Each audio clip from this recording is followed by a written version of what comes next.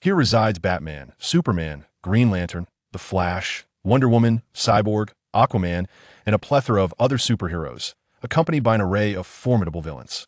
Alex, the embodiment of beastliness. He could never fathom that he was, in fact, a dragon. Yet at that moment when Alex transformed into a dragon, tears streamed down his face. Filled with a tempest of sorrow and rage, he roared to the heavens. I am not Alex. I am Aguman. The colossal roar of the mighty Tyrannoman echoed as he lamented. This is not the dragon I wished for. This is not the dragon I desired. An eternal mechanical power core forged a ferocious mechanical body, the mechanical Tyrannoman. In the crucible of warfare emerged evolution, the eagerly anticipated transformation, the battle Tyrannoman.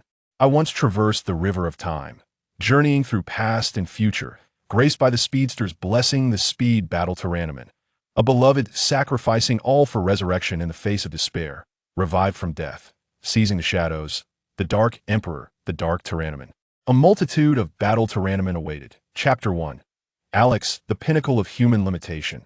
Central City. Situated in Missouri, Central City intersects with the Missouri River and neighbors Keystone City.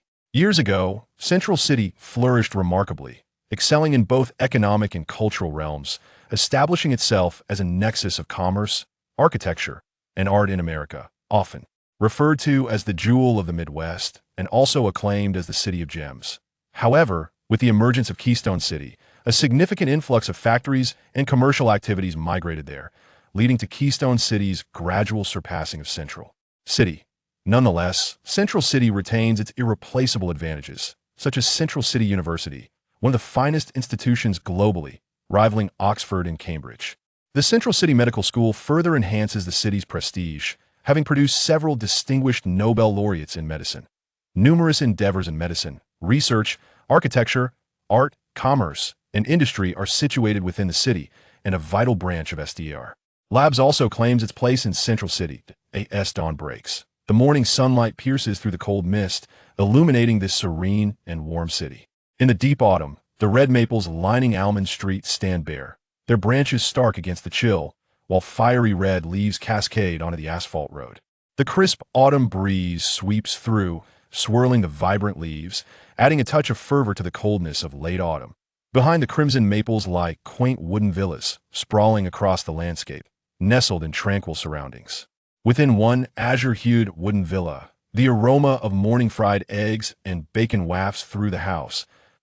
In the backyard lies a patch of grass, now barren, trampled over time, the ground long bereft of its verdant cover. A lithe figure clad in black shorts stands resolutely, a sculpted upper body reminiscent of a statue, a beacon of strength amidst the stillness. The man possesses a tall and slender physique, his skin a porcelain white, with eyes gently closed. As he breathes slowly, the rhythmic motion of his pectoral and abdominal muscles creates a dynamic silhouette of exquisite beauty, illuminated by the distinct chill of the early morning sun, emanating a unique radiance. Particularly striking is his visage, a blend of Eastern and Western heritage, yet leaning towards an Oriental countenance reminiscent of a marble sculpture. His high nose and broad forehead contribute to a face defined by sharp angles and a strikingly handsome demeanor. Yet, a singular beauty mark beneath his left eye adds an alluring charm to his otherwise austere features. As Alex gradually opens his eyes, he exhales a plume of white breath.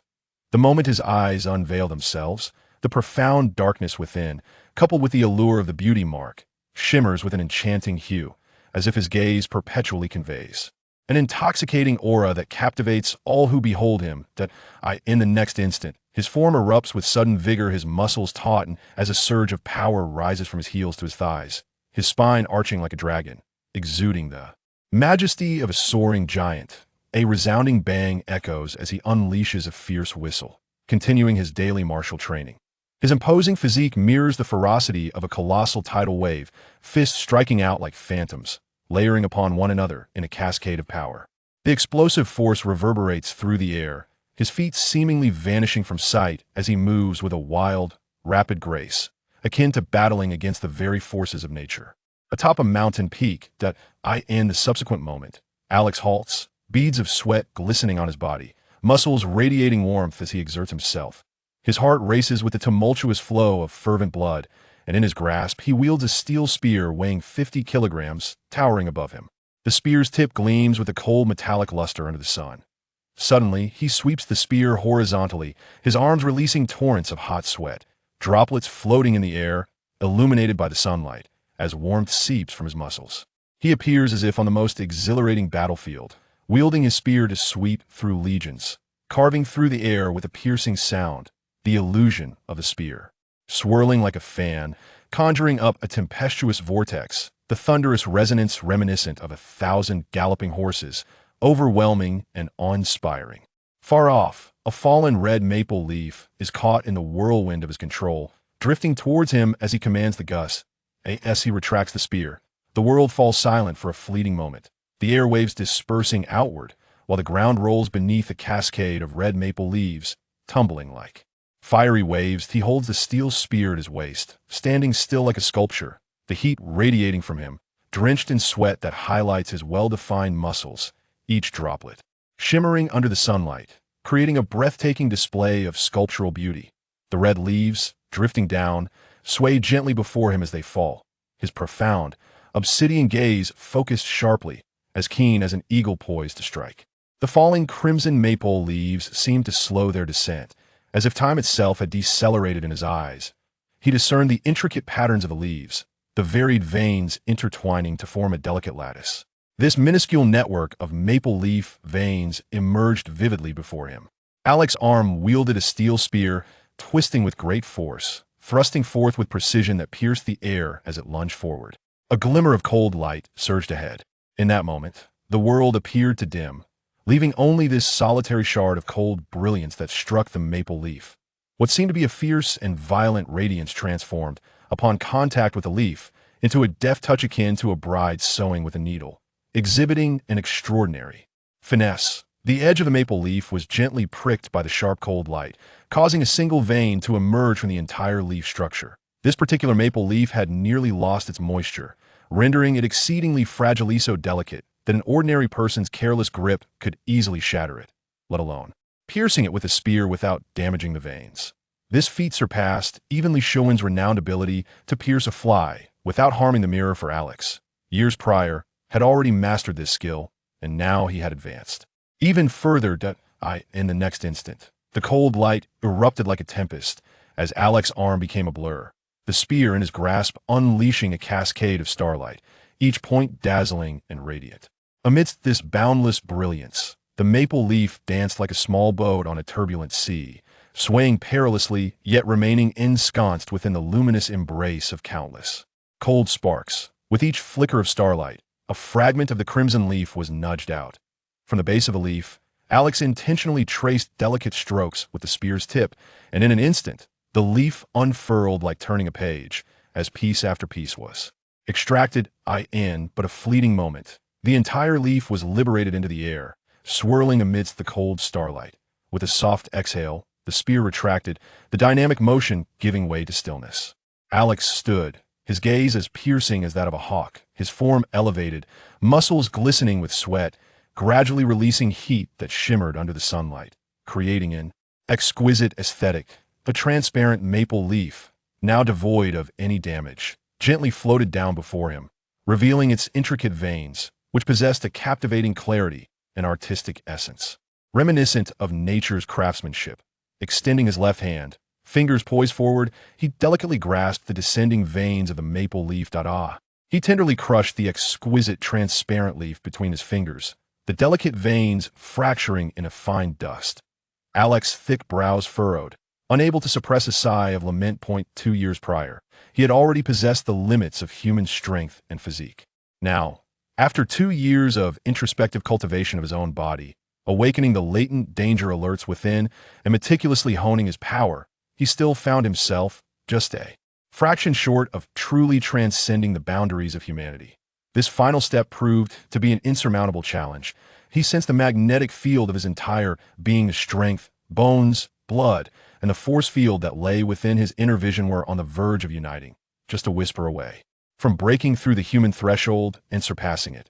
Yet, there remained an elusive element preventing him from advancing any further. Puzzled, Alex contemplated deeply, when suddenly, An electronic voice resonated within his mind. Super system binding. Binding task issued. Become friends with the Flash. Time, 24 hours. Completion reward. Super system. Failure. Annihilation. Alex furrowed his brow, sensing that the situation was far from simple. Chapter 2. Origins. Just as Alex was engulfed in confusion over the mysterious voice echoing in his heart, a plump, affluent-looking woman named Aunt Mary opened the sliding glass door leading to the yard and called out, "Alex, go take a shower and then have breakfast. Hurry up. You need to arrive early at the Midtown Police Department today to make a good impression." The refreshing morning breeze flowed in through the open door, causing Aunt Mary's robust and pleasing visage to tremble slightly, her lips quivering in response, which in turn sent shivers across her entire body, leaving her still clad in a short-sleeved shirt with goosebumps. After hastily reminding Alex, Aunt Mary swiftly closed the sliding door with a decisive thud, shook her ample frame, and hurried to the kitchen to continue preparing breakfast, leaving behind only her substantial silhouette for Alex to see. Aunt Mary and Alex shared no blood relation indeed. Her husband was also not connected to Alex by any familial ties. To outsiders, Alex appeared to be a tragic figure with a harrowing past, having lost his parents at a young age. Born in the late 1980s to a union between an Asian man and a Caucasian woman, Alex had benefited from their striking features, which served him well during his school years. However, at the tender age of 3, his father, who faced rampant discrimination in America, inadvertently drew the ire of a gang and fell victim to a violent vendetta. When Alex turned 5, the world was still reeling from the Cold War's final throes, with the specter of nuclear armaments looming large, instilling fear of annihilation in the hearts of many. Amidst this tumultuous backdrop, Alex's mother, struggling to raise her child alone, succumbed to unimaginable pressures and fears, ultimately becoming ensnared in a cycle of addiction from which she could not escape. Ultimately, on a dark and fateful night, his mother succumbed to an overdose of marijuana, resulting in her untimely demise. Fortunately, a compassionate police officer adopted the then well-behaved and sensible Alex, sparing him the fate of an orphanage. When Alex turned 10, this officer, who had become his adoptive father, wed Aunt Melinda, who already had an 80-year-old daughter. They have since enjoyed a stable and harmonious life together for over a decade. Understood, Alex replied upon hearing Aunt Melinda's voice, momentarily setting aside his curiosity regarding the mysterious system. His sculpted physique, exuding an aesthetic beauty marked by sinewy muscles, quivered slightly as beads of sweat cascaded from his body. His damp black hair swung with motion, harmonizing beautifully with his well-proportioned muscles, creating a dynamic display in the morning sunlight reminiscent of a merman emerging from the ocean. After drying off, Alex, barefoot, returned his steel firearm to its place in the garage, ensuring to wipe the mud from his feet at the entrance before stepping inside the house. Once in his room, he retrieved his undergarments and proceeded to the bathroom for a shower. While soaking in a bathtub, Alex called out to the system several times, yet received no response, which left him in deep contemplation. It was only when Aunt Melinda reminded him from the bathroom door that he had been in there for too long that he snapped back to reality and hastily emerged from the tub. After drying off and donning fresh underwear, he slipped into black casual pants and a loose-fitting white t-shirt. He then adorned himself with a pair of stylish black rectangular glasses, which conveniently concealed his striking features and the alluring beauty mark on his cheek. This did not diminish his appearance, rather. The fashionable glasses accentuated his high nose and broad forehead, lending him an air of seriousness and coolness. His thin, tightly pressed lips and sharp cheekbones imparted a chilling yet compelling allure. "Why are you dressed so casually?" Aunt Melinda exclaimed. "Alex, going to the police station is not akin to a date with your flamboyant butterfly.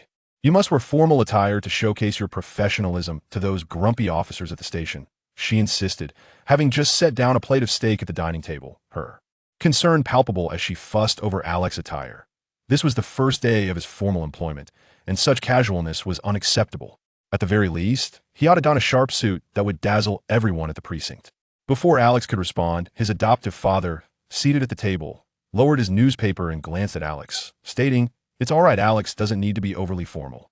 This attire is perfectly acceptable. He's a member of the Special Operations team, and a more relaxed appearance suits him better," Bird added, tapping the table to urge everyone to hasten their breakfast. Aunt Mary cast a discontented glance at her husband, clearly dissatisfied with Alex, yet refrained from voicing her thoughts, acknowledging Bert's reasoning. "Bert is right." Alex, exasperated, looked at Aunt Mary, spread his hands, and shrugged, embodying a sense of helplessness, as if to say, "It was your husband who advised me against dressing too. Formally, this is not my fault." Aunt Mary shot him a disapproving glare and sternly admonished, "Hurry up and eat. Don't attract the attention of other female officers at the precinct. Even if they fawn over you, do not appear overly eager. Upon arrival at Midtown Police Station, temper your demeanor, do not confront the officers, and engage in reasoned discourse. Be cautious. I know you can take down dozens of adversaries in a single blow, but others may be armed, so exercise caution. Rest assured, Mary, I am armed as well." Alex raised an eyebrow, a smile gracing his lips as he pulled out a chair and sat opposite his adoptive father, Bert. Mary glared at him disapprovingly for his continued flippancy and levity, chastising him sternly. As Alex absorbed Aunt Mary's reprimands and concerns, he picked up his knife and fork, slicing into the steak, while simultaneously retrieving a folded newspaper from the table too. Peruse, the Gotham Gazette. The Roman returns. Falcone's revenge against Batman. The headline revealed the sensational return of Batman's adversary, the Roman, causing a considerable stir in Gotham. The evening publication elaborated on predictions regarding this former underground emperor of Gotham and the potential ramifications of his encounter with Batman on the city.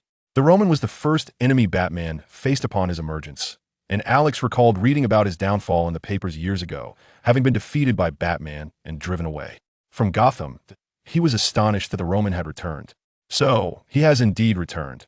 Alex savored a mouthful of steak, infused with the aromas of beef and cumin, the sauce leaving a lingering spicy essence on his palate.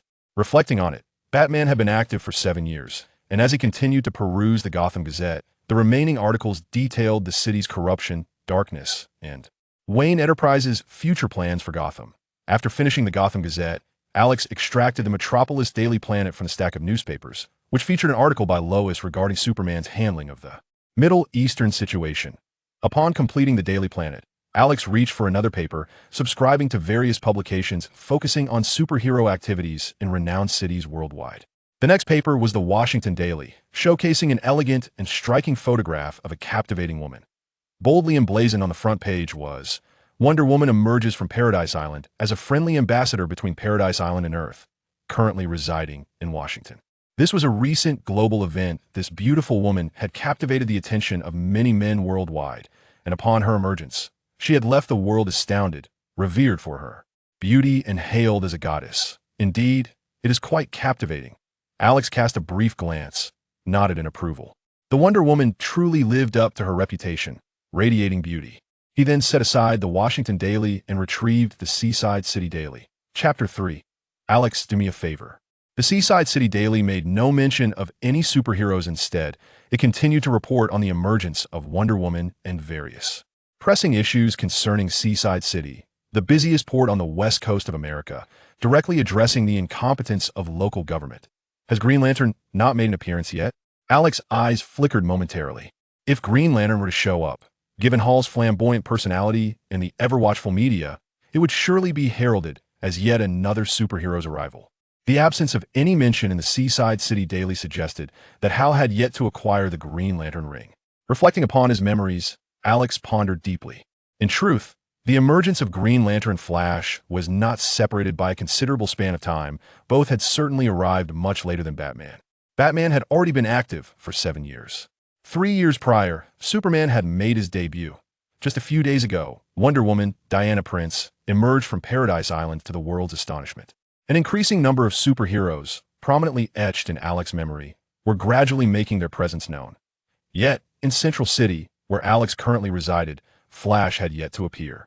Alex could confidently surmise that both Green Lantern and Flash would likely emerge within the next 2 to 3 years, at that juncture. The world would usher in an era of superheroes clashing with supervillains, marking the beginning of tumult and disaster for Earth, with many calamities, potentially igniting the cosmos, destruction, and unpredictable fate for the planet. Of course, superheroes have never truly faded from public perception. They are not a recent phenomenon.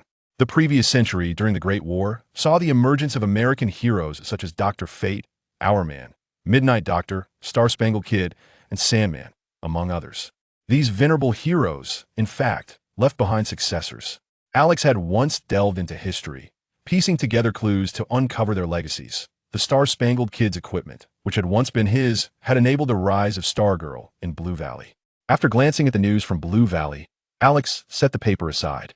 Beside him, Aunt Mary continued her incessant admonitions regarding Alex's interactions with others, fretting over his ability to navigate social situations and worrying about the potential for injury, given his work with the police department. Though they shared no blood relation, years of companionship had fostered a maternal affection akin to that of a mother for her son. Alex will be careful, Bert remarked, casting a glance at Aunt Mary. Aunt Mary immediately ceased her incessant chatter, recognizing that it was time for her husband to converse with. Alex. Bert's visage bore the ruggedness and robustness characteristic of many Americans, a testament to his lengthy career in law enforcement, which had rendered him more robust than the average middle-aged man. The 3 furrows etched into his forehead and his blue eyes, reminiscent of the vast ocean, exuded both wisdom and acceptance. Alex, I sincerely appreciate your willingness to heed my suggestion and assist at the Midtown Police Department, Bert stated earnestly, setting down his knife and fork.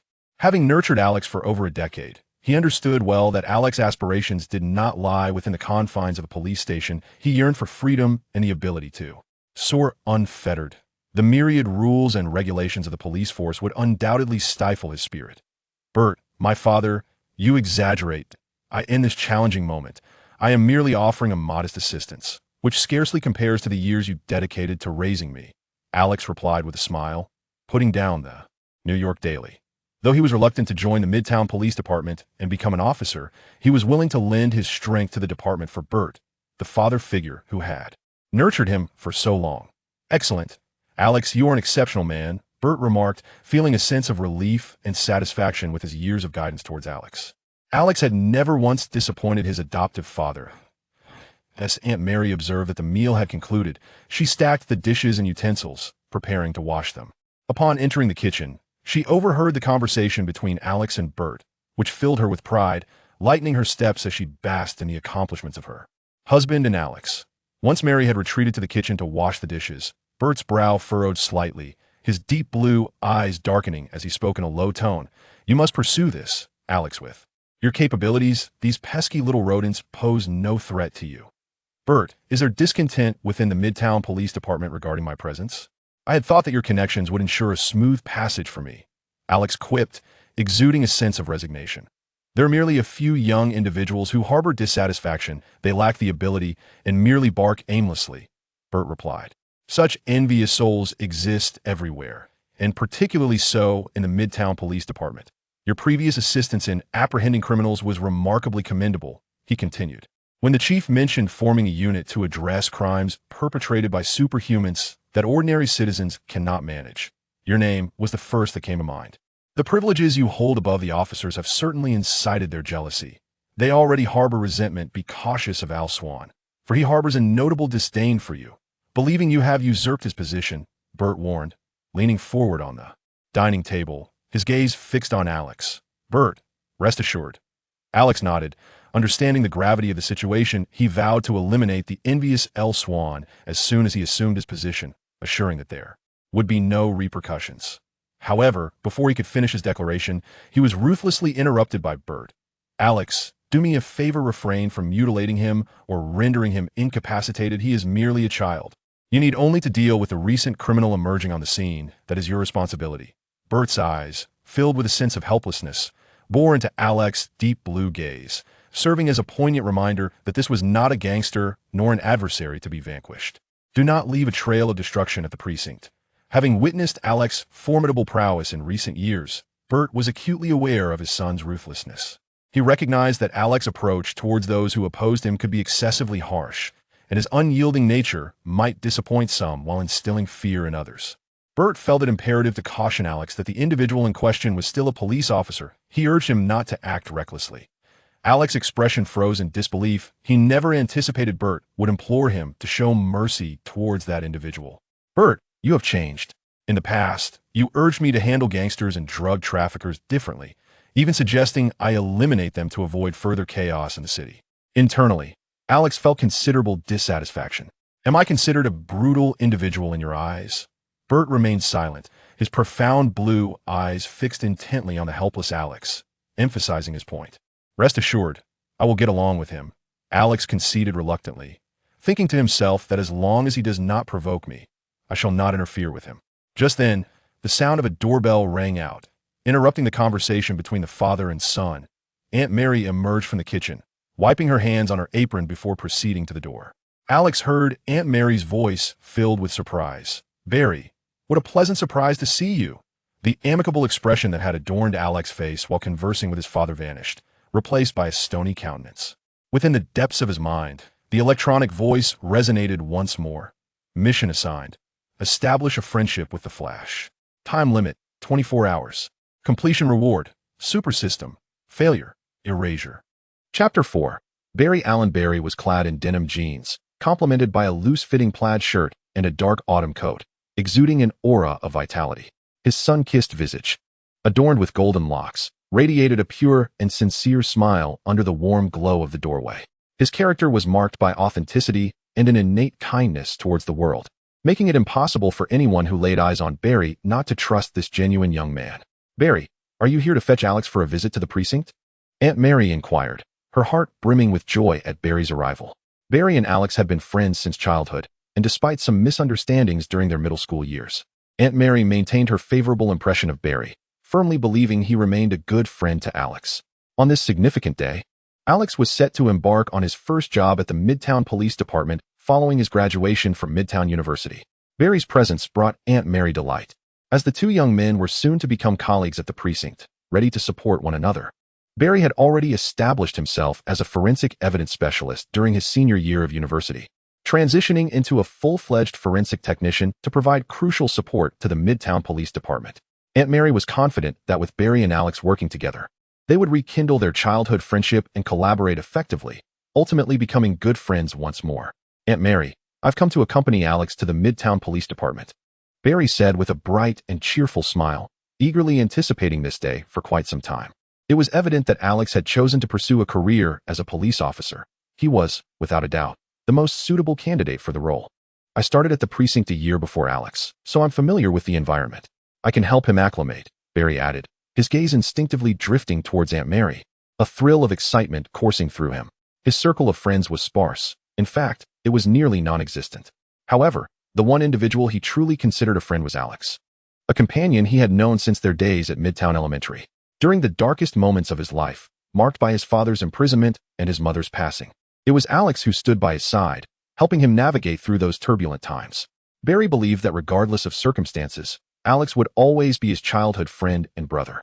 Although they had drifted apart during middle school due to some unfortunate incidents, Barry saw this opportunity as a chance to mend their relationship, hoping to shift Alex's perspective and reforge their bond as they worked together at the Midtown Police Department. Upon hearing his wife conversing with Barry at the door, Bert glanced at Alex, his expression tinged with curiosity. Had Barry reconciled with him?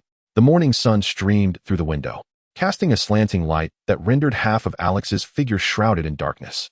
His rectangular black glasses resembled those of a merciless and frigid conspirator. The lenses glimmered, obscuring the gaze beneath, yet accentuating the austere contours of Alex's cheek.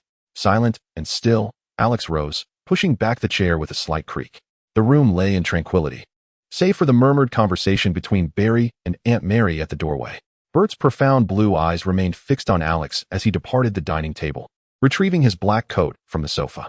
With a steady hand, he donned it, maintaining his stern demeanor as he approached the entrance. Alex's footsteps resonated with a firm cadence, each step upon the wooden floor reverberating in Barry's chest, synchronizing with his heartbeat. As Alex emerged, adorned in his rectangular black glasses, the signature alluring beauty of his tear mole was concealed, yet Barry recognized his dear friend, childhood companion, and brother. Alex remained as remarkable, as exceptional, as captivating as ever, drawing the attention of all present. Upon seeing Alex step into view, Barry's face brightened with a genuine and cheerful smile as he hurried past Aunt Mary, eager to reach his friend. Aunt Mary smiled at the sight of these two close friends, both young men. However, just as Barry approached Alex, the latter, with his head slightly lowered, lifted his eyes and, through the lenses of his glasses, cast a cold glance at Barry. In an instant, Alex took a significant stride forward, his footfall thundering against the wooden floor, causing the entire room to shudder, as if the very dust in the air was stirred by an unseen force. With a sudden heaviness, Alex's upper body dipped, the momentum rising from his feet through his waist, transforming into a supple grace under his exquisite physical control. It appeared as though Barry was advancing, and Alex was tumbling into his embrace. Suddenly, a resounding thud echoed. In Barry's wide, terrified eyes, Alex executed a powerful shoulder charge, crashing into his chest with considerable force. Barry felt a wave of gentle strength surge into his torso, akin to a powerful water cannon striking him. His chest sank, and he lost control of his body. He was propelled backward by Alex's shoulder, his feet leaving the ground, his vision blurring as he watched Alex recede into the distance. With a jarring impact, Barry's back met the wall, his spine jolting with each vertebra. He gasped, eyes wide, pressed against the wall, uttering a groan. Each segment of his spine felt a mix of discomfort and relief, leaving him momentarily overwhelmed by a profound ache that coursed through his entire back. He was directly slammed against the wall by Alex's strike, crashing into the upper part of the door, causing the wooden concrete wall to tremble violently. The dust, illuminated clearly by the sunlight, was stirred into chaos by the gusts created by Barry's impact. Alex retracted his right foot, standing firmly in place, and with a casual gesture, adjusted the slightly askew black-framed glasses resting on his nose, pressing them tightly against his skin. Through the lenses, his cold gaze observed Barry, who clung to the wall for a few seconds before sliding down to the ground. The act of striking was akin to hanging a painting. Barry remained suspended against the wall for a brief moment before descending. Alex was well aware of his own strength. Barry sustained only minor injuries. The force he employed was gentle enough to momentarily pin Barry against the wall, while the more significant impact occurred upon his fall, which inflicted the greatest harm. However, it was not a grave matter. Falling from a height of 2 meters, he would only experience a tingling sensation in his feet, scraped knees, and general soreness. Aunt Mary was left in shock, and only when Barry thudded to the ground, stirring up dust, did she snap out of her astonishment. "Oh my heavens! Alex, what have you done?" Terrified, Aunt Mary rushed to Barry's side, eager to assist him, yet fearful that she might inadvertently cause further injury. She anxiously circled around him, repeatedly inquiring about his well-being. Coughing, Barry lay on the ground, his vision blurred and chest constricted, struggling to catch his breath while rolling his eyes in discomfort. Although he felt quite unwell, he managed to signal to Aunt Mary that he was fine, despite the coughs. Bert, startled by the commotion at the dining table, hurried out. Alex approached the prone Barry with a cold, imposing demeanor, his glasses glinting under the slanted sunlight as he stepped over Barry's body and exited through the door, leaving behind a silhouette filled with icy anger. "Get lost. I have never forgiven you for what you have done to me." Chapter 5. The principal Barry and the troubled Alex lying on the ground, Barry pressed against his chest, gasping for air as he watched Alex's indifferent figure fade into the distance, gradually blurring under the sunlight, slipping away from his sight. The brightness of the day only deepened Barry's discomfort. His face flushed as he struggled to breathe, rhythmically patting his chest to ease his breath, before exhaling deeply to regain composure. As Alex's figure vanished from view, a shadow of sorrow crossed Barry's gaze. He had not anticipated that so much time had passed, and his friend still found it difficult to let go. "Barry, what's wrong? Are you all right?" Aunt Mary finally realized that Alex had not truly intended to harm Barry. With a worried expression, she hurriedly soothed Barry's back, calming his breath, and helped him rise from the ground, gently brushing off the dust from his clothes, sending particles swirling through the air. How could this child, Alex, behave in such a manner? Aunt Mary felt a deep sorrow.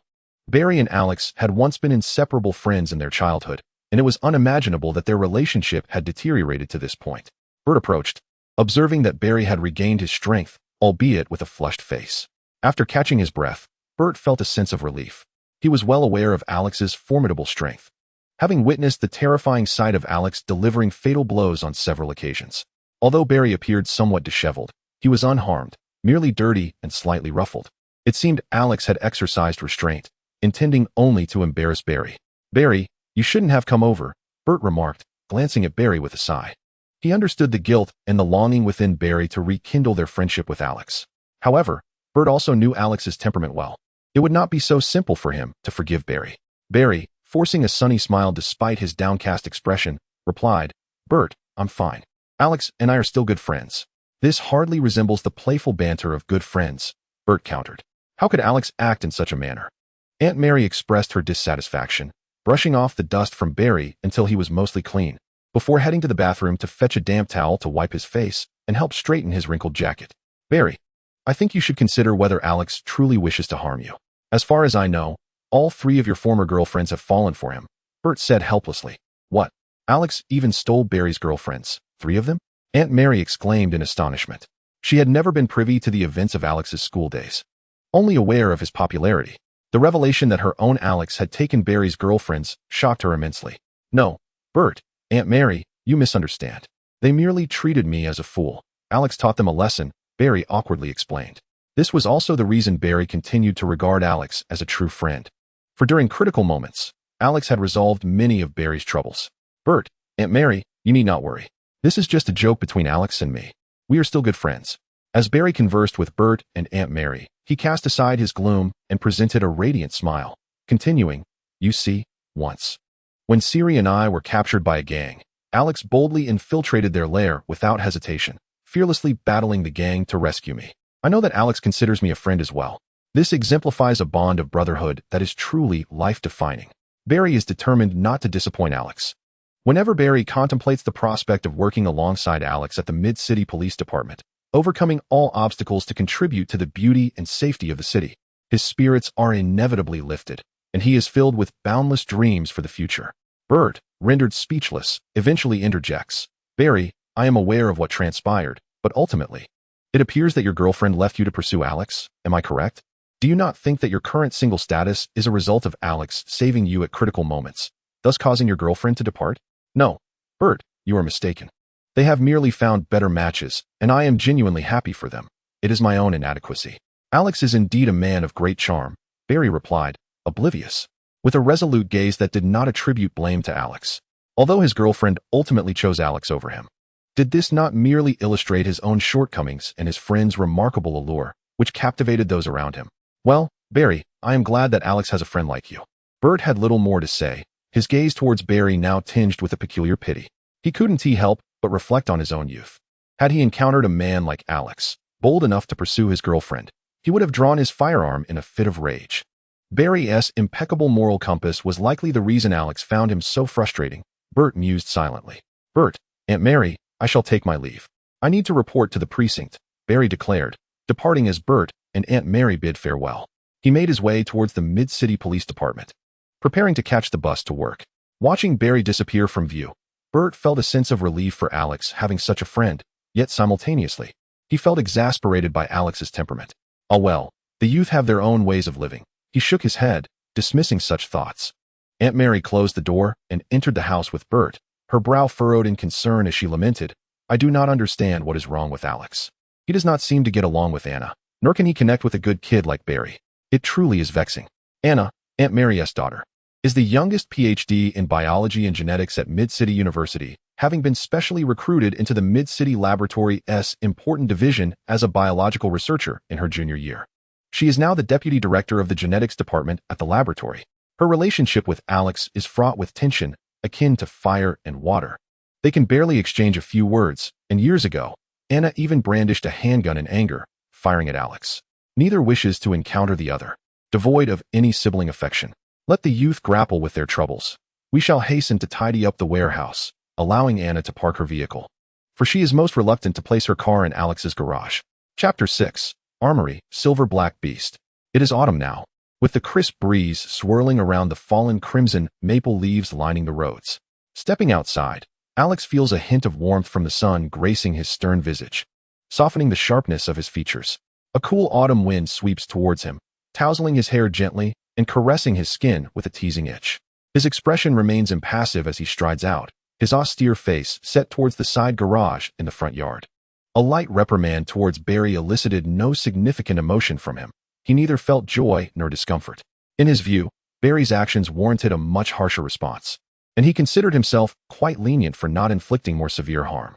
With a press of the button, the automatic roller door of the garage begins to rise, and without waiting for it to fully ascend, Alex bends down and steps inside, promptly pressing the button to close it again, the door descending slowly.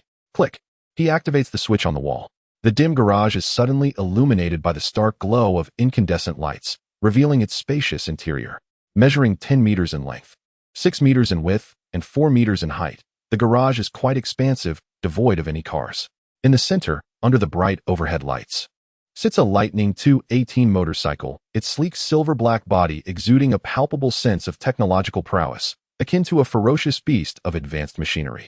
This Lightning 218 motorcycle has undergone numerous modifications at Alex's hands, transforming its appearance into something far more striking and aggressive, showcasing both technological sophistication and a powerful, fluid energy. The enhanced nitrous oxide propulsion system and various costly upgrades allow it to reach speeds surpassing even those of supercars, soaring to an astonishing 450 kilometers per hour. Such velocity transcends human capability. The sheer force of the air currents generated at such speeds could easily lift an ordinary person off the ground. Even seasoned motorcyclists face immense peril when handling such acceleration. Should the nitrous oxide propulsion system be activated, the experience would escalate to a terrifying extreme, with airflow threatening to tear the body apart. Even Alex seldom engages the nitrous boost. Navigating past the Lightning 218, Alex disconnects the charger. This hybrid motorcycle, powered by both gasoline and electricity, along with the enhanced nitrous system, is a true marvel. Moving past his beloved machine, Alex reaches the end of the garage, lifting a steel cover from the ground. With a nimble leap, he descends into the darkness below, bending his knees to absorb the impact.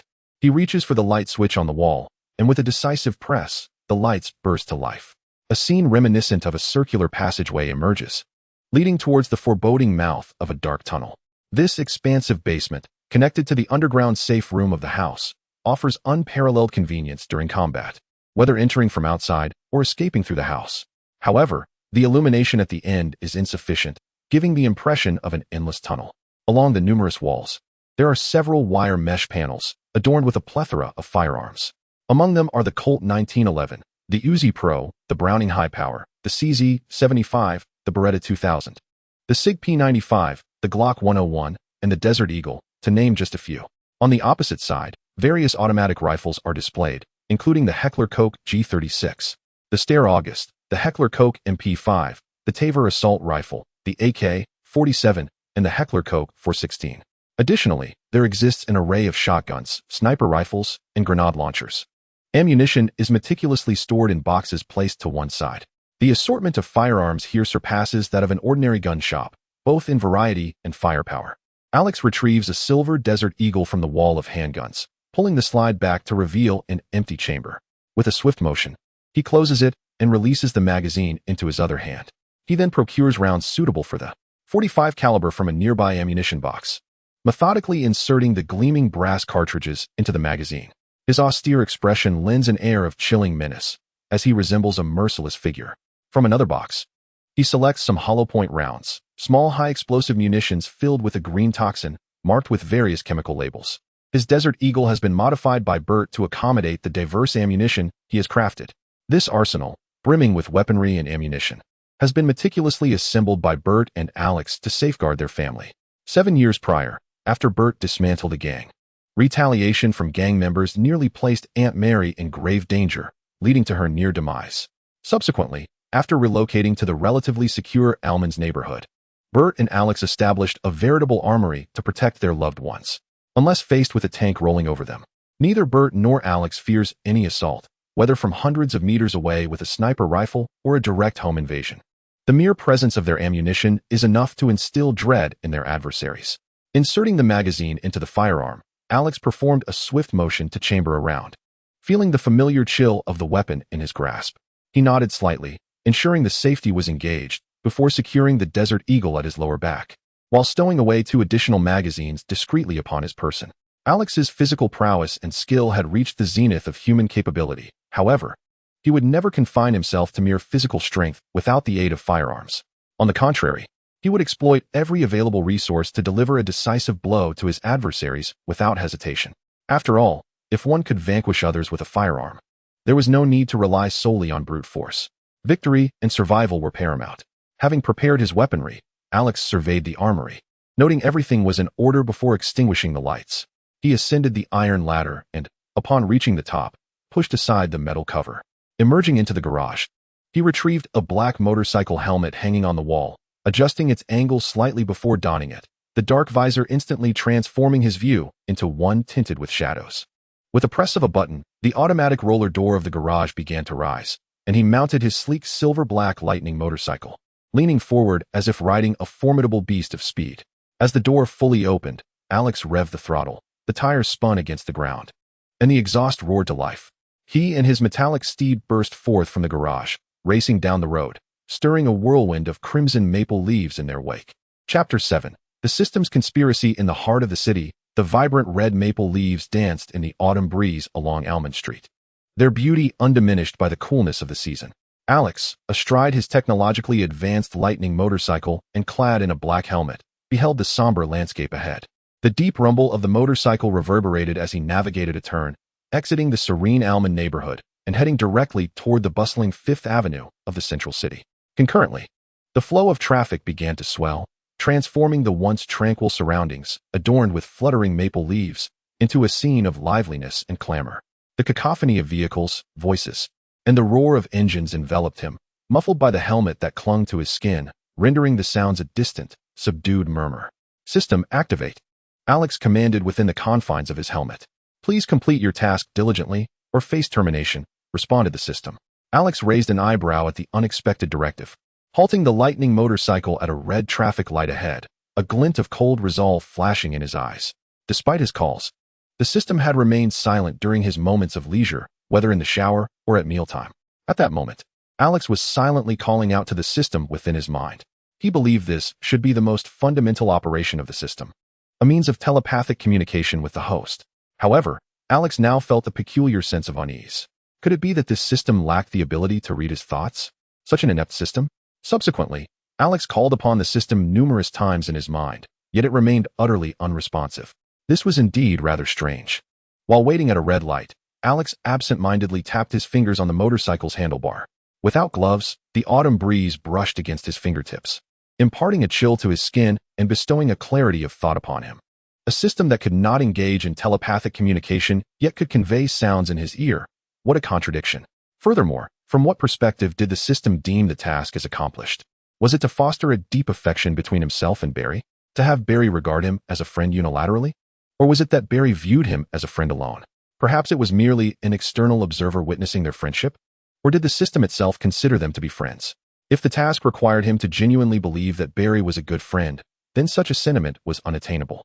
At best, Barry was merely an acquaintance of the most ordinary kind in Alex's heart. If the task hinged upon Barry considering him a friend for its completion, then without question, this task had already been fulfilled from the very beginning, as Barry had always regarded him as a friend. Alex held a clear and distinct understanding of this. He began to suspect that this system might not be as formidable as rumored, and it was quite possible that it was deceiving him. Alex then spoke, his tone laced with unmistakable rudeness. I do not need you. Leave my body. Host, please cultivate a clear understanding. In this world, the limits of your physical power will not sustain you for long. As a transmigrator, failing to forge alliances and cultivate friendships with various righteous superheroes, leveraging these connections for self-protection, is an exceedingly foolish endeavor. The system's emotionless electronic voice conveyed what it deemed to be facts. In the universe, deities abound, and relying solely on the limitations of a human body will ensure that one does not survive long into the future. Even without causing trouble, one might find themselves crushed by unforeseen calamities. In the end, the wars that could obliterate the Earth, the solar system, or even the universe are inconsequential in comparison to the fate of an ant. It cannot read minds. Alex's expression stiffened, and he felt a surge of certainty. This system was indeed incapable of reading minds and could only respond to spoken words. At this moment, a torrent of speculation churned within Alex's mind. The system knew he was a transmigrator, suggesting that it had likely accompanied him as he grew in this world, aware of the rift between him and Barry, and had issued a task to mend their relationship. But why foster that relationship? Was it to harness Barry's abilities for his protection? And why was there a need to protect him? Such a sophisticated system. Could it be that by establishing contact with me, it seeks to protect me, thereby safeguarding itself? Is it merely utilizing me for its own preservation? Perhaps not. Yet, why has this system only recently emerged? Might it be that, upon speculating the arrival of numerous heroes, it discerned that Barry was on the verge of becoming the Flash, prompting an impatient desire to draw near to him in an attempt to seize his incredible speed? Alex harbored silent suspicions about this system, which he had never truly wished to believe in. He had never subscribed to the notion of windfalls from the heavens. He would rather entertain the belief that this system harbored sinister plans to usurp Barry's speed, to manipulate him, or even to orchestrate his demise, rather than accept that it might protect him. Moreover, if it truly aimed to safeguard him, why initiate a simple task that required him to act, all while threatening to erase him should he fail? Did it presume itself to be a supreme deity? An endless cycle of reincarnation? Without a trace of hesitation, Alex was convinced that as long as he feared death and completed this straightforward task, he would inevitably become a puppet of the system, ensnared by its control. He, Alex, was a man who yearned for the freedom to soar. How could he ever be manipulated by it? Suddenly, a cacophony of horns erupted behind him. The traffic light before him had shifted to green. Lost in thought, Alex had inadvertently blocked the entire road, prompting irate drivers to lean out of their windows, hurling insults at him. Coming to his senses, he pondered briefly before twisting the throttle of his motorcycle. With a resounding roar, his technologically advanced lightning bike surged forward like an arrow. Leave my body. Life and death, whatever the outcome, is my choice. I require no directives from you. Alex's voice resonated deeply within his helmet. Are you certain? The system inquired, but before it could continue, Alex interrupted with conviction. Absolutely. Without a hint of hesitation, Alex affirmed his stance. This enigmatic system, seeking to control him within his own body, would not become his ally. He would not permit any manipulation of his being.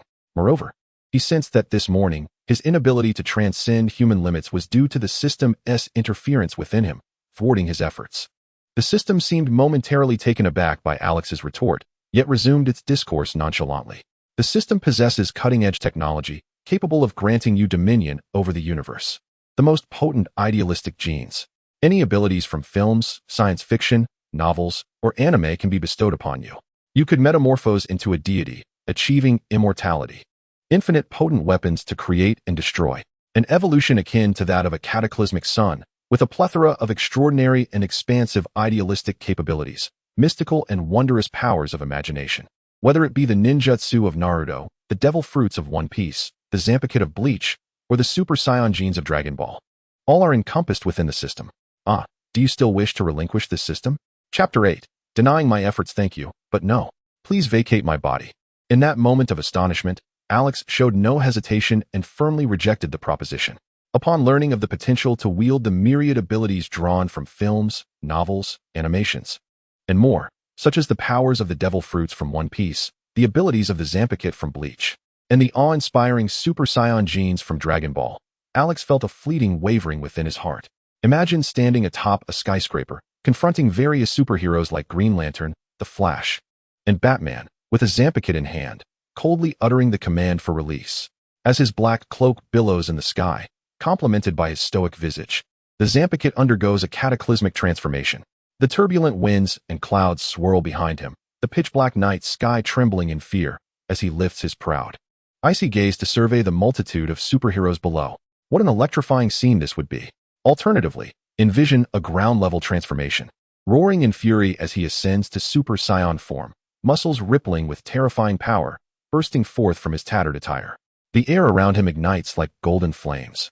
His hair a wild blaze of gold, dancing wildly against the night sky. With each step, the ground beneath him trembles, stones defying gravity. His cold pupils morphing into a radiant golden hue, shining brilliantly in the darkness. In such a fervent state of battle, even facing the world would be met with unyielding courage. What an exhilarating prospect for any man. The sheer magnificence of it all. If it were true, in a realm of freedom, Alex could earnestly pursue this unparalleled strength. Alas, having discerned the system's ulterior motives, he resolutely declined. He would prefer to chase the power he desired freely rather than become a puppet under the system's control. Moreover, Alex sensed that the system was merely enticing him, prompting his decisive rejection. The rapidity of his refusal left even the system momentarily dumbfounded, as it had not anticipated such an immediate denial. In light of the tempestuous and breathtaking abilities at his disposal, Alex chose freedom without a second thought. Enough, Alex. The strength you possess today, reaching the limits of human capability, is solely due to the system's assistance. The system's vehement electronic voice resonated with palpable discontent in Alex's ears. Yet, a revelation dawned upon him. The system possessed intelligence. A thought flickered through Alex's mind. Since earlier, Alex had been incessantly testing the system, transitioning from an awareness of his own insignificance in the world to questioning whether he was indeed certain about severing ties with the system. The system, employing a plethora of cinematic and animated capabilities, sought to entice him, only to now express its near frustration with him, akin to the sentiments of a disgruntled individual. Unlike other so-called intelligent systems, this one appeared to possess an impatient intellect, eager to exert control over him. Oh, how was I unaware of your assistance? Alex mused, reflecting on the formidable physique he had cultivated. Since the age of 5, he had relentlessly adhered to a scientifically sound regimen, meticulously combining various proteins, vitamins, and costly medicinal baths, all of which contributed to the development of his extraordinary human limits. And now, you dare to claim that all of this is your doing? His voice grew colder, recalling the countless nights and days of unwavering dedication to his training, standing meditation, stretching, skin conditioning, bone strengthening, deep marrow blood cultivation, resonating blood cells, internal breath control, and external muscle and skin training, enduring the harshest winters and the sweltering summers. From a young age, he had been earning money, utilizing pharmaceuticals, nutrition, and every moment of high-tech training to fortify his physique. And now you assert that this is all thanks to you? It effortlessly belittles my efforts. Did my toil amount to nothing? Did the money I earned vanish into thin air? A chill ran through Alex as he sentenced the system in his mind. Since your inception into this universe, the system has merged with you, intertwining your genetic essence.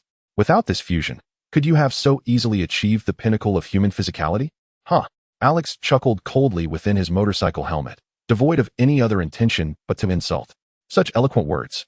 In truth, Alex had been the epitome of frailty in his youth, plagued by illness and possessing a feeble immune system, rendering him susceptible to frequent colds and hardships.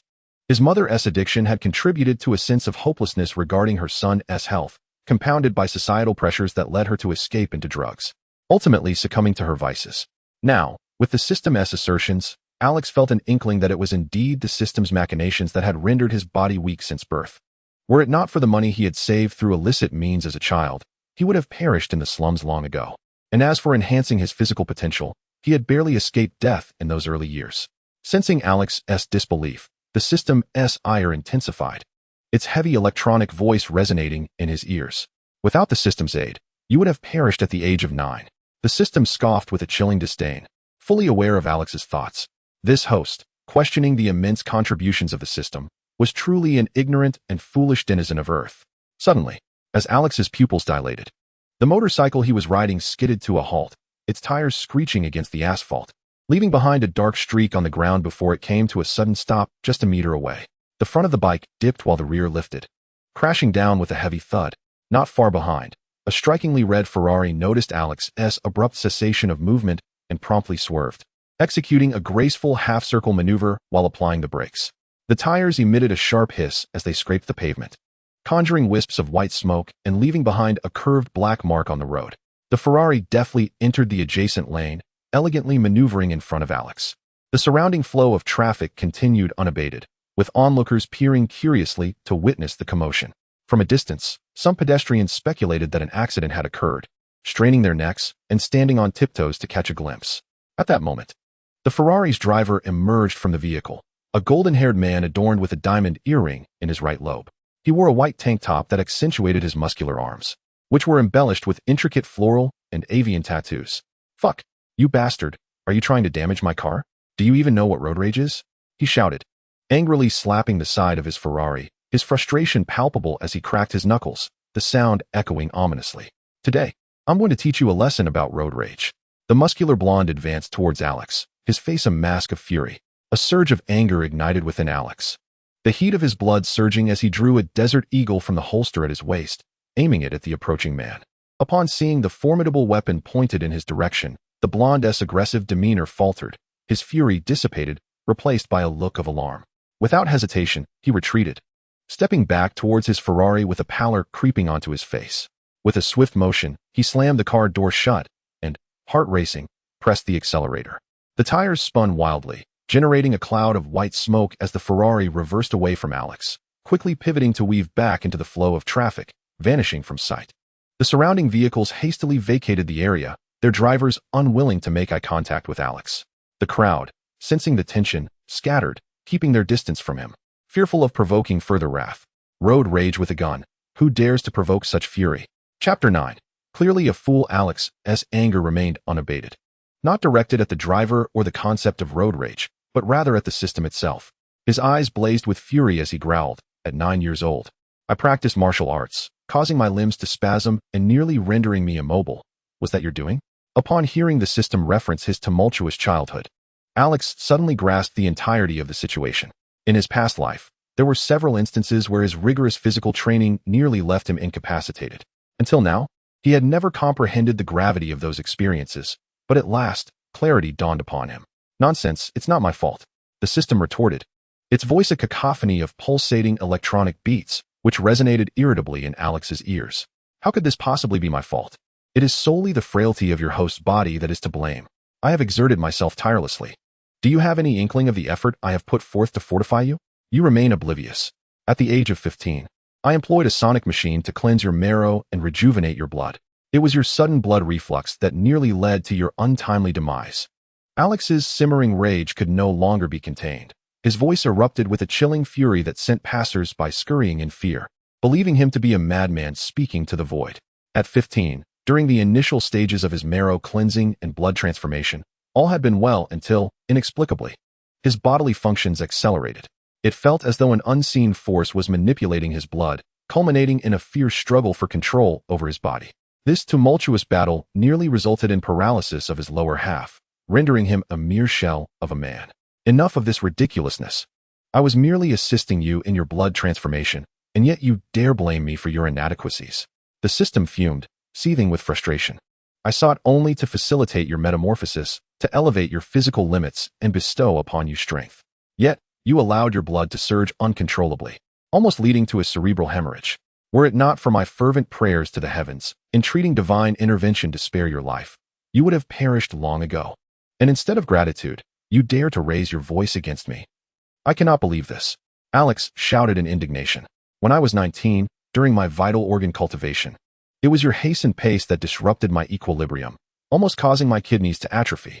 In a fit of exasperation, he removed his black motorcycle helmet, unleashing a feral roar at the bustling traffic. The crowd, startled by his ferocity, peered cautiously from behind their billboards. At 19, as he diligently trained to strengthen his internal organs, all had seemed to proceed smoothly. Yet, for reasons unknown, his progress accelerated unexpectedly, leading to an imbalance that jeopardized his kidney function, nearly resulting in impotence. It took a full year of careful recuperation before he regained normalcy upon reaching 20. I did not. You speak falsehoods. How dare you slander the system? The system was incensed, its frustration palpable. This host is utterly inept, a waste of potential. At this rate, you would not survive 2 years in the universe. You would be crushed by debris from a collapsing skyscraper. How dare you question my actions or express anger? I have never encountered such a pitiful specimen of humanity. Everything is your fault, and yet you dare shift the blame onto the system. Incompetent host, including this morning. It is solely due to you that I am unable to achieve a harmonious union of spirit and energy, transcending the corporeal limits of humanity, the legendary capability to attune and control the body's magnetic field. The veins on Alex's neck have begun to subtly extend towards his face, and his stern visage seems on the verge of erupting like a volcano, ready to unleash fury upon all. Had it not been for the erratic behavior of the system, he would have surpassed the physical limits of humankind 2 years ago while still at university. Now, due to the system's chaotic interference, he remains shackled to this day, unable to transcend those limits. You, curse be you.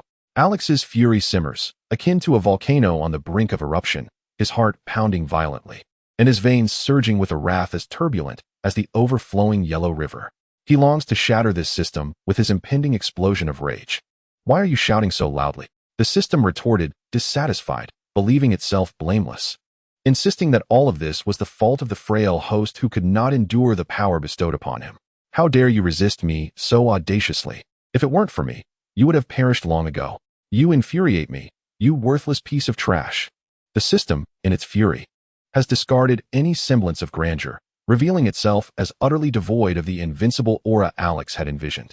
He is entirely certain that this system is inferior, incapable even of telepathic communication, let alone possessing the abilities akin to those found in films, novels, or animations. Such claims are mere fabrications, a ploy to exert control over him. In a fit of anger, Alex defiantly donned his black motorcycle helmet once more, mounted his lightning-fast motorcycle, twisted the throttle, and the wheels spun wildly, emitting a thunderous roar from the exhaust as he shot forward like an arrow, the chill of the wind slicing against him. With a mouthful of ire, he exclaimed, I curse you. The system, nearly reaching the pinnacle of its rage, could hardly contain itself, infuriated by the audacity of this wretched host to hurl insults at it. It seemed oblivious to the meaning of the word death, and began to unleash a barrage of furious electronic sounds in Alex's ears. I curse you. I curse you. I curse you. I curse you. I curse you. I curse you. You filthy creature. The system bellowed. After exchanging insults for a while, both host and system were left yearning to retaliate, but unable to do so. The system's outburst of "you filthy creature, Liang Fifan," made Alex feel as though his nostrils would erupt with indignation. This was because Alex's full name is Alex Liang, his legal name being Alex Fan Liang, and his Chinese name, Liang Fan, differs from Liang Fifan by merely one character. Trash system. Alex seethed through clenched teeth, vowing that should it attempt to wrest him from his own body, he would ensure it regretted it for eternity. Upon hearing Alex disparage himself, the system became exasperated, the cacophony of electronic noise buzzing in his ears. Alex could envision that if the system were anthropomorphized, it would be seething with rage, its face flushed crimson. I shall obliterate you. Obliterate you. I am now assigning a task. You must lick the soles of the Flash's feet, or I shall annihilate you. Obliterate you. I will erase you. Begone, you are clearly dim-witted. Alex coldly retorted, bending down and disregarding the foolish system, as he mounted his lightning motorcycle and sped towards the Central City Police Department. Chapter 10. Ailswan Central City, Central District, 7th floor of the police headquarters. Ding. The elevator doors opened slowly. Leading the way was a man with flaxen hair, clad in a well-tailored black suit. His features were chiseled, with a prominent nose and slightly sunken eyes that held an ominous glint, akin to a hawk's piercing gaze, sharp and terrifying, a gaze that ensured his dominance when confronting criminals. This innate aura of authority had earned him considerable accolades, yet it now instilled a sense of trepidation among his colleagues within the precinct. He strode purposefully into the office, passing the mural above the elevator, which depicted ordinary American laborers. The mural bore profound inscriptions of liberty, justice, fairness, and peace, serving as a solemn reminder to every officer heading out on duty. The Central City Police Department was dedicated to serving and safeguarding this city. Ailswan pursed his lips, his eyes ablaze with fury, as he marched toward the police chief's office the moment the elevator doors opened. Anyone observing could sense the palpable anger emanating from this distinguished officer. The office fell into a momentary hush. Colleagues in suits and uniforms, as well as those clutching documents, paused their activities, whispering to one another about Ailswan's evident ire. Who has upset Ail? He seems quite displeased upon returning from leave. Did a criminal escape? No. It's that special operations team. The higher-ups did not permit Swan to join. Damn, that superpowered special ops team. Can even Ail not gain entry? Who else could possibly enter that elite squad? Who is so unfortunate? Let us hope he can withstand Ail's wrath. Most of the officers had surmised the situation with uncanny accuracy, further darkening Ail's countenance. Ailswan arrived at the chief's office, halting before the door. He inhaled deeply, glancing back at his whispering colleagues, who promptly resumed their tasks with feigned nonchalance. Ail held his breath, raised his hand, and gently tapped the glass of the ornately patterned wooden door. Through the curtain, he could vaguely discern the chief engrossed in work. Suppressing his dissatisfaction, Ail announced, "It is I, Ailswan. Come in." A steady voice resonated through the air. When a sound permitting entry emerged from within, Ail could hardly contain his eagerness. He twisted the doorknob and entered the office of the chief. The room was filled with stacks of case files, yet exuded a classical charm.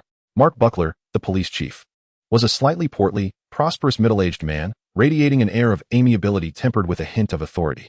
His wise and astute gaze, framed by gold-rimmed glasses, imparted a solemnity that belied his genial demeanor. "Al, I have told you, you cannot join the Special Powers Task Force," Mark Buckler stated unequivocally, retracting his gaze from the documents on his desk to look at Al Swan through his spectacles. Typically, he need not concern himself with any cases, as the precinct boasted numerous exceptional officers like Al Swan and Burt, who were adept at unraveling the intricacies of most criminal activities. Consequently, he often remained in his office, awaiting their reports.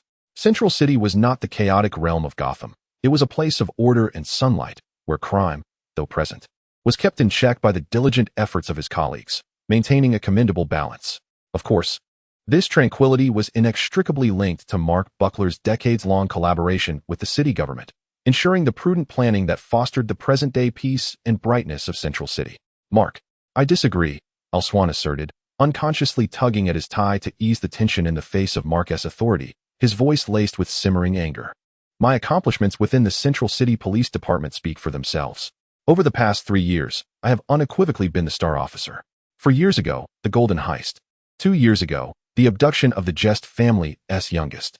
1 year ago, the Central City bank robbery. The locked-room murder case and the drug manufacturing den. Each one was resolved through my efforts.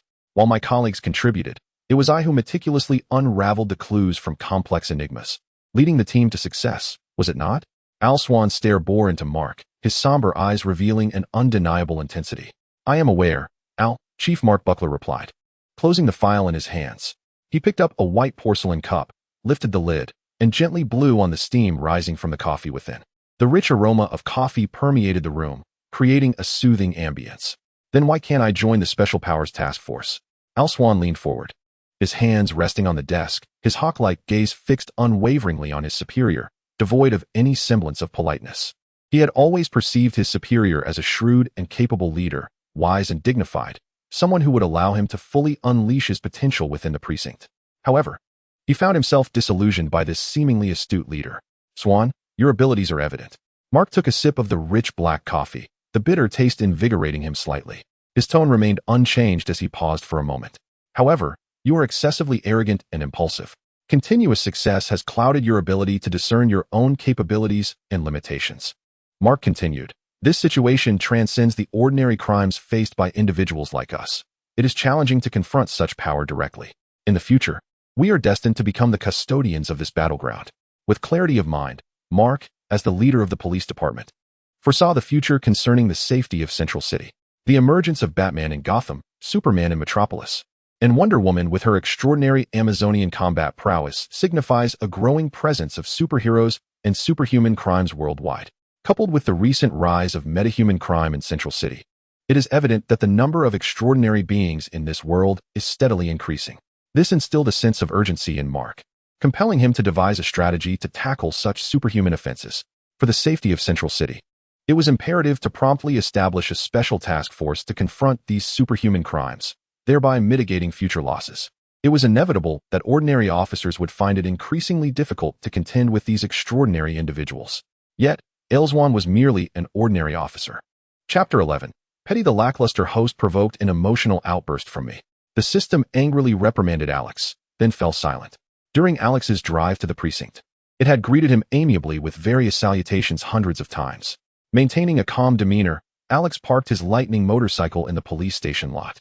His formidable self-control had enabled him to manage his emotions effectively, despite the system's incessant meddling that had plagued him since childhood. At the very least, Alex gleaned from the system's remarks that his emotions could influence its state, which explained the system's tirade throughout his journey.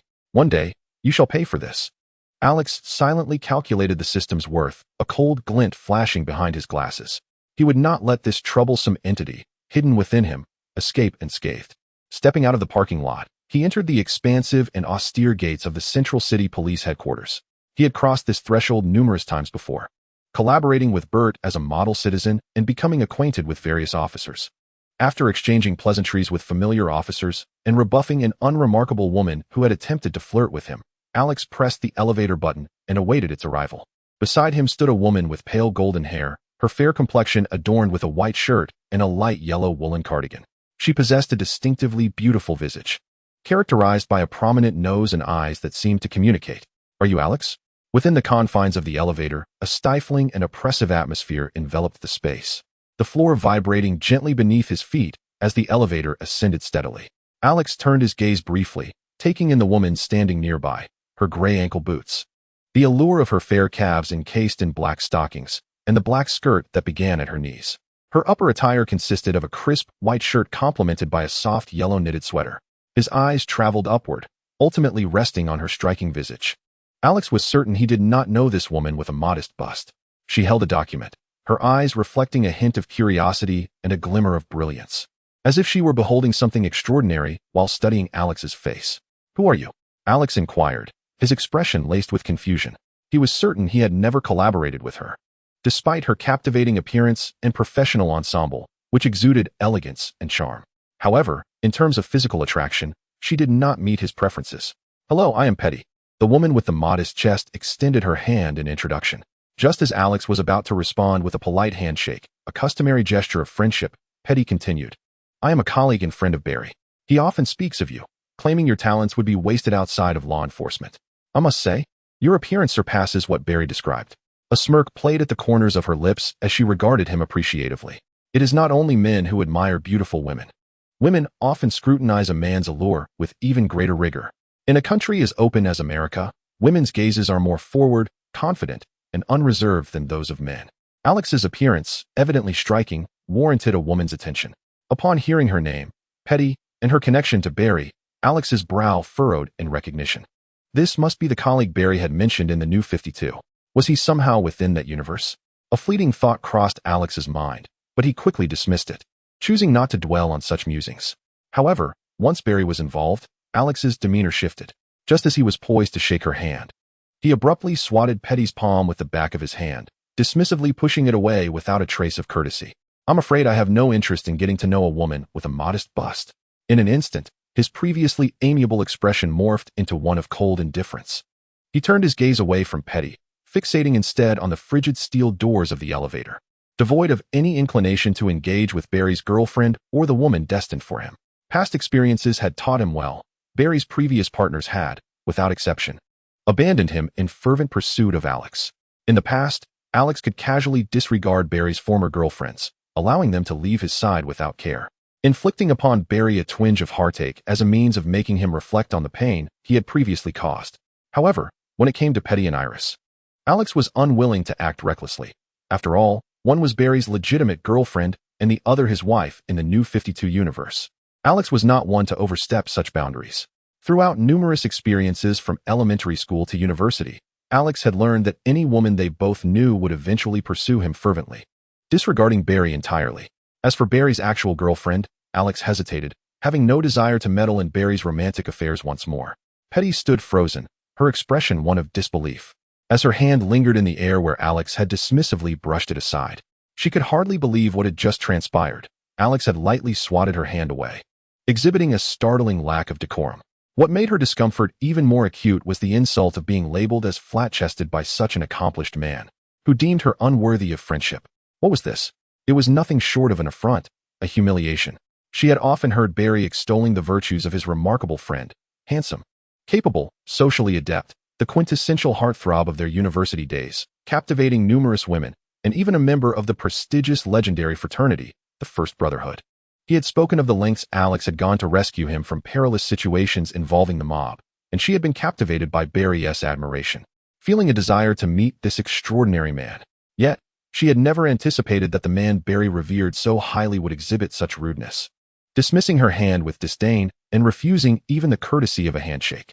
"I'm sorry, I have no interest in getting to know a flat-chested woman," echoed in her mind, a piercing statement that left her dazed.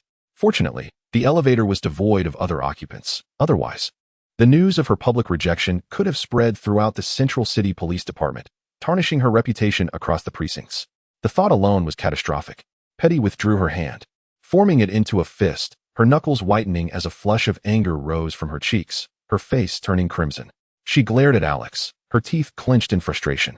In her heart, a tempest raged, slicing Alex into countless fragments with a fury that knew no bounds. With every swing of the axe, her sweat-drenched body trembled with rage, and in her mind, Alex had been reduced to mere shards. Petty, throughout her life, had never endured such humiliation. As the elevator dinged, announcing its arrival on the 7th floor, Alex emerged with an air of nonchalance, leaving Petty to grapple with her seething anger, struggling to catch her breath. To quell the impending explosion of her wrath, she pressed the elevator's close button with her delicate, pale fingers, her pink nails scraping against the surface until they began to wear down. As the doors gradually shut, seemingly compressing Alex's figure within, Petty, in a fit of fury, kicked the elevator door, feeling a jolt of pain in her toes. Grimacing in discomfort, she muttered under her breath, "Damn it, that rude individual." Chapter 12. Ailswan, Alex. Unfazed by Petty's barely contained rage behind her, Alex remained oblivious to the insecurities of a flat-chested woman who, despite her flawless appearance, beauty, intellect, long legs, and perfect skin, was haunted by the absence of a perfect bosom. Alex, with a piercing clarity, had cruelly unearthed the scars of Petty's discontent, leaving her feeling as if her very essence was being hollowed out. This brutal moment inflicted deep wounds, echoing the pain of betrayal from a supposed friend, Barry. As Alex approached the police station's office, the heart of the Central City Police Department, she found it typically bustling with suited undercover officers and uniformed personnel, all engaged in resolving complex cases that plagued the various districts. Yet now, all activity had ceased, as the officers turned their gazes toward the office of their superior, the chief. Through the slats of the blinds, The silhouette of Ailswan could be discerned, engaged in a heated debate. Mark, I am capable of leading the Special Powers Task Force. My abilities are sufficient to tackle so-called superpowered crimes.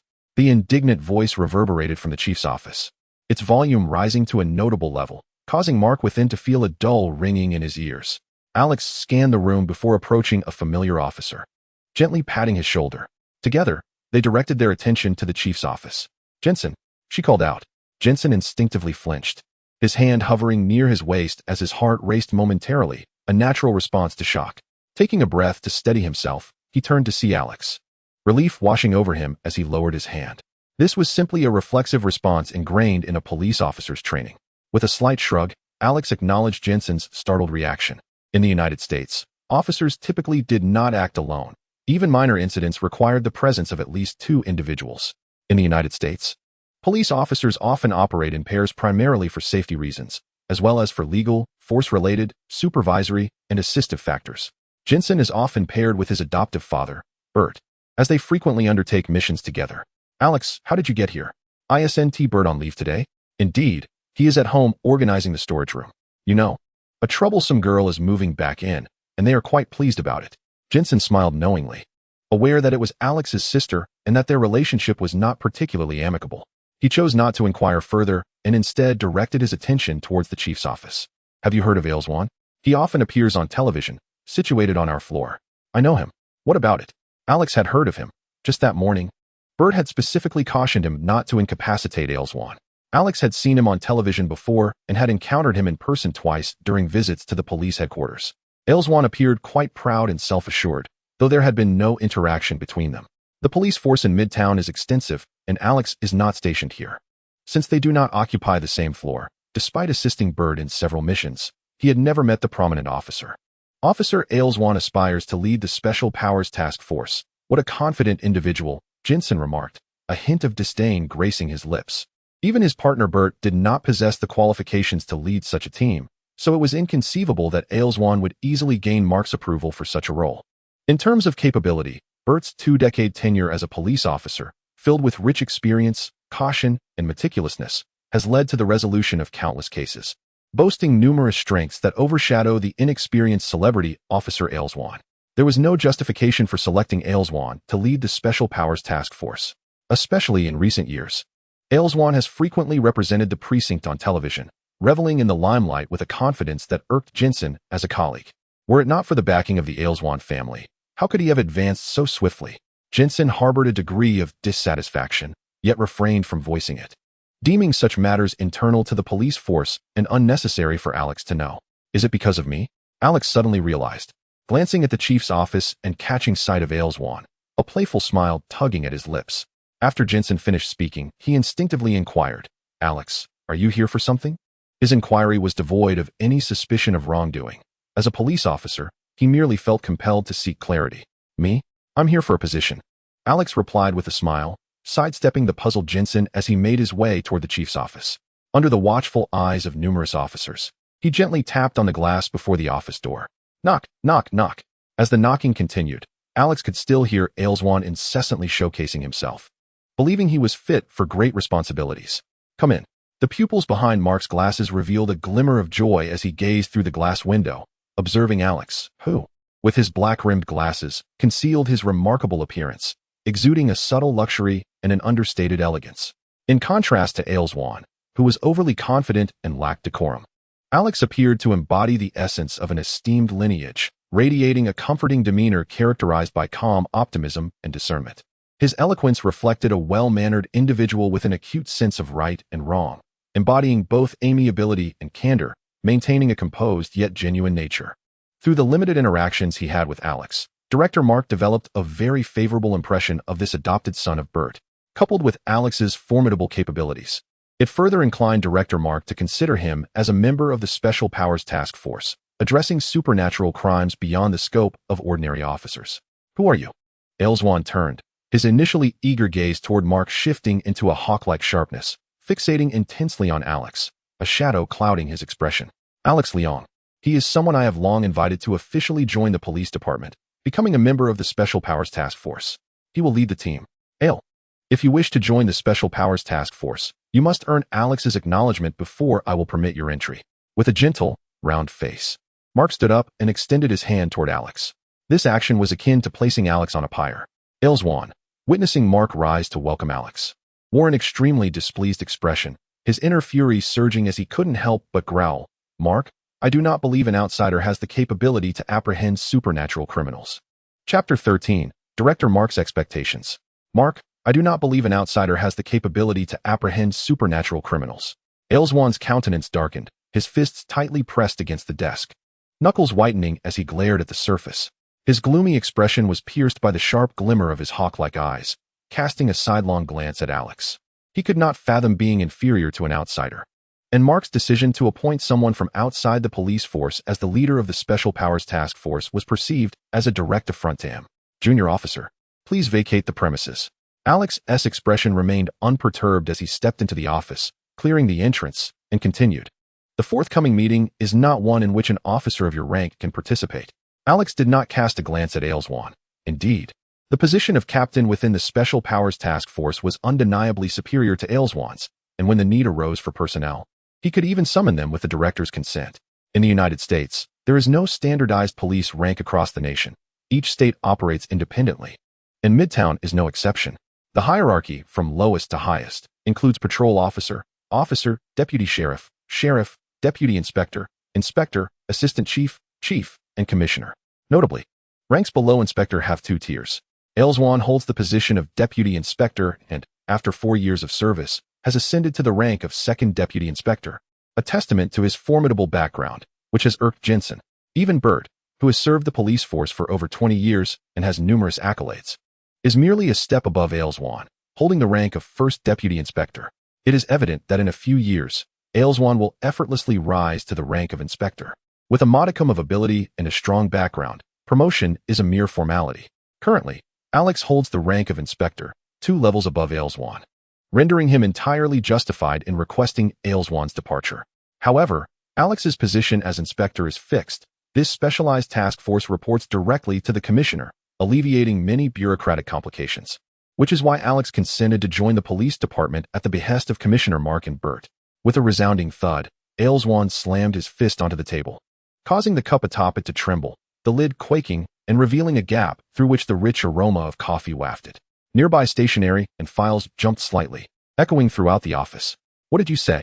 Elswan's fury surged, his eyes glaring fiercely as he fixed an unyielding stare upon Alex.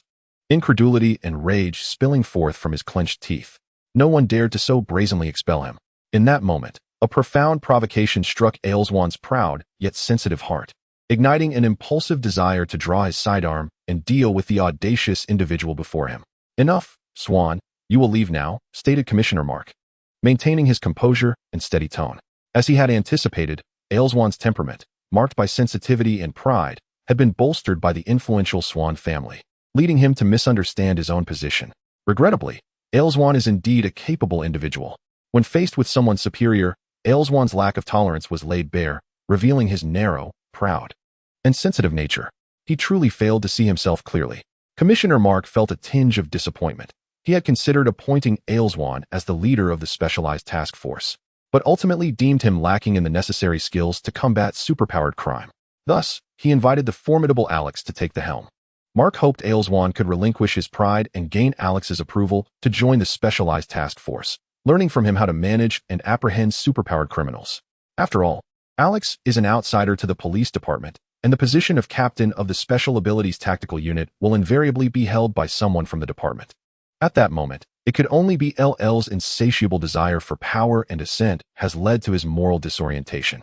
Director Mark sighed inwardly. No one could fathom the multitude of thoughts that flitted through Director Mark's mind, beneath the ordinary golden-rimmed glasses. His increasingly corpulent face and physique concealed a depth of foresight and strategic acumen. Mark, I shall prove your choice to be erroneous. Elswan's face contorted with rage. His stormy gaze fixated on Alex. His fist struck the desk with a resounding thud, causing the cup atop it to clatter and spill the rich aroma of coffee into the air. The fragrant scent of the coffee lingered as El stormed out of the office, the door slamming behind him with a resounding bang, his furious silhouette disappearing from view. Elswan's tempestuous display only served to deepen Mark's disappointment. Mark, your subordinate has quite the temper, Alex remarked with a light chuckle, pulling out a chair and sitting down. It was the first time he had encountered such a brash subordinate. It was a testament to Mark's remarkable composure that he remained unperturbed. Mark smiled faintly, a glimmer of resignation flashing in his eyes, and refrained from elaborating on Swan's behavior. Instead, he retrieved a badge, an inspector's identification, a special operations permit, and an envelope from his drawer, presenting them to Alex. Your credentials have been filed, effective immediately. You are a Level 1 inspector and the captain of the Special Abilities Tactical Unit, directly under my supervision. Should you require any assistance in apprehending targets, do not hesitate to inform me. Alex accepted the envelope, glancing inside to ensure the documents were complete before sealing it again. No issues there. But what about the individual you want me to work with? Mark shot him a bemused look. Alex instinctively leaned back in his chair, hastily adding, Are you referring to that fellow from earlier? Swan. Mark, that man is unfit. Even asking him to fetch a cup of coffee results in complications. He clarified. To be clear, I have no interest in mentoring him. Alex shrugged. He truly lacked the inclination to instruct someone so obstinate. Previously, Mark and Bert had discussed with Alex the establishment of the Special Abilities Tactical Unit and its responsibilities, including the recruitment of operatives adept at dealing with superpowered criminals. I acknowledge that possesses talent. He merely needs to temper his pride and sensitivity. I will not impose him upon you. Mark continued. Feel free to scout the precinct for anyone who meets your criteria, and I shall facilitate the necessary arrangements. Alternatively, I can compile a list of candidates for your selection at a later time. Mark expressed his frustration. While he initially considered for the position due to his capabilities, he reconsidered, realizing that entrusting him with leadership could very well send the unit spiraling into chaos. The matter of team members could indeed be resolved at a later date. Alex, as you embark on your inaugural assignment, I sincerely hope you execute it flawlessly. Mark's expression was grave as he slid the case file across the table towards Alex. With a fleeting glance at Mark, Alex picked up the file and opened it, the first page boldly emblazoned with the title Multiplicity. Chapter 14, Multiplicity. Internally, we refer to him as the Multiplicity. He emerged 4 days ago, robbing the vault of the Midtown National Bank, absconding with jewels valued at a staggering $35 million, including $320,000 in cash. Mark removed his glasses, his demeanor serious and focused, continuing, his methods are rather straightforward. Based on surveillance footage and eyewitness accounts, it is abundantly clear that he possesses extraordinary abilities. He can instantaneously conjure countless duplicates of himself, which brazenly stormed the vault of the Midtown National Bank, employing explosives to shatter the safe, brutal, uncomplicated, devoid of any finesse. He audaciously made off with $35 million worth of jewels, among which was a rare purple diamond necklace. The Dream Star. Alex's gaze remained intent on the file, illuminated by the refracted light streaming through the window. As he turned to the final page, a flicker of perplexity crossed his mind. Why had the Multiplicity appeared in Midtown? What of Firestorm? Alex had not seen any news articles portraying Firestorm as a superhero. Had they not successfully merged? Or had something gone awry? After a brief contemplation, he dismissed these thoughts. This was a world steeped in reality, where unexpected events were not uncommon.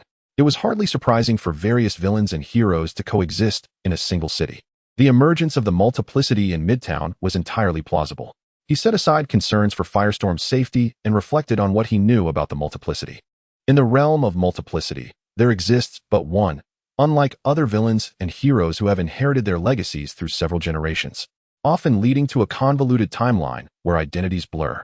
The Multiplicity is singular, Danton Black. He was a nuclear physicist under the aegis of Stag Enterprises, assisting Martin Stein with nuclear experiments. On the eve of the nuclear power plant's activation, Dr. Stein discovered Danton pilfering blueprints and trafficking experimental equipment, which led to his dismissal. In retaliation, Danton accused Dr. Stein of stealing his research. One fateful night, Danton infiltrated the laboratory, intent on stealing experimental blueprints to fabricate evidence of his own prior development. Coincidentally, it was the very moment Dr. Stein initiated the experiment. An unforeseen incident transpired, impacting 3 individuals, Dr. Stein, Danton, and a student named Ronnie Raymond.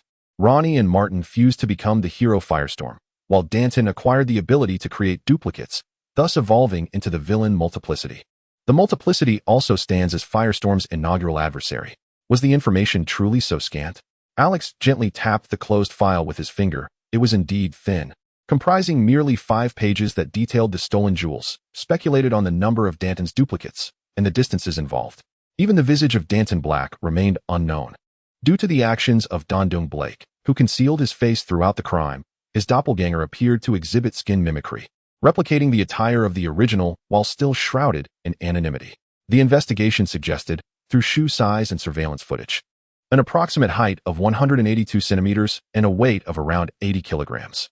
Such features are not uncommon in the central city, with so little information available. Unless Don Blake chooses to reveal himself by selling jewelry, it seems implausible that anyone could track him down.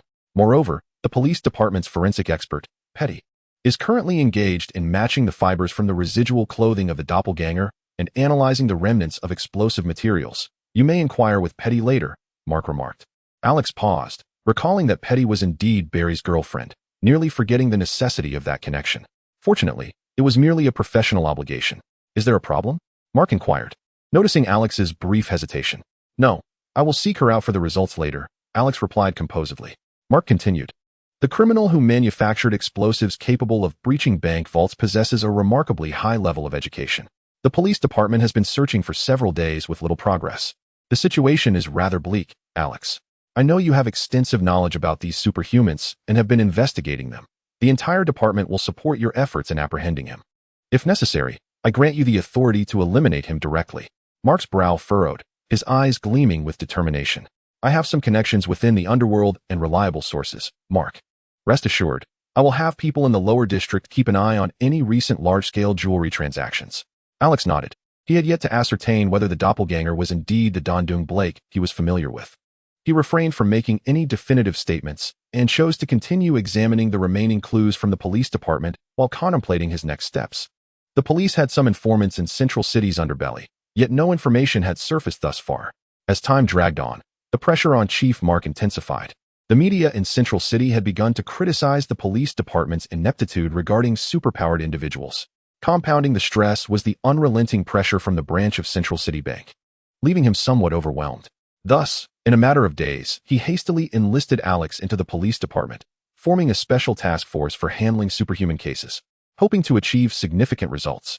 However, with no leads and no suspects to pursue, even Alex's physical prowess would be rendered ineffective. Mark nodded, urging, Alex, I hope you can provide me with good news soon. The media and the mayor have been applying tremendous pressure. I understand, Mark, Alex replied, acknowledging the immense burden borne by Mark as chief of police amidst the deluge of recent news and the emergence of superpowered crime. He also recognized that Mark was left to confront the extraordinary challenges posed by such situations, where capturing the suspect was futile and lethal force became a necessary recourse, all in the name of ensuring peace in Central City. Subsequently, after a discussion about Bert and Elswang, along with an introduction to the circumstances of the police precinct, Director Mark stood up, opened the office door, and ushered Alex outside. With a firm clap of his hands, he drew the attention of many curious colleagues in the hall, all eyes turning towards Alex. Standing composedly beside Director Mark with a gentle smile, Alex surveyed the gathering with kind, polite eyes. Allow me to introduce you. Director Mark announced with a smile, this is Alex Leong, who will assume the position of captain of the Special Powers Task Force. I trust that Alex will foster a fruitful collaboration with you all in our shared endeavor to serve Central City. The assembled officers, of course, did not hesitate to applaud, welcoming him warmly. Those unfamiliar with Alex regarded him with curiosity, while those who recognized him smiled and gave a thumbs up in admiration. It was indeed commendable to have secured the captaincy of the Special Powers Task Force from Elswang. After Alex graciously introduced himself and shook hands with everyone, Director Mark entrusted him to Jensen, instructing him to help Alex become acquainted with the precinct and its various departments. Upon Mark's return to the office, Jensen playfully punched Alex's chest, beaming with admiration. Good lad. You've surpassed your father. In Chapter 15, you are not exceptional enough.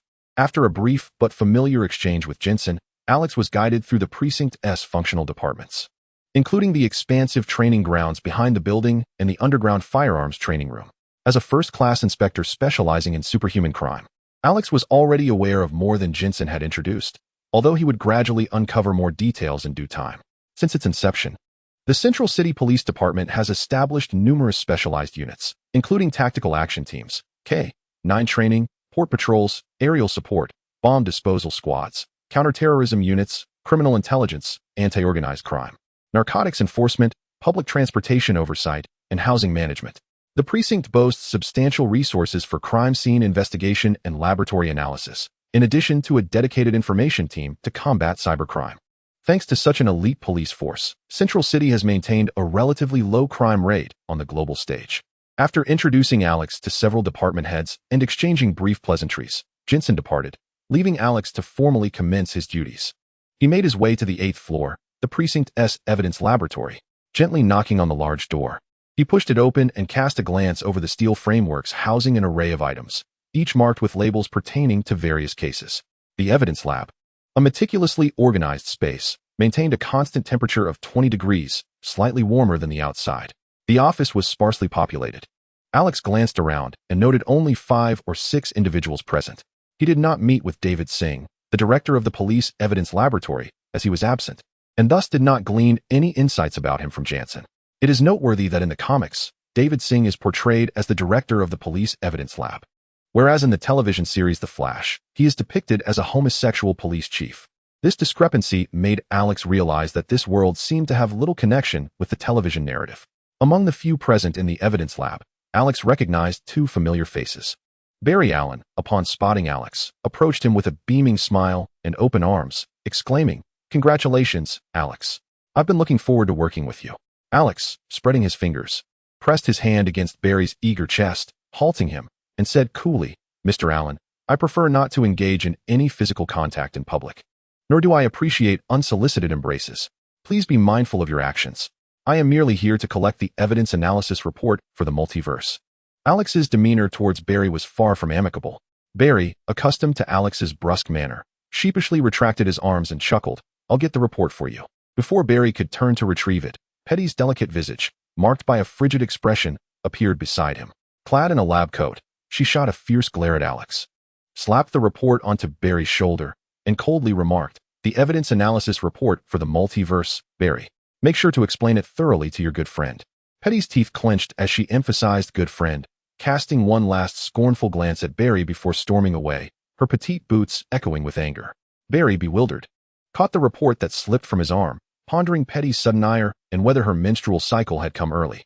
He realized that if he were to invite her to dinner in a few days, he would have to avoid serving cold desserts. Petty was not usually like this. She exuded charm and allure. Today, however, Barry pondered, she might be feeling unwell. "This is none of my concern, Barry. I simply require the report," Alex interjected, casting a brief glance at Barry before snatching the report from his hands and departing. He was aware that Petty harbored resentment not only towards him but also towards Barry. Yet he felt it was not his concern. As Alex turned, he pushed open the door to the evidence lab, unfolding the report as he walked. The forensic experts had collected clothing fibers inadvertently snagged at the robbery scene of the Wells Fargo branch, and the analysis revealed that these fibers were remarkably commonplace, ordinary garments typically found in retail stores, as well as wallets and clothes sold in secondhand markets.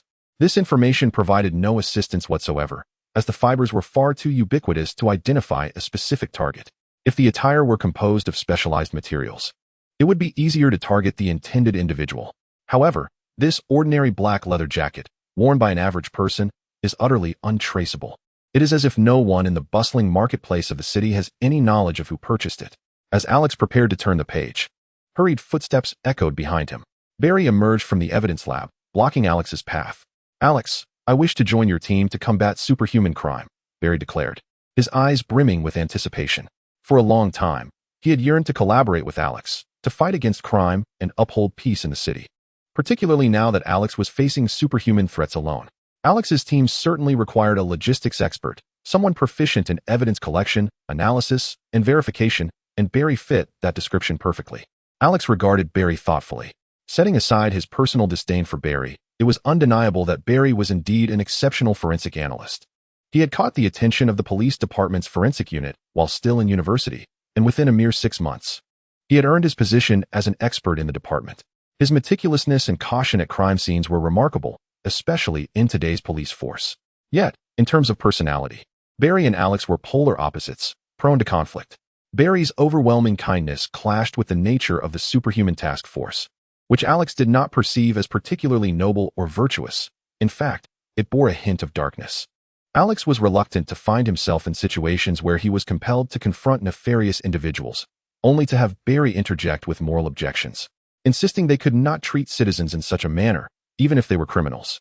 This predictable discord would only intensify the longer Barry remained in the team. Alex irresponsibly pondered the potential scenario where a superhuman controlled a civilian to escape. Barry's instinct would be to save the civilian, allowing the criminal to flee. In contrast, Alex would prioritize preventing the superhuman from escaping. Even if it meant sacrificing the civilian's safety, he would not yield to threats. This fundamental divergence in their values was a growing source of Alex's aversion towards Barry in recent years. Barry was simply too benevolent. "You cannot," Alex asserted, withdrawing his gaze to scrutinize the report in his hands. "Why not, Alex?" "I can help," Barry replied, perplexed. He merely sought a role in logistics to assist Alex in apprehending superhuman criminals. However, Alex clearly had different expectations. He needed more than just an ordinary logistics officer. He required someone adept at interrogation, capable of confronting the shadowy underbelly of the city. While not necessarily cruel, one must possess a certain pragmatism that Barry lacked. For this reason, Barry could never be his comrade. Kindness was commendable, but it must be coupled with a willingness to act decisively, something Barry simply could not do. "You are not exceptional enough." Alex spoke softly. Barry's expression turned to one of disappointment. He did not truly consider himself exceptional, at least in the forensic department. There were others, like Petty and several other experts who had joined before him, who were far more professional and experienced. In comparison, he indeed fell short of the standard Alex had implied. Alex cast a sidelong glance at Barry, then continued on his way, his gaze fixed on the documents in his hand. One page detailed the explosives used by the robber, revealing a significant presence of nitrogen ions. Tests and molecular air analysis indicated that this was likely a new form of high-tech nitrogen ion explosive, surpassing the potency of conventional explosives by a staggering 820 times. Subsequently, Alex's gaze swept over various analyses of the residues, and he noted with gravity that the production of such nitrogen ions was no simple feat. It required a certain level of physical knowledge and specialized equipment. This suggested that the bomb could indeed align with the identity of Dondung Blake, a nuclear physicist. A flicker of realization crossed Alex's eyes. Drawing from both past knowledge and current reports, he could almost confirm that this entity was Dondung Blake.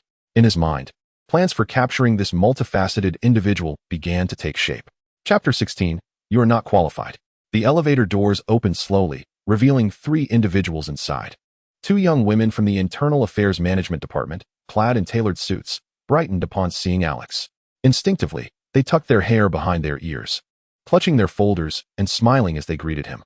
The arrival of this newcomer, who instantly held a position of considerable authority as the leader of the Special Abilities Task Force, piqued the curiosity and interest of everyone at the police headquarters, both due to his rank and his appearance. In the precinct, non-case-related information circulated with remarkable speed. Many were already aware of Alex's background as Bert's son, having gained entry into the police department through the director's special approval to lead the Special Abilities Task Force, responsible for addressing any crimes related to superhuman abilities. He had stepped into the role as a chief inspector, leading this newly formed team, which gave the agency the impression that, with the rise in superhuman crimes, the Special Abilities Task Force might evolve into a dedicated department for such offenses, potentially granting Alex substantial influence in the future. Consequently, the entire police station found itself enveloped in discussions about Alex. With a gentle demeanor, Alex greeted each of the women with a soft smile. Earlier, while passing through the Internal Affairs Management Department with Jansen, he had garnered favorable attention from numerous women, and these 2 were among them. Of course, there were also some discontented gentlemen. In the elevator, a young plainclothes officer wore a stern expression, visibly displeased as he observed 2 ladies engaging in lively banter with Alex. They were audacious, humorous, and charming, their laughter echoing, with their animated gestures causing their bosoms to quiver. The ladies, emboldened by their recent employment, extended an invitation to Alex for a date. When that was declined, they proposed a newcomer party, which Alex, with a familiar smile, gracefully refused, citing work commitments. Kevin stood nearby, almost invisible, his face contorted with disbelief. He had never witnessed such boldness from the women in the affairs department. It was a revelation to see women so assertively pursue a man, their eyes sparkling with interest. The entire precinct buzzed with gossip about Alex, discussing how he had ascended to a coveted position within the special operations team, having seemingly stepped over their superior. This only fueled Kevin's resentment. His gaze towards Alex filled with hostility. As the elevator descended to the 6th floor, it chimed and the doors opened slowly. Alex stepped out first, bidding farewell to the 2 ladies, whose expressions were tinged with regret and reluctance. To those unfamiliar with him, Alex exuded warmth and approachability. His demeanor polite and devoid of any aristocratic pretension. He maintained an egalitarian gaze, extending respect even to those of the lowest rank, evoking a sense of springtime warmth that melted hearts in his gentle presence. Any woman could not help but be captivated by his radiance. In contrast, the men felt a prick of jealousy, especially as they witnessed the two lovely women lingering at the elevator door, reluctant to part ways with Alex, which nearly sent Kevin into a fit of rage. As Alex walked towards the information technology department, the two enchanting members of the internal affairs management retreated into the elevator, chattering excitedly, their eyes alight with admiration for Alex's courteous demeanor, which had beguiled them. When they lamented their inability to share a one-night affair with Alex, Kevin felt his heart surge with indignation, releasing a frustrated huff through his nostrils and muttering about ignorant women as he exited the elevator, striding away from Alex. How rude. Such a petty man could never compare to Alex. The lack of refinement among Earswan's subordinates was glaring. The two ladies exchanged glances at Kevin's retreating figure, aware that their exuberance had provoked his disdain, yet they couldn't help but contrast him with Alex. Not only was Kevin inferior, but even Earswan, with his connections, paled in comparison to Alex in terms of rank, appearance, and congeniality. Earswan's lofty arrogance and disdainful demeanor were no match for Alex's striking looks, high position, and amiable nature, which allowed him to engage with them on equal footing. In this stark comparison, the two ladies seemed to have completely disregarded Earswan, their conversation in the elevator shifting to a fervent discussion about Alex. They lamented the unfortunate lack of time to spend with him. Kevin, overhearing his colleagues from the Ministry of Internal Affairs disparaging him as stingy, felt an overwhelming surge of indignation, wishing desperately to turn around and engage them in a heated exchange. What did they mean by a stingy man? How could he possibly be compared to Alex? What did they mean by implying that his superior subordinates lacked refinement? Had he not turned to see the elevator doors closing, he might have been tempted to slap those two insufferable women. Fuming, Kevin returned to the office, his face still flushed with anger. Upon entering, he was struck by the tense and somber atmosphere. He found his superior, Earswan, seated in his chair with a stern expression, his fingers incessantly tapping the desk. The surrounding colleagues exchanged glances, rendered mute by the oppressive silence, listening to the faint sound of Earswan's nails striking the surface, each tap resonating like a heartbeat in the stillness. Everyone was aware that Alex had usurped Earswan's position as team leader. As Kevin observed his superior's grim demeanor and recalled the biting remarks from the two women in the elevator, he felt compelled to approach Earswan. Boss, Alex. Earswan halted his fingers' rhythmic dance on the desk, and in that moment, the tension in the office escalated, as if everyone collectively inhaled, too afraid to exhale. The sharp gaze of Earswan, piercing like that of a hawk, fixated on his partner. The atmosphere was so charged that one could hear a pin drop, and the warm sunlight streaming through the window felt chilling against their skin. Kevin trembled, a shiver coursing through him as he realized the gravity of Earswan's discontent. Beads of sweat formed on his brow under the intensity of Earswan's gaze, which felt predatory, tightening around his chest like a vice. Gritting his teeth, Kevin declared, "Chief, we cannot remain passive. The position of captain of the Special Powers Task Force rightfully belongs to you. We must demonstrate that we do not require Alex. You have the capability to lead us in capturing this superpowered criminal." Earswan's brow arched, reminiscent of an eagle unfurling its wings, his keen eyes glinting like talons poised to ensnare a hapless rabbit. Fixating on Kevin, he replied coldly, "I do not need your reminders. I shall not be outdone by anyone. Had it not been for the lack of information from our informants, I would not be in this position." In the ensuing days, the information they had been waiting for remained elusive. No leads emerged, and with no targets to pursue, they found themselves trapped in a stifling atmosphere, desperately pondering what clues might have been overlooked. Moreover, it is rumored that Alex has been closely monitoring information regarding superpowers. The director recruited him largely for this reason, which only intensified Earswan's inner turmoil. He had consistently confronted ordinary criminal activities, but had never dealt with crimes involving superhuman abilities. The challenge of apprehending a multiverse entity with no leads was indeed daunting for him. Kevin, drenched in sweat as if he had just emerged from a shower, exhaled a sigh of relief and recalled having just seen Alex. His eyes darted around, and he whispered, "I just spotted Alex entering the electronic information department." Earswan's expression hardened, his eyes deep in thought. After a moment, a glint of determination flashed in his gaze. He suddenly stood up, grasping his black leather wallet. As Earswan prepared to take action, Kevin felt a surge of excitement and quickly exclaimed, "Chief, let me go." Earswan, without a word, donned his black leather wallet, adjusted his handgun at his waist for comfort, and strode out of the office without looking back. "No, you are not qualified." Chapter 17. Information Retrieval, Confirmation. On the 6th floor, in the Electronic Information Department, lies a sophisticated network dedicated to combating crime. This facility serves as a colossal search engine and database, assisting detectives in their investigations and enabling the swift tracking of any individual's whereabouts. Anyone who has appeared on the city's surveillance cameras, known as the Prism, can be easily located here. Upon entering the Electronic Information Department, Alex found the department head, Hans Lucas, standing with arms crossed, observing his subordinates' computer screens. Hans Lucas, tall and slender, donned a gray-blue checkered shirt paired with formal trousers, presenting a rather unremarkable appearance typical of a programmer. However, he was not to be underestimated. Seeing Alex enter, Hans Lucas relaxed his brow and approached with a smile, saying, "Do you require assistance from the Information Department, Junior?"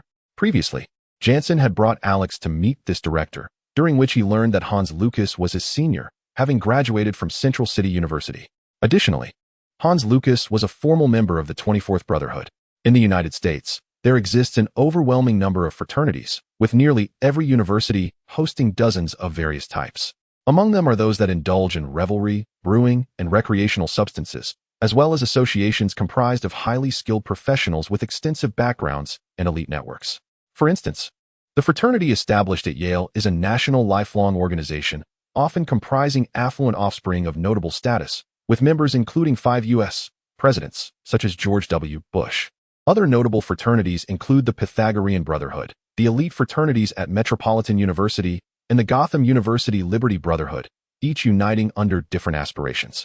The First Brotherhood, a renowned fraternity in Zhongqing, was initially established to shield itself from external capital pressures and to prevent the brain drain of local talents.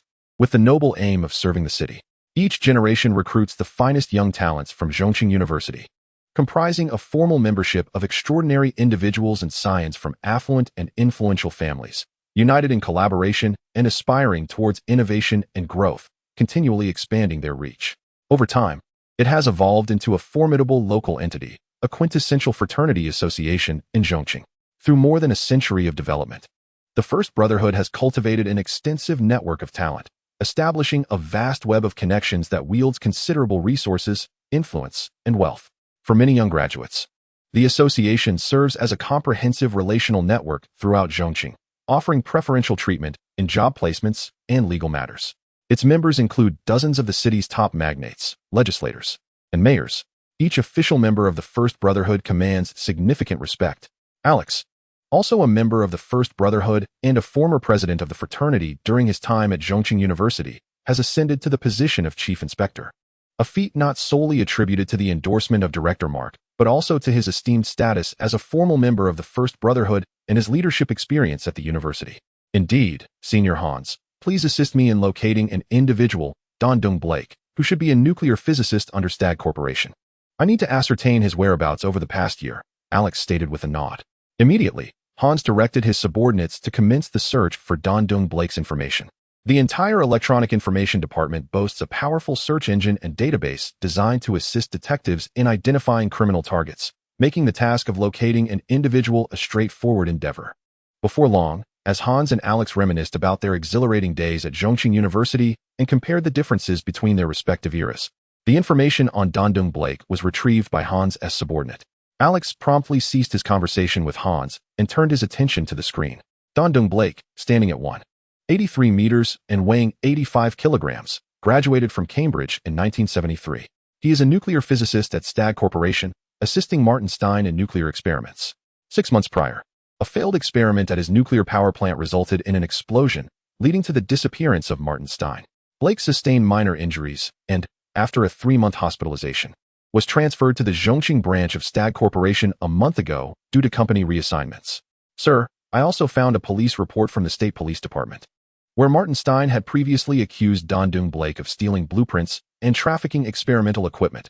Although the charges were later dropped by Stag Corporation, Hans reported. Excellent. Have we located his current whereabouts in Zhongqing? I require his entry and exit surveillance footage and his present location, Alex inquired. Hans, positioned beside Alex, asked, Junior, do you suspect he is the entity in question? Alex nodded, acknowledging the suspicion. I need to investigate further. Sir, I have tracked Don Blake's whereabouts. He is currently residing at number 78, Leighton Street, in the lower district, at the 3-Star Leighton Club. Prior to this, 3 days ago, He stayed in a modest lodging within a slum. I have also uncovered information regarding his dismissal. He was terminated by Stag Company a fortnight ago, evicted from the dormitory arranged by the firm. His credit card is maxed out, and he owes Wells Fargo a debt of $300,000. Open the immigration surveillance footage, as well as all recordings related to him from the urban prism. Alex lowered his head, peering through his glasses at the screen, scrutinizing the footage of Dan Dong Blake entering and exiting Midtown. His attire was shabby, a stark contrast to his appearance 3 days prior, where he appeared at the front desk of the Leighton Club, having booked a VIP room at $500 per day. This individual possesses a sharp mind. Despite having over $3.5 million, he has not succumbed to extravagance, showing at least a degree of prudence by avoiding a presidential suite in a 5-star hotel. Of course, it is as such. Alex, Hans beside him, felt his pupils dilate slightly, fixating on Alex's composed demeanor. With his experience, he fully comprehended that Blake's height, weight, educational qualifications, and changing circumstances perfectly aligned with those of a multifaceted criminal. This is the essence of a multifaceted criminal. The police have been tirelessly gathering evidence over the past 3 days, with their electronic information department constantly monitoring surveillance, having examined Wells Fargo's footage hundreds of times, yet yielding no results. Has Alex managed to pinpoint the main suspect upon joining? That seems rather impressive. Hans, lend me a laptop and a few data cables. Alex affirmed Hans's inquiry, confirming that Dan Dong Blake is indeed multifaceted. Hans snapped back to attention. The electronic information department is fundamentally designed to assist detectives in solving crimes. And without hesitation, he produced the latest Apple laptop along with several data cables. Alex, we should mobilize officers to surround him, Hans suggested, handing over the laptop and cables. No, Hans, a large-scale operation would only incite panic. Within 10 meters, I can handle him with a single punch, Alex replied with a grateful smile. Taking the black backpack Hans offered, containing the laptop, and heading out the door, Hans watched Alex's retreating figure, pondering for a moment before returning to his office. Just a few minutes later, Elswong arrived at the information department. Chapter 18, Infiltration into the Lower District. In every prosperous city, there invariably exists a chaotic area, a melting pot of diverse backgrounds and rampant gangs, where ordinary citizens avoid venturing out after dark. In New York, such a place is Brooklyn. In the metropolis, the suicide slums are precisely as described. In the heart of the city, the lower district bears the same grim reality, predominantly inhabited by African Americans and other minority groups. Coupled with the historical lack of education, employment challenges, and pervasive racism in the United States, this area is notorious for having the highest crime rates in the city center. It is often perceived by some as a chaotic, filthy, and wicked habitat, although significant improvements have been made over time. With enhanced surroundings and a noticeable elevation in the quality of the population, no resident of the city center is willing to reside here or venture out at night. As twilight approaches, the dusky glow of the setting sun casts a somber light over the somewhat dilapidated neighborhood, inciting a palpable unease. The foot traffic on the streets dwindles, with individuals tightly wrapping their coats against the chill.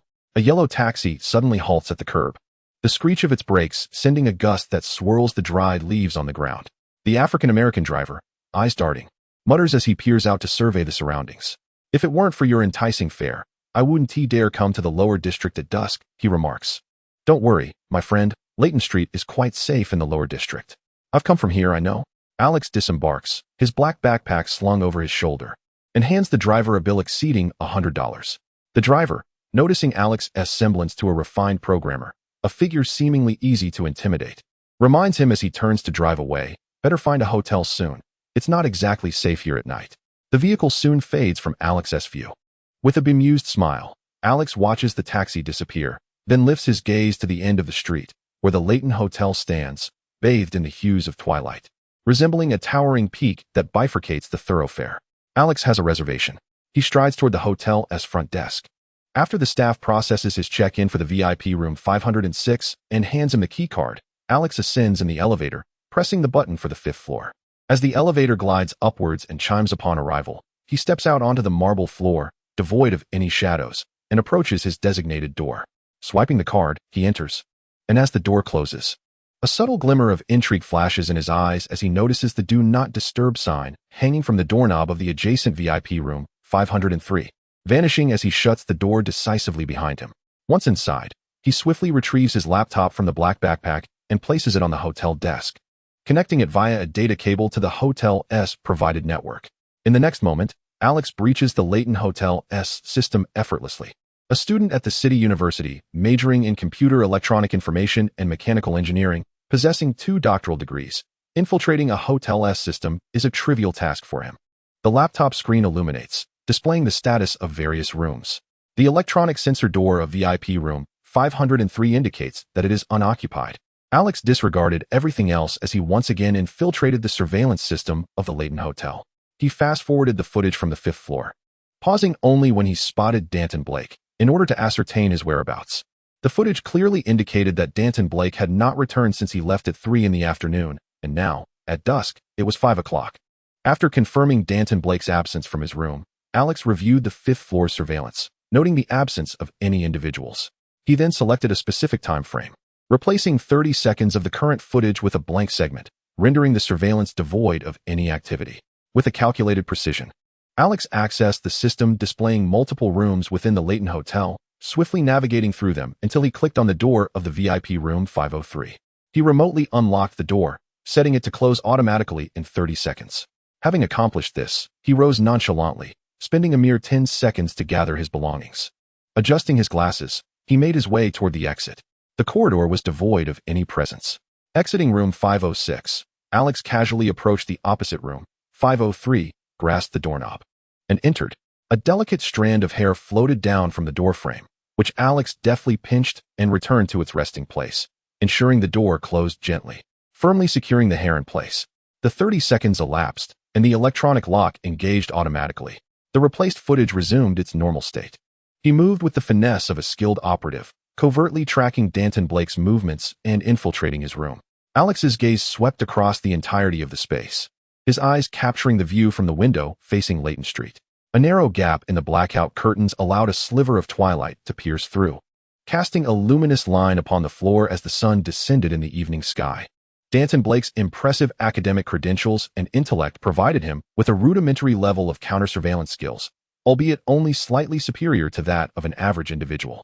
As a scholar and expert in nuclear physics, he possessed little expertise in evading detection. Nevertheless, he believed he had done all he could to safeguard himself. The gap in the curtains enabled a clear observation from the street, confirming whether anyone was present in his room.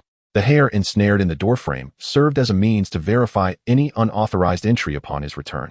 Alex shook his head lightly, refraining from approaching the curtains. He surveyed the surroundings before moving away from the window and opening a nearby wardrobe. To his surprise, he discovered a leather bag tucked away at the bottom of the wardrobe, its sharp angles suggesting it contained something other than clothing. This must be the jewelry. Initially, Alex had presumed Danton Blake would conceal such valuables elsewhere, never expecting them to be so brazenly stored within the hotel. After a moment of contemplation, Alex understood the implications. Danton Blake arrived in Central City merely a month ago, devoid of any trustworthy individuals or reliable locations. The exquisite jewelry, valued at $35 million, was enough to drive anyone to madness, yet it could not be carried on his person, placing him in a rather precarious predicament. Thus, leaving it in the hotel seemed a sensible choice. Alex refrained from casually opening the leather bag, aware that it might harbor unknown dangers, perhaps even a concealed explosive. Instead, he settled at a nearby table, biding his time, awaiting Blake's return. Within a mere 10 meters, Alex could effortlessly dispatch Blake with a single blow, rendering him incapable of any evasive maneuvers. The moment Blake entered, escape would be impossible. Therefore, Alex remained composed, merely waiting in silence. The sun descended gradually, casting a warm, golden hue over the increasingly sparse foot traffic, enveloping the street in a melancholic twilight, on the verge of succumbing to the encroaching cold darkness. At the corner, Danton Blake emerged, clad in a brown trench coat that reached his thighs, hands tucked firmly in his pockets, his countenance bearing the marks of weariness and stubble. He turned from the street, making his way towards the Leighton Hotel. The waning sunlight elongated his shadow. The wind stirred the fallen leaves, echoing the resonance of his coat as it billowed.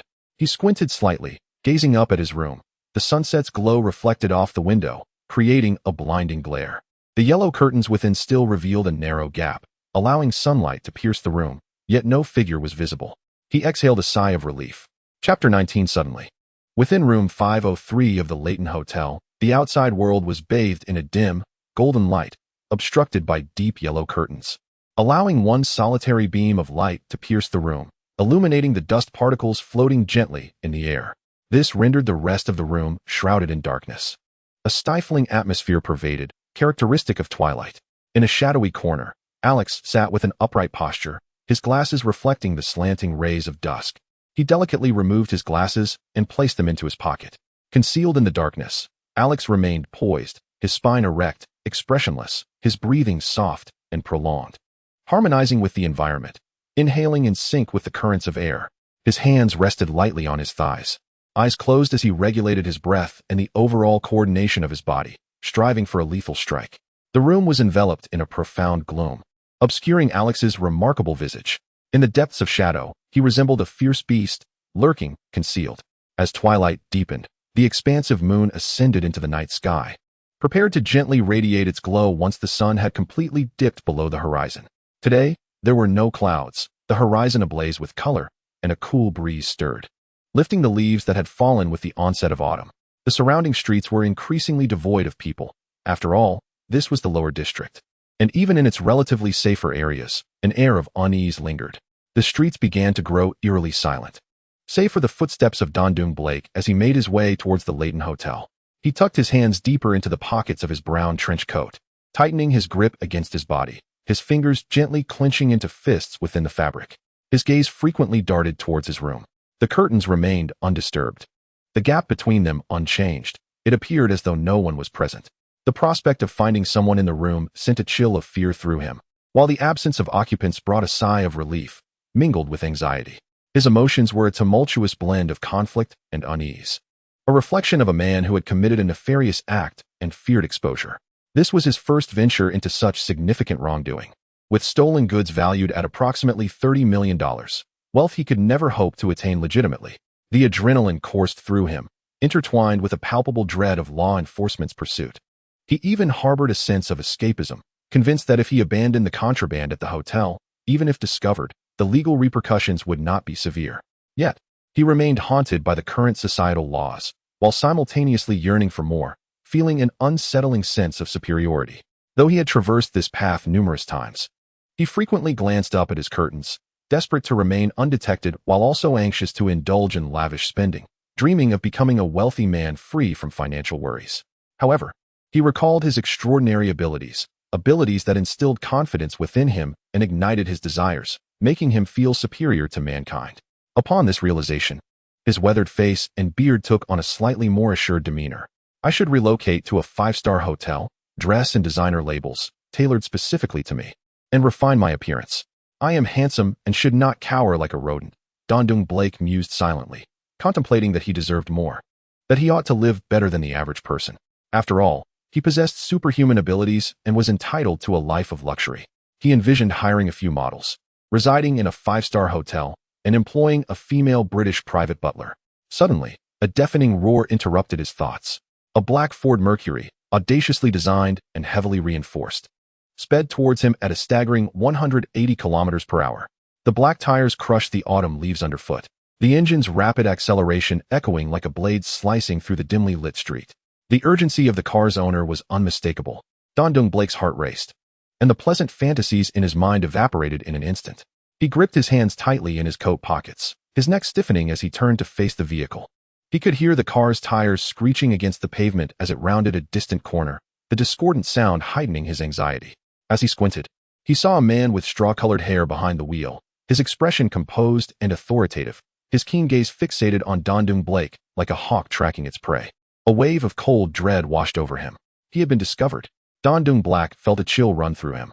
Although he rarely encountered law enforcement, he could discern that this imposing figure, exuding a commanding presence, was no ordinary individual.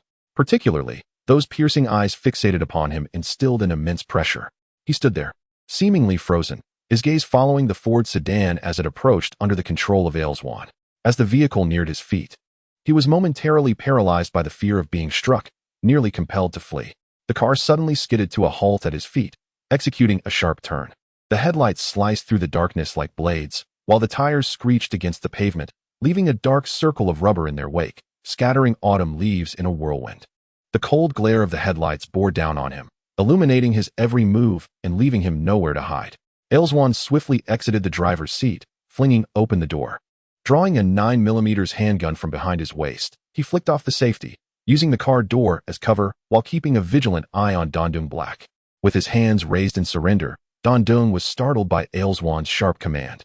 He never anticipated his fortune would favor him so, intercepting Alex's inquiry from the information department.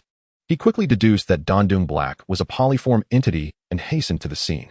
Though the evening rush had caused some congestion, he maneuvered through lesser-known routes. Arriving just moments after Alex, his timely arrival cornered Dondung Black, a feat that seemed almost assuredly to secure his success. The prospect of potentially unseating the newly appointed inspector for his own advancement filled Ailswan with a sense of glee, his penetrating gaze betraying a hint of triumph. In the face of Ailswan's intense scrutiny, Dondung Black felt a tremor run through him. The anxiety that had once filled him with dread evaporated as he confronted Ailswan. He had initially expected to be paralyzed with fear, akin to a wounded dog, constantly on the run from the law. Yet, he discovered that he was not as terrified as he had anticipated. A sudden lightness enveloped his heart, transforming his apprehension into an acceptance of his guilt. Resolutely acknowledging his identity as a criminal, Dondung Black felt a wave of relief wash over him. He withdrew his hands from his coat, spreading them wide, a relaxed smile gracing his features. "Officer, you've caught me," he exclaimed, arms outstretched, exuding a defiant bravado. However, as his body began to blur and tremble, Ailswan's resolve hardened. Without a moment's hesitation, he fired. Bang!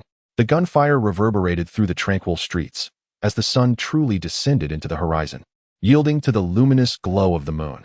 Ailswan's marksmanship was remarkably precise, striking directly at Danton Blake's visage. Yet, a sense of foreboding engulfed Ailswan's heart.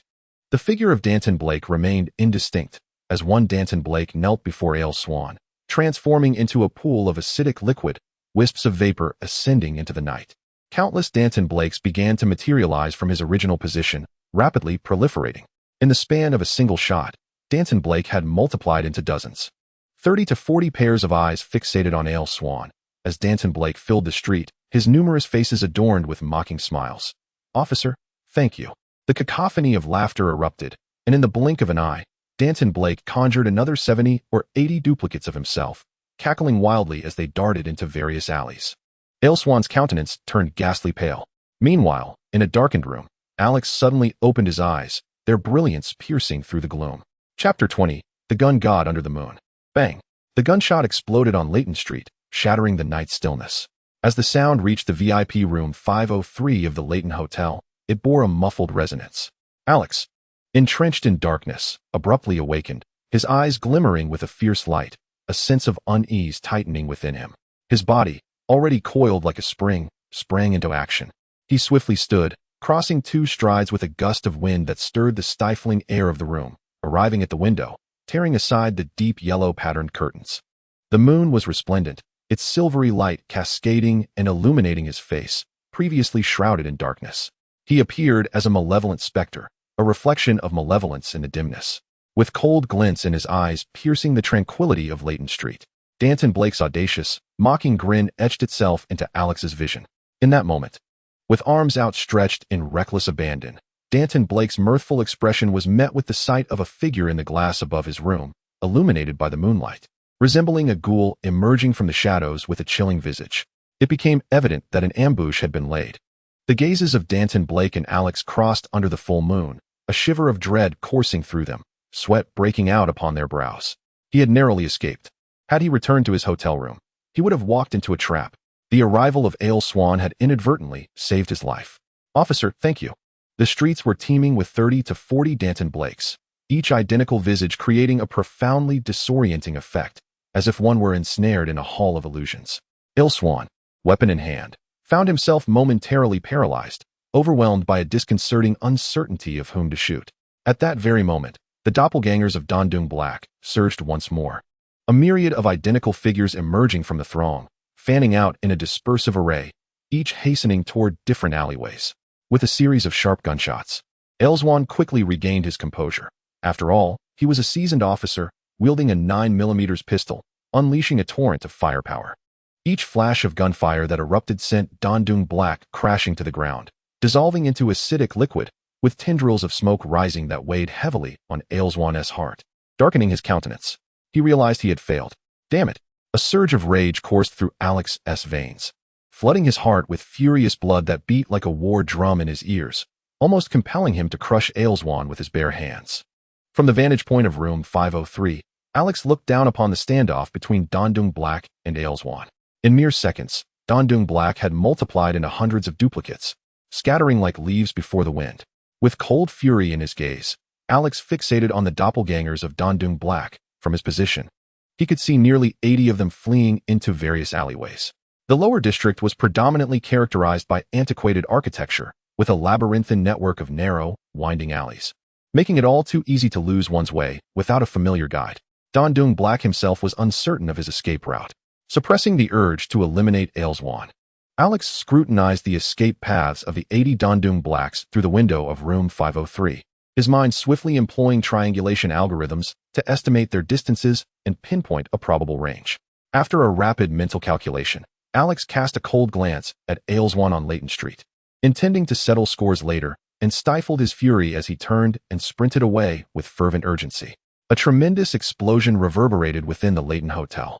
Fueled by rage, Alex burst through the solid electronic door, splinters flying in the wake of his furious form. His steely gaze pierced through the debris toward the window at the end of the 5th floor. He pivoted and dashed toward that window. It was not his intention to vandalize the Hotel's wooden door. Time did not permit him to breach the Hotel's network system anew, making a direct exit the simplest solution. Simultaneously, the fire alarm of the Leighton Hotel blared. Amidst the cacophony of the alarm, Alex's figure hurtled down the 5th floor corridor, showing no signs of slowing. He resembled a reckless freight truck, crossing his arms to shield himself as he charged toward the glass window. The shattering of glass mingled with the clamor of the fire alarm. Alex's elongated figure curled slightly as shards of glass exploded outward, leaping into the air. The moonlight gently illuminated the fragments, casting a silvery sheen that highlighted Alex's cold demeanor and the icy gaze that rested behind his crossed arms. In a single bound, he traversed the 10-meter expanse of the street, landing atop the neighboring 4th-floor rooftop amidst the scattering glass. The moonlight bathed him in a tender glow, his form resembling a silver-flecked cheetah, exuding a dynamic beauty as he soared through the air. Upon landing on the adjacent rooftop, he smoothly rolled, his back pressed against the frigid surface to absorb the impact. Rising with calculated force, his feet propelled him off the ground, igniting a burst of speed as he darted across the rooftop like a hare unleashed. The biting wind sliced against Alex's stern visage, the tear mole beneath his eye glimmering coldly in the moonlight, adding an allure of ruthless charm. Dark strands of hair whipped about in the gust, and beneath them, his black eyes glinted with an unyielding chill, surveying the surroundings and memorizing the architecture, a route forming in his mind. With a lithe motion, he supported himself on the rooftop, his clothing billowing in the wind, revealing a glint of silver from the desert eagle at his waist. As he leapt over one rooftop after another, a fleeing figure caught his peripheral vision in the alley below. With a resounding bang, he moved like a seasoned hawk, racing across the rooftop, his gaze fixed on Dondung Blake's silhouette. Just a glimpse of a figure in the alley, and Alex swiftly drew his Desert Eagle, firing and bringing Blake to the ground, dissolving into a pool of acidic fluid, wisps of smoke rising, merely a decoy. Alex did not linger, nor did he glance at the dissolving target. He had no doubt in his aim, honed by over 100,000 rounds, ensuring his shots were unfailingly precise amidst dynamic movement. What he craved was the chase, pursuing the fleeing Dondung Blake from rooftop to rooftop, intent on encountering more of his duplicates. He understood that the moment of chance had arrived. In the absence of a means to discern the real from the illusion, he resolved to eliminate the duplicates, hoping to uncover the true target. Swiftly navigating the rooftop, bathed in moonlight, his figure became a silver flash, embodying an exquisite fluidity as he leapt over the heads of alleyways, the relentless sound of gunfire erupting from his hands. The fire of the Desert Eagle, the gunshots, and his rapid movement merged, transforming him into a moonlit deity of death. The continuous gunfire from Alex drew the attention of Ailswan. Turning his head, Ailswan's pupils dilated in shock, drawing in a breath as he fixated on the figure atop the rooftop. Beneath the vast, resplendent moon, a chilling figure leaped with audacious grace atop the rooftops, effortlessly soaring over each dwelling. With an elegant swiftness, the Desert Eagle in his grasp erupted in flames, claiming lives as he moved like a silver reaper, his icy visage illuminated by the moonlight that accentuated his alluring yet lethal beauty, captivating the attention of all who beheld him. Chapter 21. Defeat in the heart of the city, within its lower district. The clear night sky was adorned with a crisp autumn breeze, as the gentle glow of the full moon cast its soft light upon the aged structures of the area. The moonlight illuminated the dilapidation and decay of this old town, while the shadowed recesses behind it appeared even darker. In a dim, damp alleyway, remnants of discarded food lay piled up, mingling to emit a nauseating stench as flies buzzed in a chaotic dance, preparing to feast on this grotesque banquet. The sound of gunfire and the hurried footsteps echoing across the rooftops shattered the tranquility of the evening, startling the swarming flies from their grotesque meal. Don-Dung Blake stumbled into the alley, panic-stricken. With a clatter, he accidentally kicked a mud-covered soda can, which rolled away and struck the wall with a sharp clang. Gradually rolling deeper into the alley, his heart raced as if it would burst from his chest. His legs felt heavy as lead, making movement arduous, and his body was drenched in sweat, beads cascading down his forehead and temples. His eyes widened in terror, his face flushed, and he gasped for breath. He pressed his hands against the grimy, crumbling wall, his fingernails turning pale from the pressure, bending his aching spine to support his weight.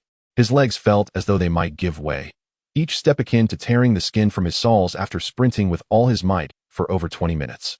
As he panted, his hair matted with sweat clung to his forehead and temples. A chill of dread and fury stirred within him. He shared a cognitive network with his avatars, allowing him to perceive their movements and exert control over them. However, mere minutes after commanding all his avatars to flee, they began to perish one by one.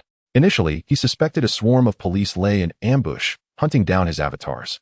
Yet, as the count exceeded 20 fallen, the sensory information relayed through the cognitive network revealed a startling truth. There was but one individual, relentlessly pursuing his avatars across the rooftops. Each time an avatar was caught in sight, a gunshot rang out, sealing its fate. To date, over 70 of his avatars had met their demise, 60 of which had been hunted down and shot by the enigmatic figure on the rooftop. In truth, by the time the 47th avatar fell, the assailant had exhausted his ammunition. Don-Dung Blake had hoped to confront the individual without weaponry, only to find himself faring even worse. In mere moments, the mastery of the assassin's technique and superhuman strength rendered each of his avatars incapable of enduring more than 2 strikes. Fortunately, after the ammunition had been exhausted, his pace of slaughter diminished drastically. This was due to Alex needing to leap from the rooftop into the alley to eliminate his doppelganger. Although his strikes were executed with remarkable swiftness, the time wasted in surveying the area from above and pursuing his target allowed Danton Blake to escape further. Did he possess superhuman abilities as well? The figure racing across the rooftop resembled a specter, gazing down upon him from the heights, instilling a profound fear in Danton Blake. He had never encountered a human with such vitality. Not even the most skilled rock climbers or athletic champions could chase him across rooftops for several blocks, leaving him feeling utterly drained, his very marrow aching, sweat saturating his entire being. Ever since acquiring his own superhuman powers, he had felt stronger than the average person. Yet he felt utterly outmatched by the relentless pursuer above. Was he also a superhuman? The rapid sound of footsteps on the concrete suddenly pierced his ears. This sound was familiar to him. Someone was sprinting across the rooftops, leaping from building to building. Each time he lost a doppelganger, it was heralded by the approach of those footsteps. By the time he heard them, it was invariably too late. In mere seconds, the figure atop the roof had traversed yet another building, now looming directly above him. Danton Blake's breath quickened, and time seemed to stretch as the air around him thickened. He could hear his own heartbeat pounding in panic, sweat trickling down his cheeks, dropping onto the ground below. In a moment of desperation, he turned to look upwards, his pupils dilating as a dark figure descended from the rooftop into his line of sight.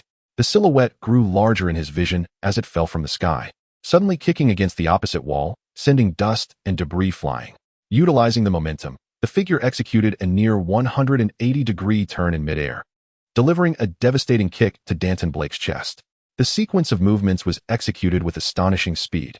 Danton Blake had no time to react before his chest caved in from the impact, and with a cry of agony, he was hurled into a pile of refuse, sending garbage scattering and causing the nearby flies to buzz in chaotic agitation.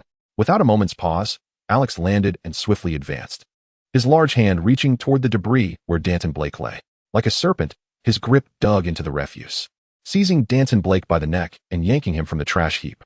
Coughing violently, Danton Blake's face flushed crimson, remnants of food waste cascading down his body, froth bubbling from his mouth. As Alex held him by the neck, a mocking glint sparkled in his eyes, and Danton, struggling to speak, found his voice stifled by the grip that constricted his throat. Suddenly, as Alex's grip on Don-Dung Blake's neck loosened, He resembled a candle melting away, his visage beginning to dissolve. In the blink of an eye, his features twisted grotesquely, vapor rising from his form. Within mere seconds, Dondung Blake was reduced to a corrosive liquid, his skin, cells, and bones transforming into acid, cascading from Alex's hand and pooling amongst the refuse, sending tendrils of acrid vapor into the air. Defeated, Alex's breath quickened, and he exhaled slowly to calm the agitation within him. A fine sheen of sweat broke on his skin, dampening the strands of hair on his forehead and temples. He had been constantly running up and down, traversing the uneven terrain, employing his Desert Eagle to shoot at Dondung Blake with unwavering precision. Despite his extraordinary physical condition, he felt the strain and his breath was noticeably labored. He had eliminated all the doppelgangers within his line of sight, and this was the last one remaining. The others had vanished beyond reach. After chasing through dozens of streets, over 30 replicas had disappeared into the labyrinthine alleys of the lower city. Yet, the original was concealed among those 30 doppelgangers. Alex steadied his breath, feeling a twinge of regret for failing to capture Dondung Blake. He flicked the acidic residue from his right hand, furrowing his brow as he glanced at the smoking liquid before turning to exit the alley. He reached into his pocket to retrieve his glasses, one corner of which was marred by cracks, a consequence of his vigorous movements on the rooftop. His fingers brushed against the jagged edges of the broken lens, feeling the sharp, rough texture. Emotionless, he donned the fractured glasses and stepped out of the alley. The moonlight once again cascading over him, the reflections from the lenses glinting with a chilling aura. It was time to settle the score. Chapter 22. In truth, my temper is quite fiery. In the lower city, the continuous gunfire and Alex's silhouette darting across the rooftops attracted journalists from the central city like wolves scenting blood. Converging en masse upon the chaotic district, the central city police headquarters, along with the precinct in the lower city, dispatched a significant number of officers to cordon off the Leighton Hotel with yellow and white tape. Officer, we've heard you apprehended the robbery suspect. Is it true? Residents claim you were chasing the perpetrator across the rooftops. What transpired? Where is Officer Elswong? Did he directly participate in the capture? The people of Central City have a right to know. Journalists, with cameras in hand, pressed against the officers blocking their path, microphones extended, eager to glean even the slightest morsel of information. A black sedan, adorned with flashing blue and red lights, halted beside the street. The occupants swiftly disembarked, and as Kevin opened the passenger door, a throng of reporters from the Central City rushed forward, armed with cameras and microphones, clamoring for his comments. Diligent uniformed officers quickly intervened, clearing a path through the crowd. Kevin's gaze swept over the obstructed reporters, his expression grave and unyielding, harboring a sense of pride within. His superior, Ailswan, had achieved a commendable feat, and he felt a sense of shared glory in this success. By intercepting crucial intelligence from the information department regarding Alex, Ailswan had preemptively seized the opportunity to recover stolen jewels, a remarkable accomplishment in what was deemed the most significant robbery in a decade, involving an astounding 35 million worth of jewelry, perpetrated by a superpowered individual. Although it was somewhat regrettable that the supervillain had escaped capture, the retrieval of these jewels was an undeniable triumph, alleviating the pressure on the chief and the municipal government from the national bank, while simultaneously elevating Ailswan's stature. Moreover, Kevin relished the thought of delivering a sharp rebuke to the newcomer, reminding him that respect for one's seniors within the police precinct was paramount. The notion of an incompetent individual assuming the role of captain was intolerable. Should Ailswan ascend, Kevin would undoubtedly reap the rewards. With a heart full of ambition and fervor, he prepared to enter the Leighton Hotel, only to pause as his disdainful gaze fell upon the figure of Alex approaching from down the street. The streetlights flickered a warm orange hue, illuminating Alex's upright posture, his spine seemingly unyielding. His expression was devoid of emotion, and one corner of his glasses was shattered, resembling a web of cracks catching the light, reflecting a cold gaze. He approached at a measured pace, undeterred by the scene. "Access restricted, please do not enter," declared a stern officer from the lower district precinct, extending a hand to obstruct Alex, who was obliviously making his way towards the Leighton Hotel. Being newly appointed, Alex, even amidst the ranks of the police headquarters, remained unfamiliar to many on-duty officers. Thus his detention was entirely reasonable. As Alex prepared to produce his inspector's credentials, Kevin observed the slight soiling on his attire, noting the disheveled appearance that elicited a smirk of mockery. "That's the newly appointed inspector. You should make a proper acquaintance," he remarked, his heart soaring with satisfaction. This moment felt like a sweet revenge against the departmental sycophant who had elevated Alex while dismissing his own grievances. relishing the fall of the newly minted inspector from grace. The colleagues accompanying Kevin exchanged glances towards Alex, their faces betraying an inexplicable amusement, leading one to believe in their apparent camaraderie. "My apologies, officer. I was unaware," the vigilant uniformed officer responded promptly, retracting the barrier with genuine contrition. Alex nodded silently, presenting his credentials to the vigilant uniformed officer for a brief inspection before retracting them and directing his gaze toward Kevin. "Kevin J., partner to Elswang." Alex cast a quick glance at Kevin, then swept past his colleagues, recognizing a few from the crime control department where Elswang was stationed. Ultimately, Alex's gaze fixated on Kevin's face, and a fleeting look of contemplation crossed his features as he recalled their shared elevator ride to the information department. Both departments occupied the same floor, which elucidated how Elswang had learned of Danton Blake's multidimensional nature. After days devoid of leads, was it mere coincidence that I arrived just as Danton Blake was being queried? How fortuitous, indeed. Alex scoffed inwardly, regarding Kevin with a glint of disdain, a mere pawn. Kevin, adorned with a disingenuous smile, stood at the entrance of the Leighton Hotel, seemingly poised to greet a superior. Alex maintained a placid demeanor, casting an indifferent glance at him as one might at a jester before entering the hotel. Kevin followed closely behind, flanked by his departmental colleagues. Once they were beyond the journalist's sight, Kevin dropped the facade, revealing a brazen sneer. "Commander, you arrived rather promptly. Are you here to steal the glory?" His tone dripped with sarcasm, inciting laughter from his peers, who regarded Alex with barely concealed amusement. "Such a lack of decorum towards a superior, Kevin. Are you not aware that this officer holds the rank of inspector?" "Oh, my apologies. Only upon mentioning the rank did I realize you were indeed an inspector. But tell me, is it possible to attain such a title without any merit? Is your support base residing in the White House?" As they approached the elevator, Alex's expression remained impassive as he stepped inside, positioning himself in the center. Kevin and the other officers filed in, encircling Alex, their grins betraying the mocking undertones of their whispered jibes. They were Elswang's confidants, their future intertwined with his ascent, should Elswang become the captain of the supernatural handling team. They too could expect promotions. Alex's unexpected arrival had severed their prospects, and witnessing their superior's glory being usurped by Alex was a source of considerable satisfaction for them. Their words, though devoid of vulgarity, carried an air of righteousness, articulated with civility and charm, as they engaged with familiar faces, lacing their conversations with barbs directed at Alex. The elevator ascended slowly, and Alex felt the weight of their scrutiny, akin to a swarm of mosquitoes, irritating yet too unworthy to warrant his attention. Naturally, Alex's stoicism was misconstrued as cowardice, their unrefined glares fixed on him as he stood resolute. Ding! The elevator arrived at the 5th floor. As silence enveloped the surroundings, Alex stepped out of the elevator with an unyielding tone, declaring, "Do you know? My temper is quite volatile." Kevin raised an eyebrow, exchanging bewildered glances with his colleagues, only to scoff dismissively. At most, he could leverage his position to create minor inconveniences for them. Yet, what would that truly accomplish? They belonged to the crime control department, engaged in battles against the most ruthless criminals in the city, facing life-threatening situations and gunfire countless times. Their audacity rendered them impervious to the so-called petty grievances. On the 5th-floor corridor, several officers had already erected yellow caution tape, sealing off the entire building. Evidence technicians had entered room 503 to search for clues. Upon hearing the elevator halt, Jensen and several of his colleagues from the precinct, including Ellsworth, turned their gaze towards the elevator.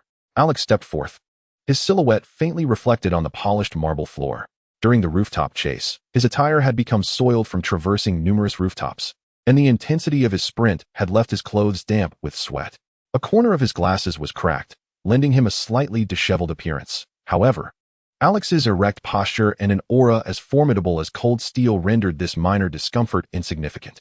As Alex approached, officers who had previously encountered him at headquarters glanced at him, seemingly emerging like a tide, before shifting their attention to Ellsworth at the door of room 503. The two factions appeared as opposing forces, charged with palpable tension. Poised for confrontation in the corridor, Ellsworth's expression exuded haughty disdain, a smirk curling at the corners of his mouth as he turned to face the advancing Alex. In an instant, the 5th-floor corridor fell silent. It was evident to all that the atmosphere was thickening with animosity.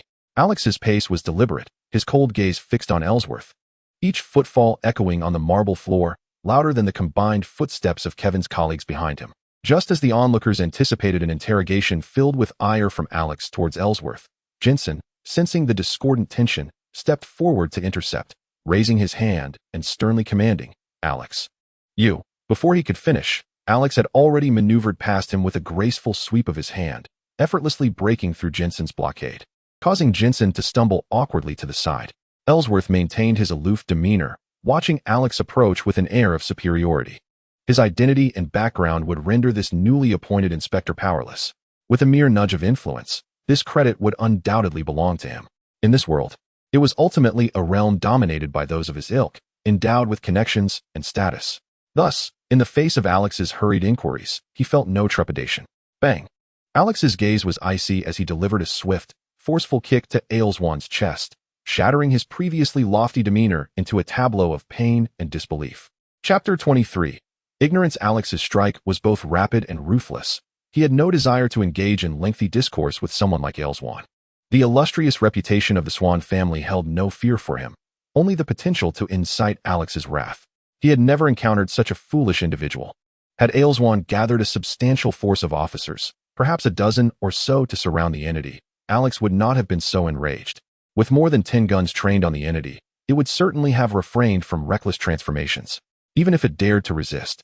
The onslaught of those firearms would have easily obliterated over 30 manifestations, and coupled with Alex's own ability to pursue more than 60 independently, the situation would have been nearly foolproof. Yet, Ayleswan had the audacity to confront the entity alone in front of Dondung Black, causing it to flee. Despite Alex's pursuit across several streets, the entity managed to escape. What infuriated Alex was the fact that the entity had eluded capture. The future of Mid-City would usher in an era rife with superhuman occurrences, presenting ample opportunities to apprehend those with extraordinary abilities. He would not remain within the confines of the police station indefinitely, nor would he be a police officer forever. Others could capture superhumans and maintain the city's order, and Alex would be more than willing to share in the fruits of their labor. However, Ayleswan's foolish actions were intolerable. The entity's escape, now fortified with caution, would complicate the task of locating it further down the line. All of this stemmed from Ayleswan's arrogance and reckless ambition. Ayleswan was caught off guard, his previously haughty demeanor, marked by a faint smile and an air of superiority, shattered in an instant as he was struck by an overwhelming force to his chest. The impact left him gasping for breath, the pain radiating sharply to his brain, causing his vision to blur. His body was propelled backward. Disbelief and agony etched across his face, as if his heart was being crushed within his ribcage. With a cough, a spray of blood erupted into the air, transforming into a mist. The scene fell into a sudden silence, minds momentarily frozen. Who could have anticipated Alex's violent outburst, delivering a kick that sent Ayleswan reeling and bleeding? Kevin and the others stood dumbfounded behind Alex, only jolted to awareness when Ayleswan's body crashed onto the polished marble floor with a thunderous thud. Quickly, Kevin and the others drew their Glock 17s, aiming them at Alex's back. "Stop. What do you intend to do? Release Ayleswan."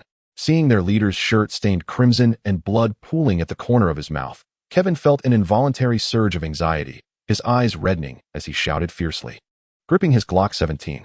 This is a blatant affront to their dignity, inciting their profound anger. "Stop. Kevin, put down your weapon." Jansen stepped beside Kevin, restraining his gun-wielding hand, forcing the pistol down. With piercing eyes, he admonished sternly, "What are you doing?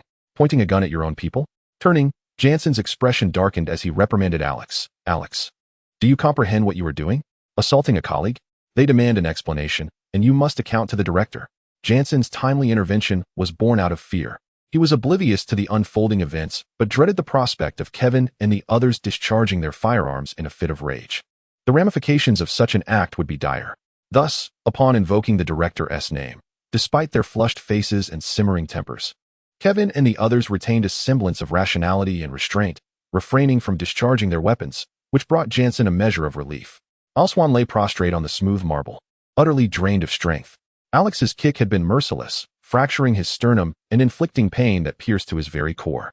With each breath, he felt the jagged edges of his bones tearing into his lungs, his head spinning, each inhalation laced with agony. Struggling to lift his gaze, he labored to breathe amid the blood-tinged froth, his blurred vision catching sight of Alex's indistinct footsteps advancing towards him, each step darkening his world. The expanse of his vision was consumed by Alex's approaching figure, and ultimately, his sight faded into darkness as he succumbed to unconsciousness.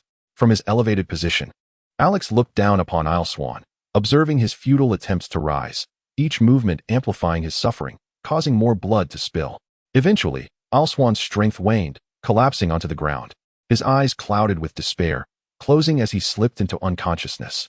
Alex remained silent, fixated on Alswan until the latter lay defenseless and unresponsive. Only then did he turn to Jansen and stride toward him, instructing, "Inform the director to check the surveillance in the information department. He will understand what Alswan has done." Alex passed by Jansen and the visibly pale, distressed Kevin, whose forehead glistened with sweat. Their previous bravado from the elevator had dissipated, leaving only tension and a palpable silence, their eyes betraying their unease. Alex paid them no heed. Kevin's eyes flickered with unyielding resentment as he gripped his Glock 17, trembling slightly as it hung low. He dared not act, for at that moment, he lacked the courage to pull the trigger. As Alex brushed past him, indifferent to his presence, it felt as though a knife had pierced his heart, igniting a maddening pain within. This was the clash between Alex and Isle. Kevin was merely an inconsequential figure. No matter how he mocked Alex or employed veiled barbs to deride him, it would not sway Alex in the slightest. Erswan was forcefully kicked to the ground, utterly powerless to resist, as though his face had been trampled upon, plunging him into the depths of humiliation and igniting a surge of anger within. He inhaled deeply, fueled by rage, holstered his gun at his waist, and disregarded Jansen's subtle expressions and gazes as he approached Erswan with his colleagues to provide assistance. Upon catching sight of Alex entering the elevator, he lowered his head, his eyes flashing with hatred. Inside the elevator, Alex brushed off his attire, ensuring it was presentable, removed his glasses with a cracked corner resembling a spider's web, and gently wiped the minute droplets of blood from the lenses using the lining of his coat. After cleaning, he held the glasses up to the soft light in the corner of the elevator. Inspecting them, the blood droplets were smeared into the web-like cracks, forming intricate lines of crimson that appeared rather sinister, prompting a frown from Alex. Ding! The elevator descended to the first floor, and as Alex stepped out, he casually discarded the glasses into a nearby trash bin. He ran his fingers through his hair, sweeping the strands away from his forehead, and exited the doors of the Leighton Hotel, ignoring the greetings of the officers and the reporters with microphones, his back turned towards the depths of the street. Chapter 24. Alex's all the night was dark, with a gentle moonlight illuminating the deep blue horizon. The night was clear and enchanting. In the city center, the Bay Area was neither old nor new, a district characterized by factories and warehouses. Once bustling with plastic toy manufacturers, plush toy factories, mold shops, and various small-scale workshops, it had seen a significant transformation. With the city government's reforms and the favorable policies from Wedge City, numerous factories and commercial activities had relocated to Wedge City, leaving the Bay Area, once a thriving industrial zone, in a precarious state, now merely home to a few struggling small manufacturers and warehouses, along with a multitude of unemployed individuals protesting against the city government, casting a pall of desolation and chaos over the area. From a vantage point in the clear night sky, the dimly lit street lamps in the Bay Area symbolized the former glory of the city's industrial prowess. Once celebrated and revered, Alex lowered his body, the brisk wind ahead causing his coat to flutter and rustle. Within the confines of his black motorcycle helmet, his cold eyes fixated on the road ahead, lost in thought, he navigated the silver-black beast of speed, its headlights piercing like daggers, despite the illumination from streetlights. His own lights cast a circular glow upon the pavement as he sped away. His silhouette melded with the motorcycle as he darted through the largely unlit streets of the Bay Area, twisting and turning like a bolt of lightning. In the Bay Area, at the remote factory number 102, an elderly black man in a blue security booth, wearing reading glasses and appearing quite frail, stared vacantly at the day's edition of the Central City Daily. Ding! His inexpensive yet brand-new watch emitted a peculiar sound, though advanced in years. His hearing was remarkably keen. Upon hearing the noise, he lifted his head from the newspaper, his vacant gaze seemingly finding purpose in the moment, and with a hint of annoyance, he pressed a button on the side of his watch. As the warehouse door gradually ascended, an abyss of darkness lay within, illuminated only by the ethereal glow of moonlight streaming through the windows. At the center, a steel panel slowly unfurled, revealing an entrance to a passage shrouded in shadows, reminiscent of a sinister lair. The elderly African-American man finished his task and gazed into the dark expanse ahead, where no figure was discernible. Yet the low rumble of an engine resonated in his ears. Suddenly, a piercing beam of light pierced the gloom, accompanied by a deep, thunderous sound. Alex appeared, steering his motorcycle, Lightning, a silver and black beast of speed, emerging from the shadows before the old man's eyes.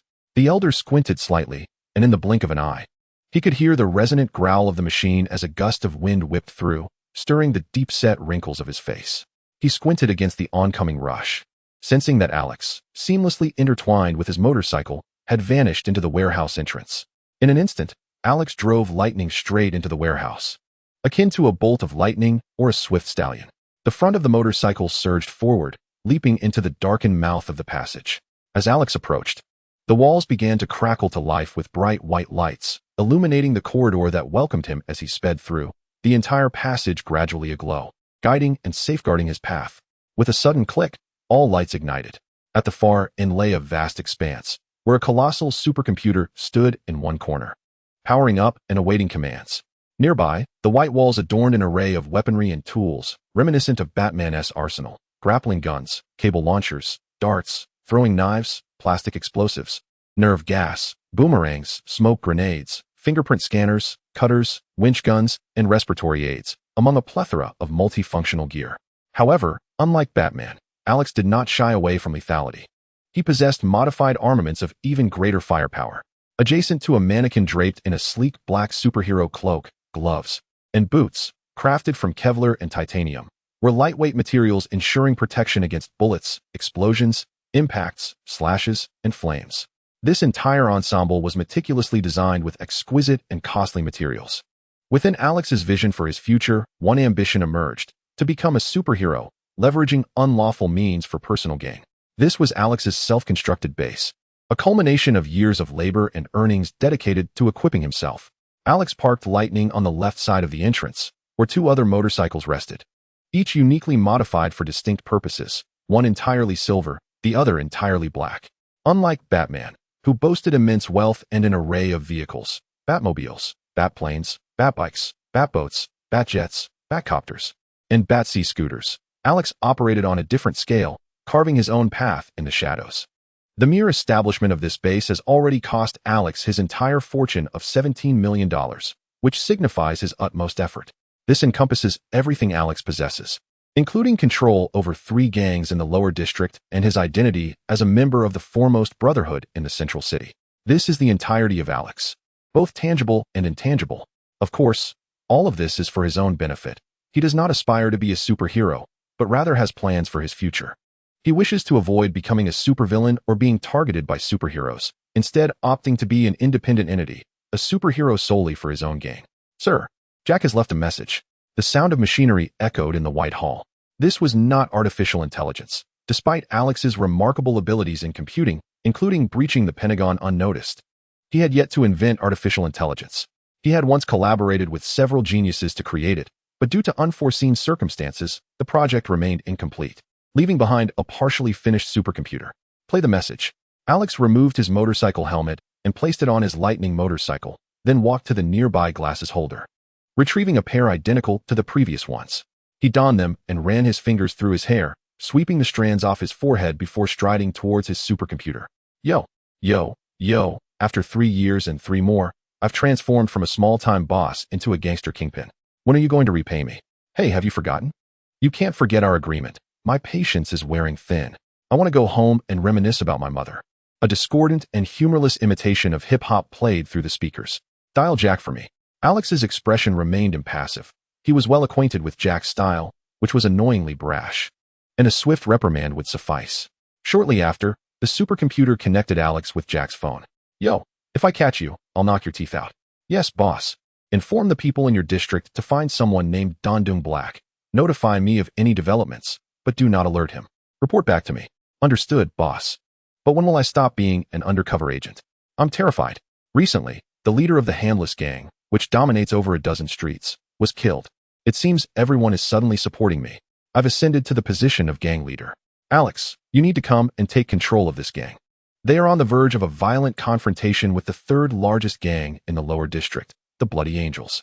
They are incredibly excited, having purchased several automatic rifles. And I can't stop them.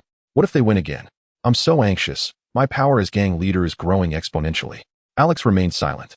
Chapter 25. Alex has always strived for his dreams. Alex was silent. Jack was, in fact, a classmate of his from high school. During their time there, Jack, being small and slender, faced discrimination and bullying from the taller white students.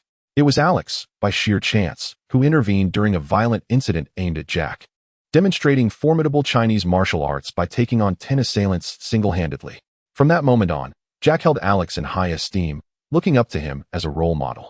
Throughout their 3 years in high school, Jack remained unscathed from bullying, largely due to his allegiance to Alex. While Alex gained insight into the chaotic world of gang violence prevalent in the lower city through Jack's experiences, Jack, a clever yet timid and diminutive black youth, was intrigued when Alex promised to teach him Chinese martial arts for self-defense and to aid him in infiltrating the lower city. Alex envisioned a future where, upon graduating from university, he would unify the gang factions of the lower city, enjoying a life of luxury and indulgence. Jack, unable to secure a place in college, was captivated by this prospect. Weighing his options, he believed that following Alex would be far superior to selling milk tea or pushing a food cart selling egg pancakes. Having been born in the lower city, he was somewhat familiar with its chaotic environment and, without much thought, invested several $100s to join a gang. He diligently remembered Alex's counsel that loyalty was paramount in the gang world, tirelessly defending various leaders from threats. Remarkably, luck was on his side. He emerged with only a few superficial scars while his leaders fell victim to rival gangs one after another.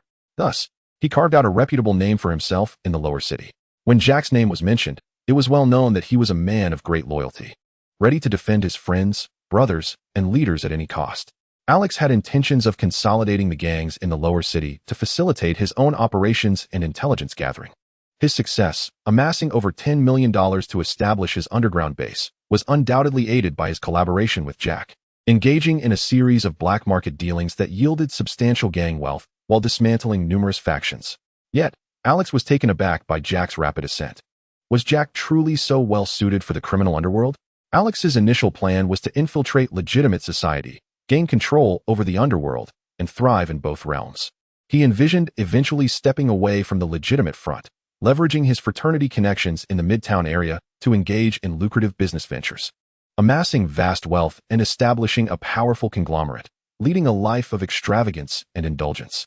However, he never anticipated that Jack would fit so seamlessly into the gang's rhythm, ultimately being thrust into the role of gang leader and facing a potential clash with the third largest gang in the lower city.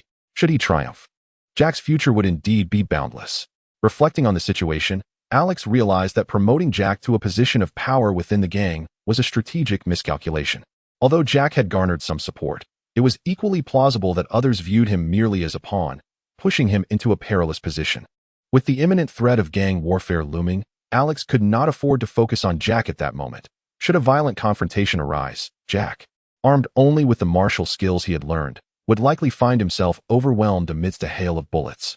Alex promptly informed Jack to maintain control over the gang and refrain from any reckless behavior for the time being. In a few days, should he fail to apprehend the multiform and establish a solid foothold at the precinct, he would then transform into a superhero, eliminating the gang's adversaries and either imprisoning or eliminating the upper echelons of the Blood Angels, thereby leading the gang himself. Very well, boss, I shall await your command. Jack answered reluctantly. Without Alex as his support, he dared not venture out of the gang's headquarters to indulge in nightlife, fearing betrayal by rival gangs. He reminisced fondly about the days when he was a mere lieutenant, freely attending nightclubs and enjoying the hip-hop scene, when no one harbored ill intentions towards him. Now, however, he was too conspicuous. The weight of leadership was indeed burdensome. After ending the call, Alex furrowed his brow, pinching the bridge of his nose with his thumb and forefinger, squinting slightly as he exhaled in exasperation. Why did everything seem to be going awry today? First, he had been startled away from the multiform by Ailswan, marking a failure on his inaugural mission, and now Jack had suddenly declared himself the gang's leader. It was as if both fortune and misfortune were conspiring against him. Subsequently, Alex reached out to two of his other informants, who, like Jack, relied on Alex as their pillar of support in their aspirations. These two were indeed capable, surpassing Jack in skill, yet their luck did not favor them as it did the unambitious Jack. They managed only a street or two in the most chaotic areas, often facing the threat of being wiped out by rival gangs and forced to flee. He instructed them to keep an eye on Danton Blake's movements in the lower city and then dismissed them from his mind. Minutes later, Alex's phone began to ring incessantly. His adoptive father Bert and the chief were both aware of Alex's confrontation with Ailswan. Bert chastised Alex harshly before letting out a cold huff of approval and hanging up. The chief, having gathered information from the department, expressed regret over his mismanagement of subordinates. He indicated that Ailswan would face demotion as a consequence of this incident, which was disheartening for the precinct. After venting his frustrations, he expressed concern, inquiring whether capturing the multiform was still feasible. Recovering the stolen jewels would surely alleviate the pressure from the city government and the national bank, but if the supercriminal remained at large for even one more day, he would inevitably commit further offenses, jeopardizing the precinct's reputation among the citizens of the metropolis. I have another method that requires a few days to execute, Alex contemplated, affirming that there remained a way to capture the multiform. He could not allow his first assignment to be thwarted so easily. All right, Alex, I am counting on you this time. The chief's tone was unusually gentle, assuring him that no other miscreants would obstruct his efforts. After hanging up with the chief, Alex set his plan in motion. Skynet, retrieve all data on Danton Blake and Martin Stein. I need every video and visual file related to Martin Stein. The Skynet, an artificial intelligence partially created by Alex and several computer prodigies, has not truly achieved the essence of artificial intelligence. It lacks genuine thought and cognitive abilities, merely assisting Alex in retrieving information. Martin Stein, one of the two entities of Firestorm, became a multi-entity during the nuclear facility explosion, merging with a student to form Firestorm. While Danton Blake transformed into a multi-entity, Alex has yet to witness the emergence of Firestorm, and Martin Stein has been reported missing by the authorities. He needs to devise a scheme to draw out the multi-entity. Half an hour later, Skynet diligently sourced the information Alex required from the internet. Despite its imposing name, Skynet merely possesses the ability to search publicly available information online, lacking the capacity to operate as a hacker, rendering it rather inflexible. Consequently, Alex has always utilized Skynet as a search engine for publicly accessible data. Simultaneously, he employed his hacking skills to infiltrate Stag Corporation and Martin Stein's personal information, uncovering a wealth of data that Skynet failed to locate. He discovered the connection between Martin Stein and Danton Blake prior to the explosion at the nuclear power plant. Martin Stein had reported Blake to the police for stealing blueprints and trafficking experimental equipment. However, for reasons unknown, Stag Corporation later withdrew the charges against Blake. The relationship between Martin Stein and Blake had been fraught with discord, and after Martin Stein's report, their animosity escalated to an irreconcilable extent. Alex meticulously searched for all available videos of Martin Stein, including childhood photographs, images from his high school days, graduation ceremony footage, various award presentations, university lectures, experimental videos from Stag Corporation, along with every nuance of his demeanor, tone of voice, gait, health reports, and certain indicators of elevated triglycerides, alongside habitual idiosyncrasies, all deeply etched in Alex's memory. He immersed himself throughout the night, analyzing the behaviors and mannerisms of a middle-aged man imitating Martin Stein. As dawn broke, the system softly remarked, "Congratulations, you have completed the task." Chapter 26, The Useless Host, Ruining My Youth. Alex momentarily froze. In the midst of his hectic day, he had forgotten the existence of the system within him, which had assigned him a task, the failure of which could lead to his obliteration. The gravity and life-threatening consequences of this situation seemed to escape Alex's concern, leaving him devoid of any intention to fulfill the task. If possible, he would have relished the opportunity to strike Barry a few times. He possessed clarity of mind, unafraid of death and resolute in his desire to evade the system's control, while also aware of its futile annihilation. From the very beginning, he had not sensed any threat. His instincts bore no hint of danger, rendering the idea of annihilation a mere jest. The pinnacle of physical capability does not solely reside in strength. It encompasses a holistic spectrum: vision, hearing, touch, smell, taste, perception, and spirit. Together, these faculties endowed him with an unparalleled sense of danger, vital to his safety. His instinctive intuition would undoubtedly alert him to any impending peril, ensuring he would never succumb to a tranquil demise. In truth, Alex felt no semblance of threat from the system, leading him to regard it as utterly foolish. At that moment, the system issued a new task in his ear: task, subordinates. As a future superhero dedicated to safeguarding Central City and instilling fear in nefarious individuals, one cannot lack a personal hero team. Control the multiverse entities to become your subordinates. Failure, annihilation. Alex removed his black-framed glasses and placed them gently on the table, disregarding the system's mechanical voice. He closed his eyes and gently rubbed his eyelids, alleviating the strain from a night spent poring over information. His eyes tinged with weariness and discomfort. He had no desire to converse with such a system and resolved to eliminate the multiverse entities. The system, seeming slightly embarrassed, spoke again in its electronic tone. "Congratulations, host. You have successfully bound to this system. Alex rubbed his eyelids and could not help but chuckle. Did I wish to bind? I want you to leave. He had never encountered such an insipid system that insisted on completing tasks and binding itself. Host, please earnestly complete the task. Host, please earnestly complete the task. Host, please earnestly complete the task. The system echoed relentlessly in his ear, repeating the task and reminders like a broken record. The incessant buzzing was akin to that of flies or mosquitoes, the harsh mechanical tones piercing like needles, igniting a restless agitation within his heart. Frowning, he lowered his hand from his eyes, opened them, and with a hint of impatience, barked, "Silence. As long as you earnestly complete the task, we shall be good friends. I shall assist you in becoming the king of Earth, a deity, granting you all that you desire and fulfilling your every wish." The system's tone was sincere, humble, akin to that of a salesman. "No need, thank you. Please." Alex's expression remained cold, unwilling to trust the system even in the slightest. The notion of being controlled through the incessant issuance of tasks was utterly unappealing, and he could not fathom who would willingly submit to such manipulation. When one is deprived of the freedom to choose, one's will and spirit are inevitably distorted, plunging the soul into a hellish abyss far more agonizing than mere existence. This is an intolerable fate for Alex. Better to be free than to live in bondage. Enough, Alex. I am aware of your obstinate nature and your need for pride. I have afforded you ample respect, yet do not force me to obliterate you. The system's fury escalated, having never encountered such a stubborn adversary. Simply fulfill your tasks. With my support, you shall surely reign supreme, surrounded by countless beauties, your ascension to power and divinity merely a matter of time. Why resist? Please annihilate me. Alex scoffed with derision, fully aware that the system lacked the capability to eliminate him. Otherwise, it would not silently execute the binding tasks. With each retreat the system made, he advanced further, determined not to let it escape unscathed. The system fell silent, and Alex could almost envision its desperate halt, grappling with helplessness. The basement fell into tranquility. The air bore a comfortable warmth, aided by a well-ventilated system, rendering it anything but oppressive.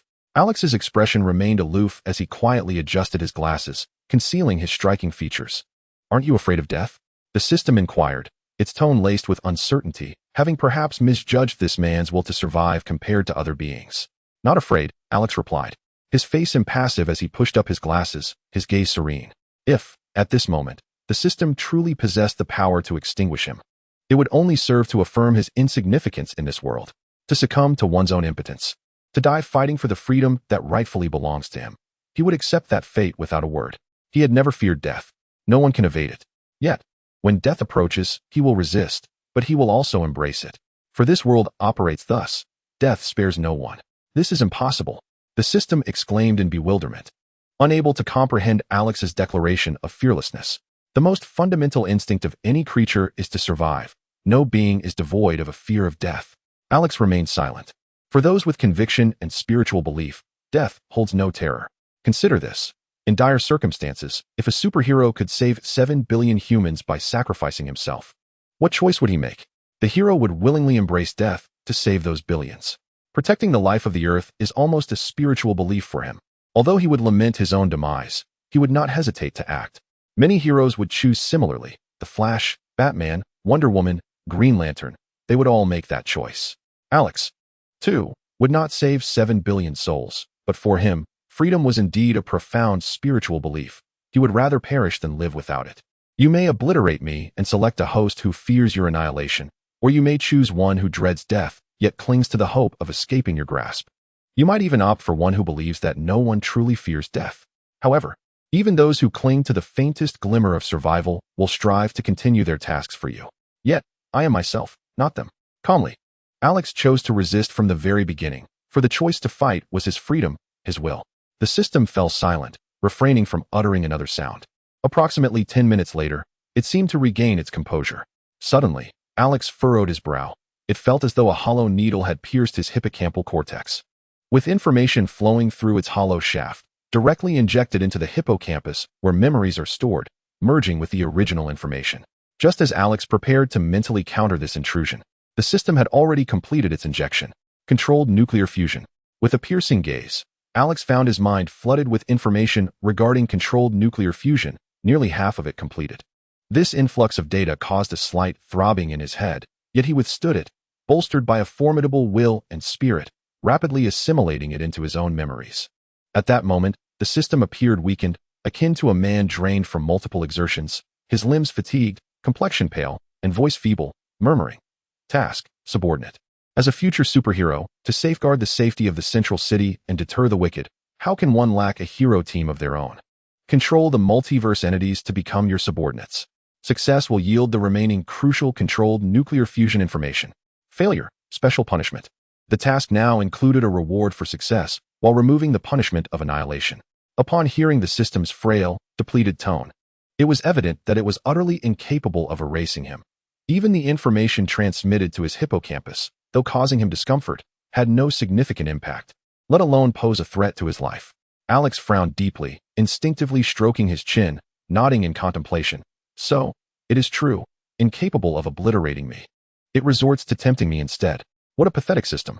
Upon hearing Alex's assessment, the system erupted in fury, its anger surging uncontrollably, the mechanical voice stuttering in its rage, bombarding Alex's ears with a torrent of profanities. "I curse you. This is your binding system reward. You wretched host. Return the controlled nuclear fusion information to me. Your ingratitude towards the gifts bestowed upon you is devoid of any character or morality. How dare you insult a system of noble virtue? Individuals like you should just leap off a building. Your existence appears futile. Your presence on this earth seems to squander the precious oxygen and pollute the atmosphere. You are nothing but refuse, a burden, a blight upon my youth." Chapter 27. The layout in the brightly lit basement. An array of steel instruments lay coldly displayed within glass cases. The furious voice of the system echoed in my ears, gradually diminishing until it faded completely, perhaps exhausted from its tirade. Alex offered no response to the vitriol, instead retrieving a small, black device, roughly the size of a finger, from among the peculiar high-tech exhibits. This was a digital projection mask, akin to the device used by Harry in the third season of The Flash, capable of projecting a transformed visage to obscure one's true appearance. Despite its seemingly simple design, this device was far from flawless. Rapid or slow movements, as well as swift turns of the head, could result in frame drops and pixelation, leading to a blurred visage and an array of other revealing glitches. Nonetheless, it could barely assist Alex in masquerading as Martin Stein. To fully embody Martin Stein, Alex would also need to dye his hair white and employ a technique to compress his skeletal structure, achieving the requisite height and a subtle paunch akin to that of a middle-aged man. Coupled with the digital mask, he would need to apply makeup to simulate the appearance of age, enhancing his skin, stature, and demeanor, ultimately transforming into an erudite, refined nuclear physicist well into his 50s. The AI system, Skynet, would capture all available footage of Martin Stein to construct a three-dimensional likeness and dynamic model, which, once completed, would be downloaded into the digital projection mask. After issuing commands to Skynet, Alex initiated another program, immersing himself in work as his fingers danced across the keyboard, conjuring phantoms of data. His tasks were manifold. Beyond impersonating the missing Martin Stein, he needed to memorize Stein's habitual movements and behaviors. Furthermore, he intended to craft specialized sonar weaponry based on the physical examination and brainwave reports of Danton Blake. While this weapon might not obliterate Blake directly, it could disrupt his brainwave frequencies within a certain range, impairing his ability to control his doppelganger. After pursuing him through the lower city, utilizing hexagonal algorithms to monitor distances, Alex estimated that the original and the doppelganger were approximately 5 kilometers apart. Though this distance posed a challenge, it was not insurmountable for Alex, who would select a strategic location to draw out the doppelganger. Additionally, he needed to compile a substantial report on controllable nuclear fusion and submit it to a prestigious technology journal in the central city. In the present world, time stands at the year 2007.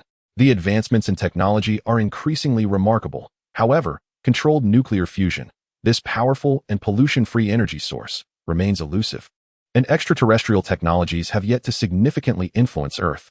Consequently, the substantial materials on controlled nuclear fusion that reside in Alex's mind can be regarded as a beacon for future human endeavors in fusion research, charting a course that, once published in Zhongqing, is bound to create an immense sensation. Alex's strategy is straightforward. He intends to utilize Martin Stein to draw out the multiverse entities. Dondung Black is resolutely unwilling to witness a former adversary ascend to global renown, amassing wealth beyond his own, achieving both fame and success, while he himself becomes a fugitive, shunned by society, unable to appear openly, deprived of the luxurious pleasures that he once deemed his due. In stark contrast, Martin Stein, who once opposed him, now basks in accolades, possesses boundless riches, and enjoys a lifestyle filled with every material desire he once yearned for. This profound disparity is sufficient to incite an overwhelming jealousy within a man. One must wonder how Dondung Black could possibly endure it. Alex possesses a profound understanding of Dondung Black, perhaps even more than Black understands himself. Dondung Black epitomizes the archetype of a deeply envious individual, proud, yearning for all the world's pleasures, possessing a modicum of ability that falls woefully short of the grandeur he seeks.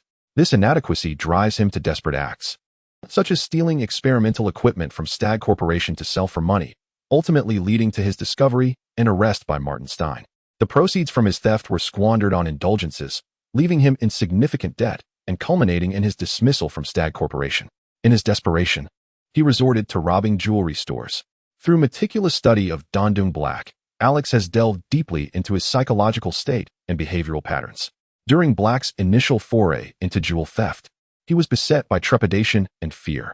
The mere act of placing $30 million worth of jewels in a hotel room reveals his profound anxiety, indicating that he was more frightened than exhilarated by this fortune. The enormity of the situation overwhelmed him, clouding his judgment and igniting a fear for his future. When Ailswan brandished a gun at him, it catalyzed a psychological transformation, thrusting him into the role of a criminal. It is evident that his future, imbued with superpowers, will lead him to perceive himself as superior, emboldening him to act without restraint and wreak havoc. Alex perceives this clearly and accurately surmises the unfolding events. As he immerses himself in the basement, diligently preparing the report and disseminating the controlled nuclear fusion materials to leading scientific journals, gradually cultivating a reputation under Martin Stein's name.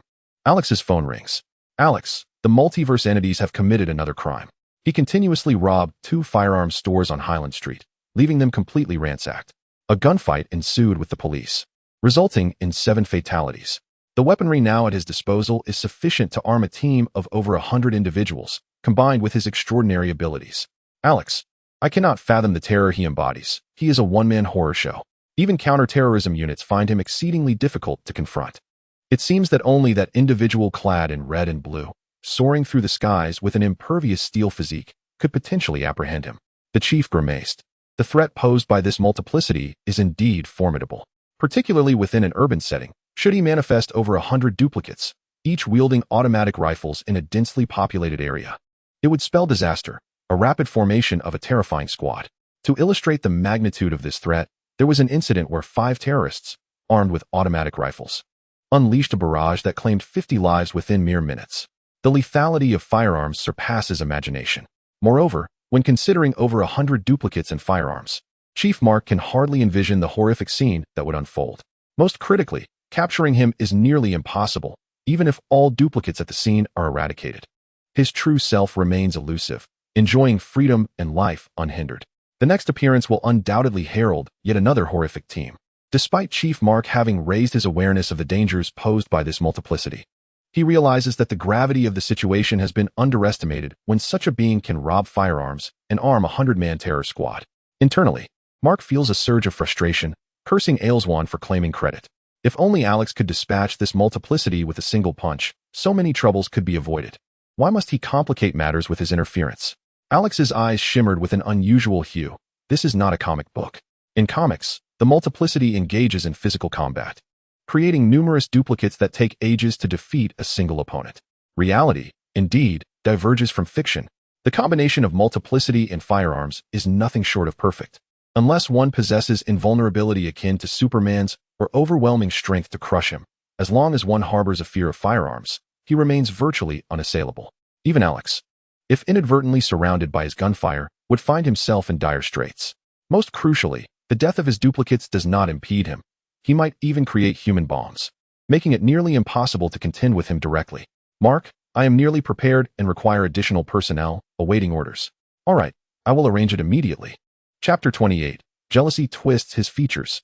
Both Alex, undercover in the lower city, and Jack, reluctantly thrust into a leadership role, have been unable to uncover any leads on Dondung Blake, as he has already fled the lower city and is now hiding in Jonestown.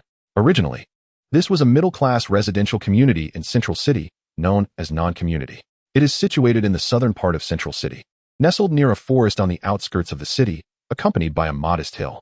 The evening sunset casts a breathtaking scene, where golden rays of twilight illuminate the hilltop, creating a picturesque view. Within one of the three-story red cottages, beneath the bed in the bedroom, remnants of the owner's family, traces of blood and a faint scent of decay, linger ominously. Don Blake retrieved a can of Goose Island Sophie beer from the refrigerator, listlessly popping the tab with his finger. The refreshing aromas of lemon zest and dried orange peel wafted from the aluminum can, filling the living room with the enticing fragrance of beer. He reclined heavily beside the sofa, lounging with an abandon that made the space feel like his own home. Squinting his eyes, he took a hearty sip of the Goose Island Sophie, the flavors bursting on his palate with a delightful fizz.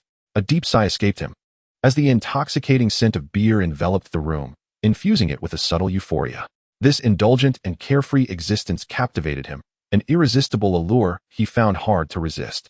A faint smile curled at the corners of his mouth as he casually propped his feet on the coffee table, picking up the remote to turn on the television. Those policemen must be quaking in their boots. Don Blake's new form of entertainment involved toying with the law enforcement of Central City. He had never contemplated challenging or mocking authority, relishing the sight of their helpless and fearful expressions as they desperately called for reinforcements within his grasp. The power to dominate their lives, to make them cower at his feet, was intoxicating. He took another deep swig of beer, a smile gracing his lips as he anticipated watching the policemen squirm under the relentless questioning of reporters. Controlled nuclear fusion is a noble source of energy, primarily relying on hydrogen isotopes. Unlike nuclear fission, it does not produce long-lived and high-level nuclear radiation or nuclear waste, and of course, it generates no greenhouse gases, resulting in minimal environmental pollution. Should controlled nuclear fusion ever become a reality, it would signify a monumental advancement for the entire planet and humanity. Don Blake cast a disdainful glance at the television, scoffing at the pompous claims being made on screen. As a nuclear physics expert, he fully comprehended the challenges of achieving controlled nuclear fusion and recognized that, from a scientific and technological standpoint, it remains an unattainable goal in the present age. This notion is merely a fantasy regarding nuclear energy. However, should someone indeed succeed in realizing controlled nuclear fusion, there is no doubt they would become a titan of their era, a figure of everlasting renown, heralding the dawn of a pollution-free energy age. It is unfathomable to consider the wealth, power, and status that such an individual would command, standing at the pinnacle of humanity. Yet, this remains impossible. The science and technology of this era are not yet sufficient to accomplish controlled nuclear fusion. Don Blake took a sip of Goose Island Sophie beer, allowing the delicate aromas of lemon zest and dried orange peel to explode in his mouth, then pressed the remote control. He was not interested in the grandiloquent musings of the Science Channel, but rather in his own wanted poster displayed on the television, alongside the disheveled appearance of the Central City Police, which provided him with a modicum of amusement. In 1939, American physicist David Bohm experimentally confirmed that when a deuterium nucleus is accelerated by a particle accelerator and collides at an exceedingly high speed with a tritium nucleus, the two nuclei undergo fusion, resulting in the formation of a new helium nucleus and a free neutron, releasing an energy of 176 megaelectron-volts in the process. This is the principle that has allowed the sun to radiate light and heat for 4.5 billion years. Don Blake furrowed his brow, perplexed that the television was devoted to the science of nuclear fusion. Once more, he pressed the remote. The advent of controllable nuclear fusion heralded the impending technological explosion for humanity. Don Blake's expression darkened, his interest in the Goose Island Sophie beer waning, as the incessant television channels continued to discuss controllable nuclear fusion, while he remained utterly unacknowledged, stirring a sense of dissatisfaction within him. He believed he should be the center of the universe. With a stern countenance and an agitated heart, Don Blake relentlessly pressed the television remote.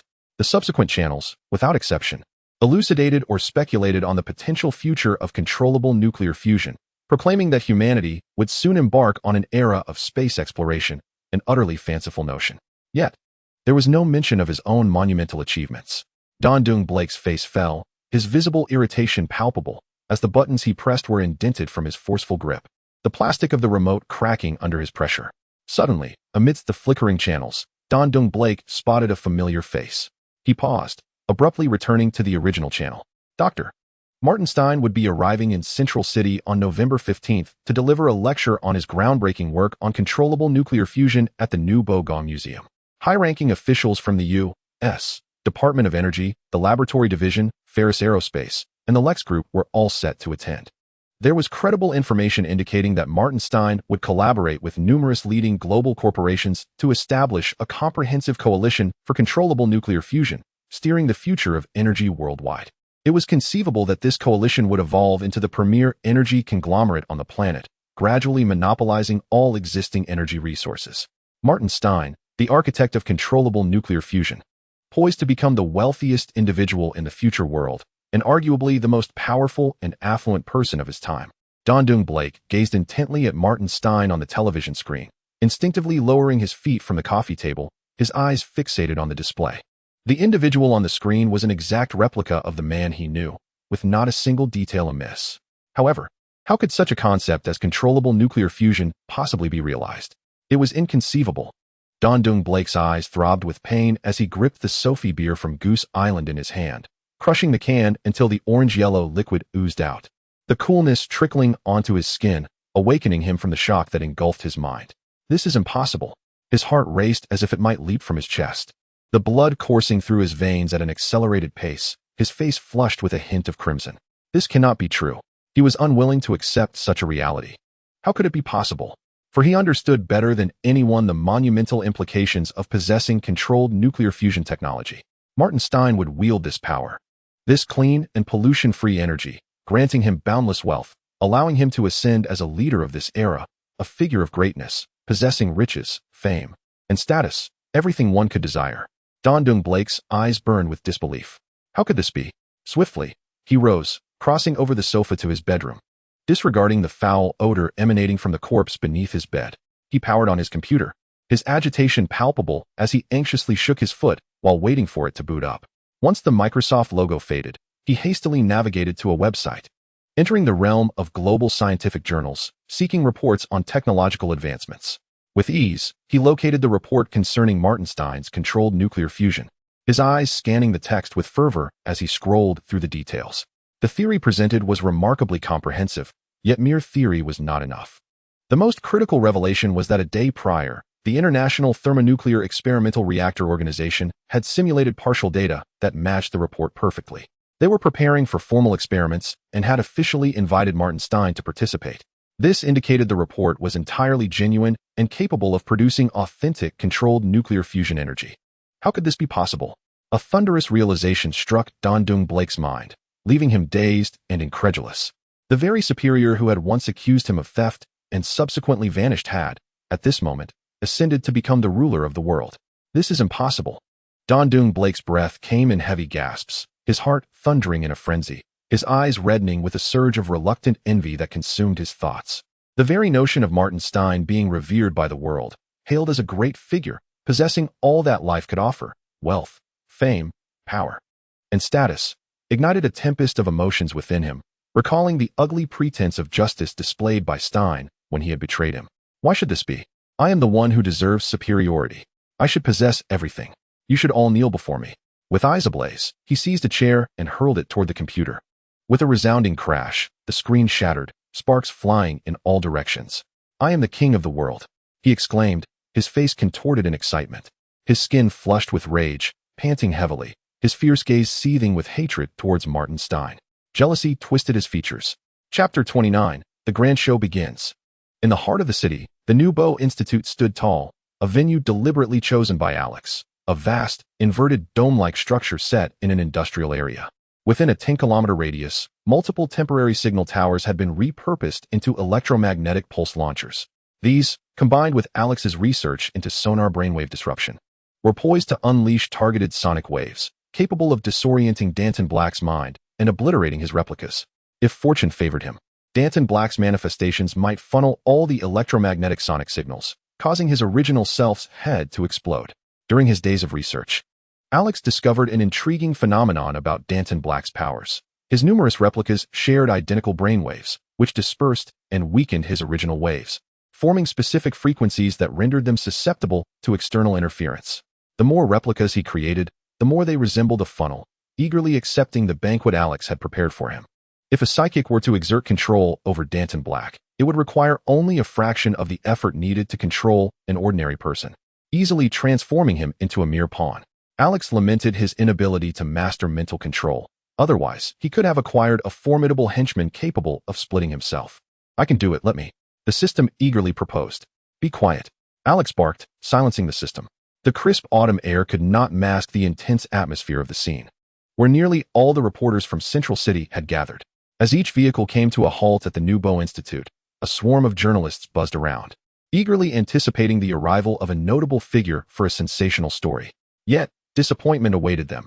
Alex had deliberately ensured that no prominent individuals would attend, such as the U.S. Secretary of Energy, heads of laboratory divisions, and representatives from renowned corporations like Ferris Aerospace, Lex Group, and Wayne Group, each expressing immense interest and investment in controllable nuclear fusion.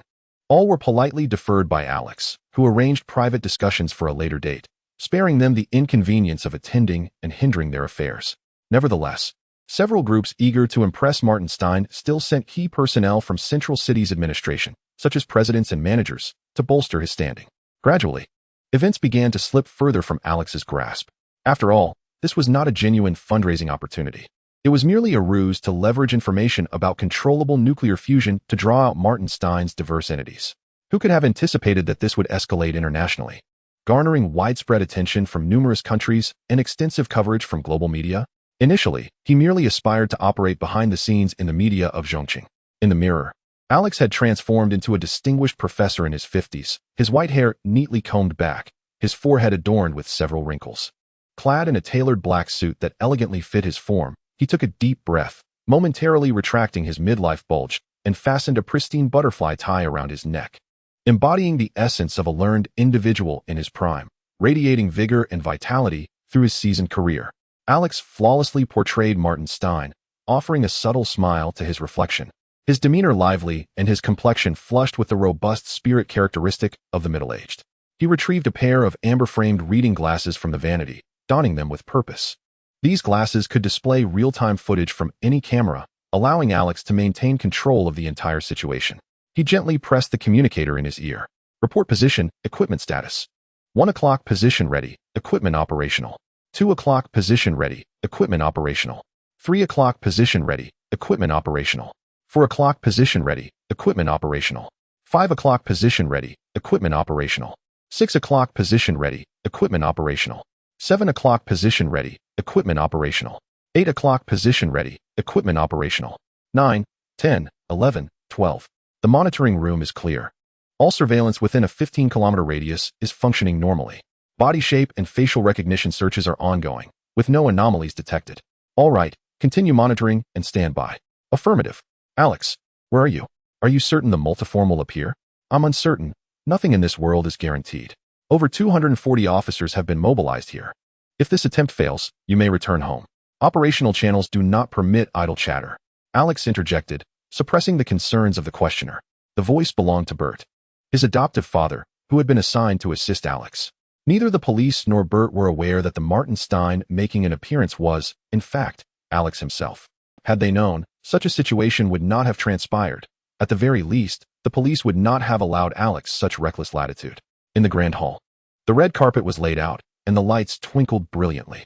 The host had already warmed up the audience, and as the final attendees arrived, the scheduled time approached. After the last round of applause, Alex was escorted to the stage by the MC, welcomed by enthusiastic applause as he commenced his official speech.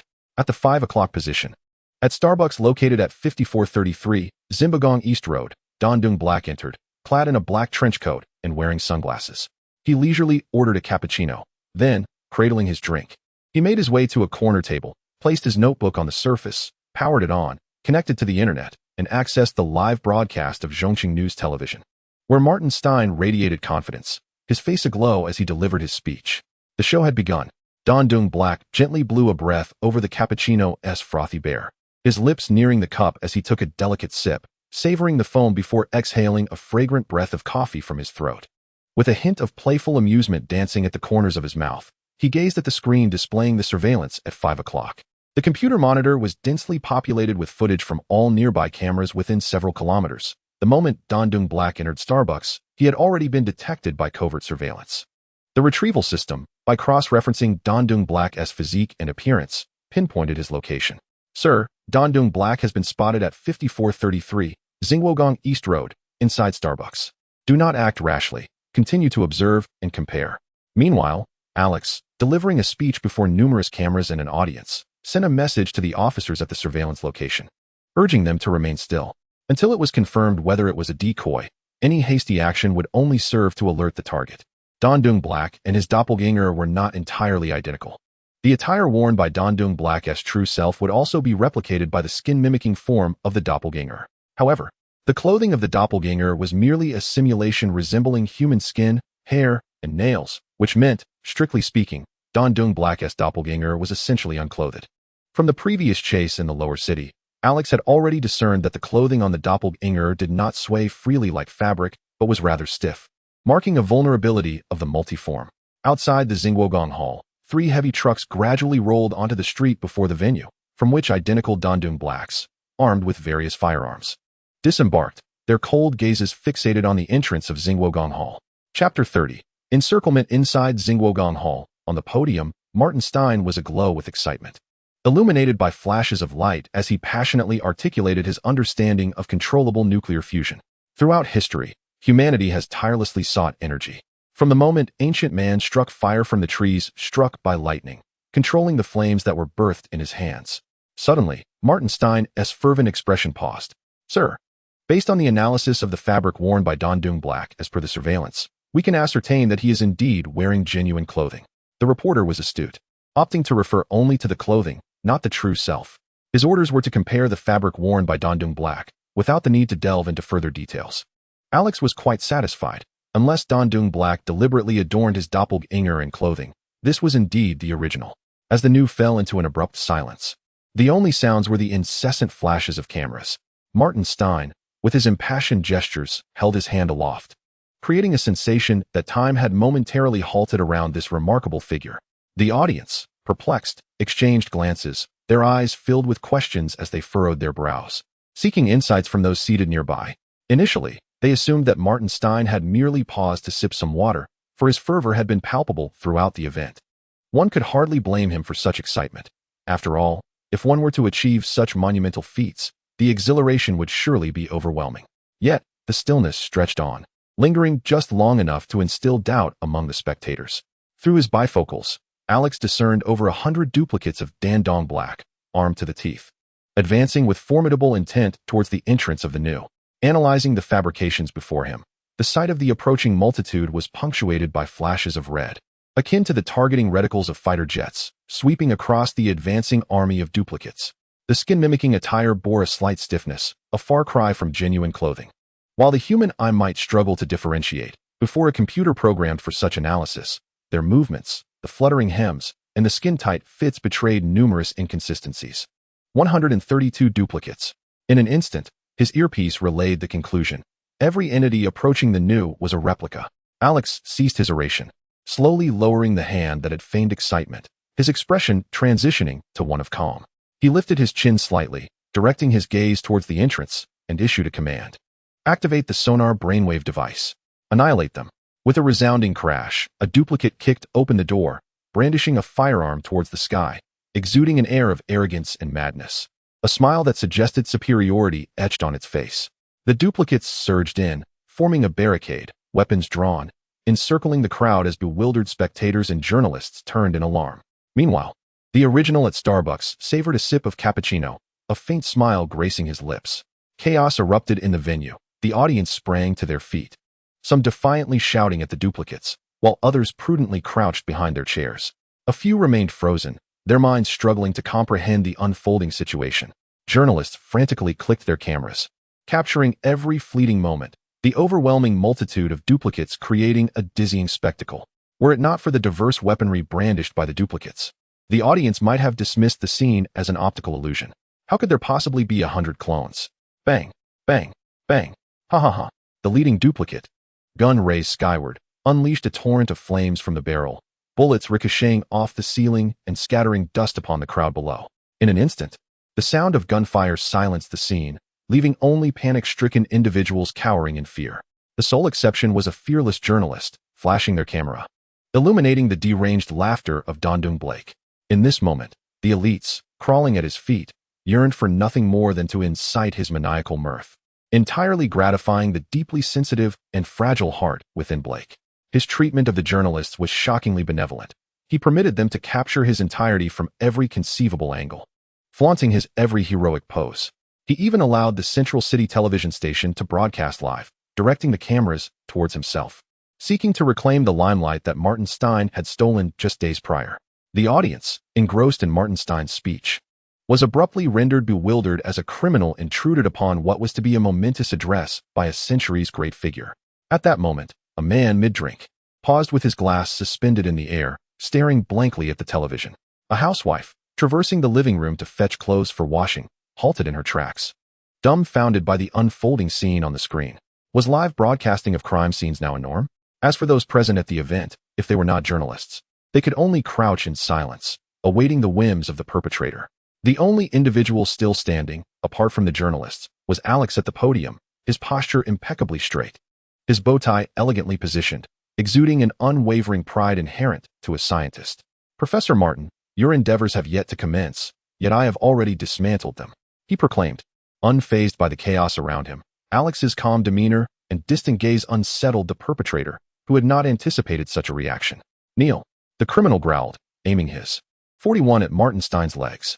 It was evident that failure to comply would result in an immediate and brutal response, physically forcing Stein to the ground. The menace in his expression was terrifyingly sincere, devoid of jest. The fierce glint in his eyes revealed the ruthless nature of a criminal without moral compass, broadcasting a chilling message of brutality to the Central City viewers. The cruelty in his gaze was jarring, more genuine and savage than any actor's performance, gripping the audience's hearts with an involuntary sense of dread. In stark contrast, Martin Stein's serene countenance inspired both admiration and concern. After all, he faced over 100 armed thugs. Yet, often, the unexpected can strike with greater swiftness than Don Dung Blake's inherent cruelty. Before him, Don Dung Blake's vision began to blur, as if darkness was encroaching from all sides. A deafening buzz filled his ears, while a relentless chainsaw seemed to rev within his mind, mercilessly tearing through his consciousness with frenzied teeth. In an instant, his multiple manifestations dissolved into acidic liquid, wisps of smoke rising from his position. The weapon he had held slipped from his grasp, landing softly on the plush carpet, causing little noise. Yet, the cascading sound of firearms dropping had a certain spectacular effect. Not all of the manifestations transformed into acid immediately. Over 60 of them lay sprawled on the ground, unable to maintain their grip on their weapons. They clutched their ears, their heads ready to burst, eyes bloodshot and contorted in agony as they screamed, this suffering akin to having a chainsaw gnawing at one's skull. Alex, resembling a cold executioner, gave a decisive command. Among the crouching audience, nearly 50 individuals swiftly emerged from the frenzied photographers, akin to police officers suddenly revealing themselves from a calm street scene in a film, leaving no time for the onlookers to comprehend.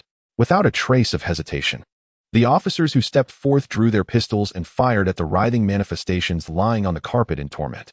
The gunfire rang out in succession, and within mere seconds, it ceased.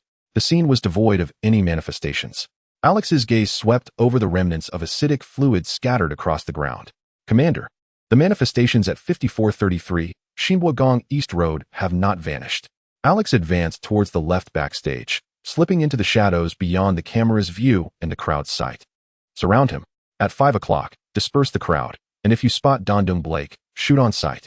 Alex shouted, his voice firm and urgent, his stride embodying the unyielding march of a dictator, exuding an air of decisiveness akin to that of a resolute general. His eyes momentarily displayed the surveillance footage from Starbucks, revealing Don Dung Blake clutching his head in anguished screams. "Bring my vehicle around." Alex yanked the bow tie from his neck, tossing it aside, and tore off the first 2 buttons of his white shirt. He deactivated the projection mask, revealing his true identity. His physique visibly transforming with each step, his middle-aged belly contracting back to reveal his original abs, the tailcoat straining against his height and muscles. Alex discarded the tailcoat carelessly and, with his dyed white hair billowing, exited through the back door of the Shinbugong Pavilion, where officers had already positioned his motorcycle. With an impassive expression, he mounted the lightning-fast bike, receiving salutes from the nearby officers. He engaged the nitrous boost, flames erupting from the exhaust in a scorching blue blaze, the wheels screeching against the ground, producing a thick cloud of smoke as he shot forth like a rocket. Chapter 31. The Death of the Multiverse 5433, New Bagong East Road, inside Starbucks. A sudden commotion erupted within Starbucks as a patron, seemingly afflicted by a seizure, clutched his head and unleashed a wretched howl akin to that of a tormented wolf.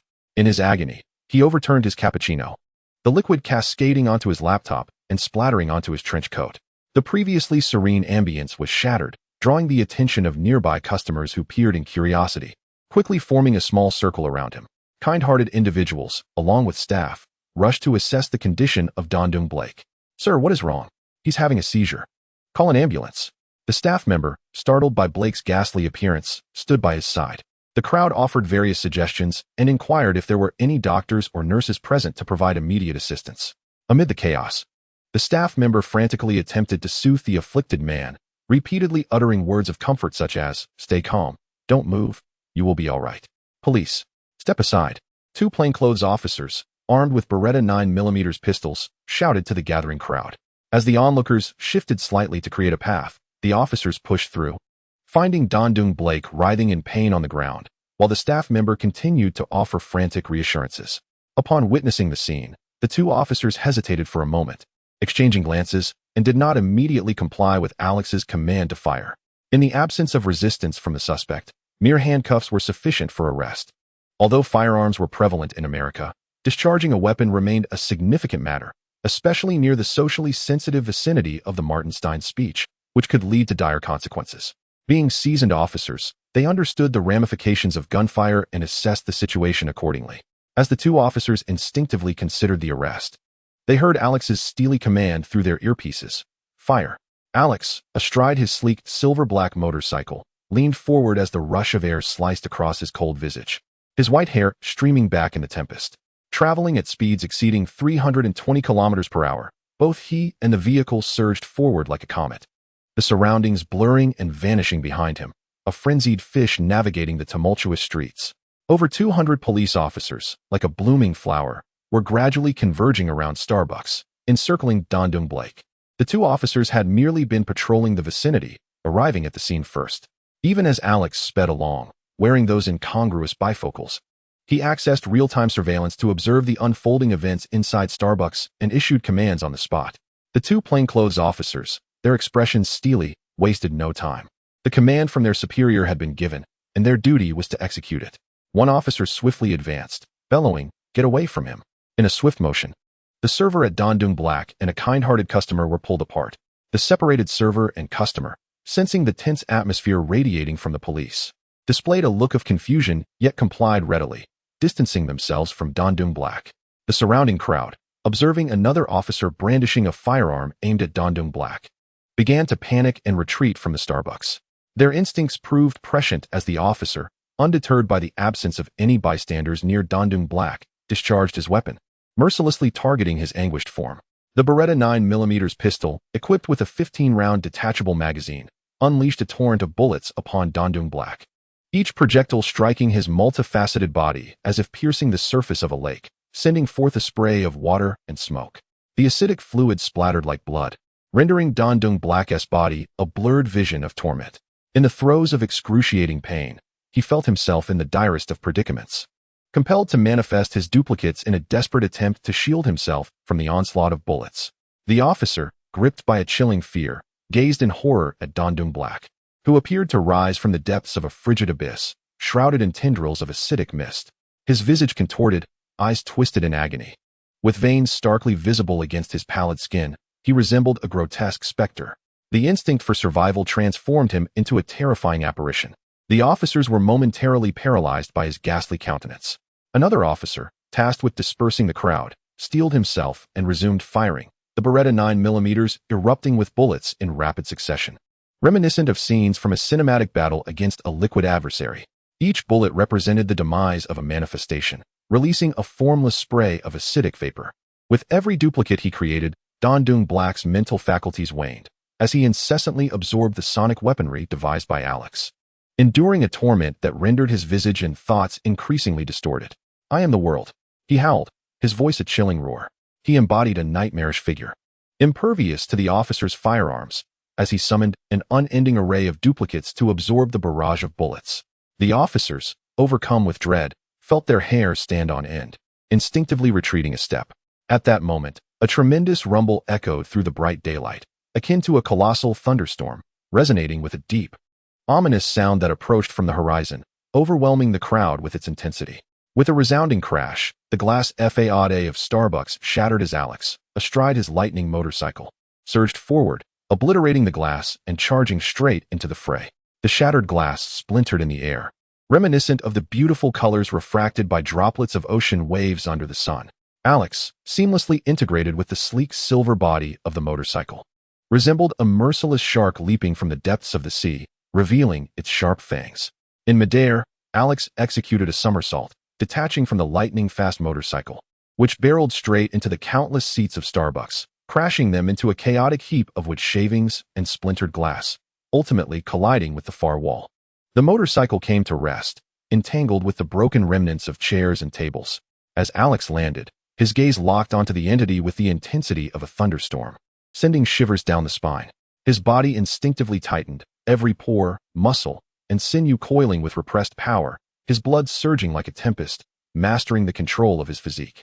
Suddenly, he lunged forward, exuding the ferocity of a wild beast. The ground beneath him erupted with a resounding thud, akin to stepping on a landmine. The dark brown tiles, deliberately designed to evoke a sense of character, buckled beneath his weight, fracturing spiderweb-like beneath him. Stop! In an instant, the system cried out in alarm at Alex's ear. Damn it! You fool, Alex! The system cursed inwardly, sensing the shift in Alex's intentions. He showed no inclination to complete the task. Instead, he was determined to confront the entity head-on. Even the temptation of controlled nuclear fusion could not sway him. What a waste of my energy, the system lamented. Ignoring the voice in his ear, Alex focused intently, aligning his heart, mind, and spirit in an ineffable unity. He felt the limits of his physical form being torn asunder, every cell within him resonating with a faint magnetic force. All 130 million cells birthed threads of magnetism, converging like tributaries into a grand river, allowing him to become a magnetic entity, effortlessly consolidating his entire strength into an unparalleled force. With a violent and ferocious fist, he struck forth, seemingly transcending distance as he propelled towards the chest of the entity. Dan Dong Blake sensed the impending arrival of his demise, his face contorted and unrecognizable, as clones surged forth in a frantic attempt to stave off death. Yet, Alex's fist shattered through the newly formed duplicates, slicing through layers of watery illusions. The entity's final struggles were futile against the might of Alex's strike. With a thunderous explosion, Dan Dong Blake was launched like a cannonball, crashing against the 4-meter-high wall. Blood erupted from him like a grotesque crimson bloom, splattering across the pristine white surface, a sight both shocking and vivid. He lay utterly limp, his eyes bulging with a lingering terror that echoed his final moments. His bones had shattered under the force, leaving his insides in disarray, with no organ intact. Brain matter oozed from his nose and mouth, and his limbs contorted grotesquely. He had grotesquely transformed into a soft, lifeless corpse, evoking a sense of dread. Particularly unsettling was the sight of his body, which clung to the wall for 3 or 4 seconds before slowly sliding down. The 2 police officers present could not suppress their horror as they glanced at the drenched figure of Alex. His already small white shirt clung tightly to his physique, accentuating the contours of his muscular build. Alex furrowed his brow slightly, feeling the discomfort of the acidic liquid that drenched his entire being. He cast a glance at the entity, confirming it was indeed the original form, utterly obliterated by his violent shockwave. He then stepped forward, making his way outside towards Starbucks. Removing his reading glasses, he flicked off the water and tucked them back into his left chest pocket, his expression serene. With fingers running through his damp, dyed white hair, he tousled it upward. He walked past 2 subordinates, who regarded him with expressions of astonishment, exiting the ruinous Starbucks. Chapter 32. The Mysterious Man on a Soft Down-Filled Bed. Martin Stein found half of his body sinking into the plush mattress, his face gaunt, with heavy bags under his eyes. His brow was tightly furrowed, making him appear 20 years older than his actual age. The phone rang in the hallway, its shrill tone piercing the silence. A scholar who favored classic aesthetics, his elegantly appointed study filled with the scent of sandalwood, and the somewhat antiquated hall reflected a style of dark sandalwood. Even the telephone was a black rotary model from the 1930s. His weary face wrinkled in irritation. He groaned in exhaustion, turning his head on the bed, pressing against the throbbing pain in his temples. The incessant ringing felt like a needle pricking his mind, though his tired body yearned to disregard the relentless sound. It was too loud to ignore. Even within the confines of his bedroom, the jarring ring penetrated the walls, almost as if it sought to invade his very consciousness. causing him immense discomfort and frustration. After tossing and turning several times, he attempted to muffle the noise with his blanket and pillow, but the headache only intensified. Covering his ears with his hands, the rising irritation made it unbearable for this usually good-natured scholar. Ultimately, driven by desperation, he grit his teeth, uttered a curse, and, shaking his pained head, reluctantly threw off the covers and rose from bed. His foot encountered a slipper on the floor, and lacking the energy to search for its pair, he donned just one, dragging his weary frame into the living room. A series of recent events had left his emotional and mental state in disarray. Firstly, he could not comprehend why he often found himself in unfamiliar places or environments, unable to recall how he had arrived there. It was as if he were afflicted with both amnesia and sleepwalking, leaving him powerless to control his own actions. This bewildering behavior, which occurred increasingly, filled him with frustration and confusion regarding his own body. After grappling with the enigma, he believed he had entered the twilight years of his life. Gradually, he succumbed to the allure of alcohol, spiraling into self-destructive behavior. Then, a throng of journalists, various companies, and even certain individuals from the United States frequently loitered outside his door, desperately seeking to engage him in discussions about the development of controlled nuclear fusion, fervently inviting him to partake in such endeavors. This was likely yet another manifestation of his sleepwalking and amnesia. In moments of clarity, he had never studied controlled nuclear fusion, much less been on the cusp of receiving a nomination for the next Nobel Prize. The concept of controlled nuclear fusion was foreign to him. He had not delivered any lectures on future energy, nor aspired to become a figure of monumental significance in the century. This was a fabrication, a fragile illusion, easily pierced. And even Martin Stein dared not acknowledge that he had engaged in such activities while sleepwalking. In truth, he had no recollection whatsoever. Martin Stein believed he was finished. Martin Stein dragged one bare foot across the frigid wooden floor, still ensnared in a drunken stupor. As he passed through the hall toward the telephone, he retrieved a bottle of vodka from the refrigerator. Although he had yet to pour it down his throat, merely holding it had already intoxicated him to a degree.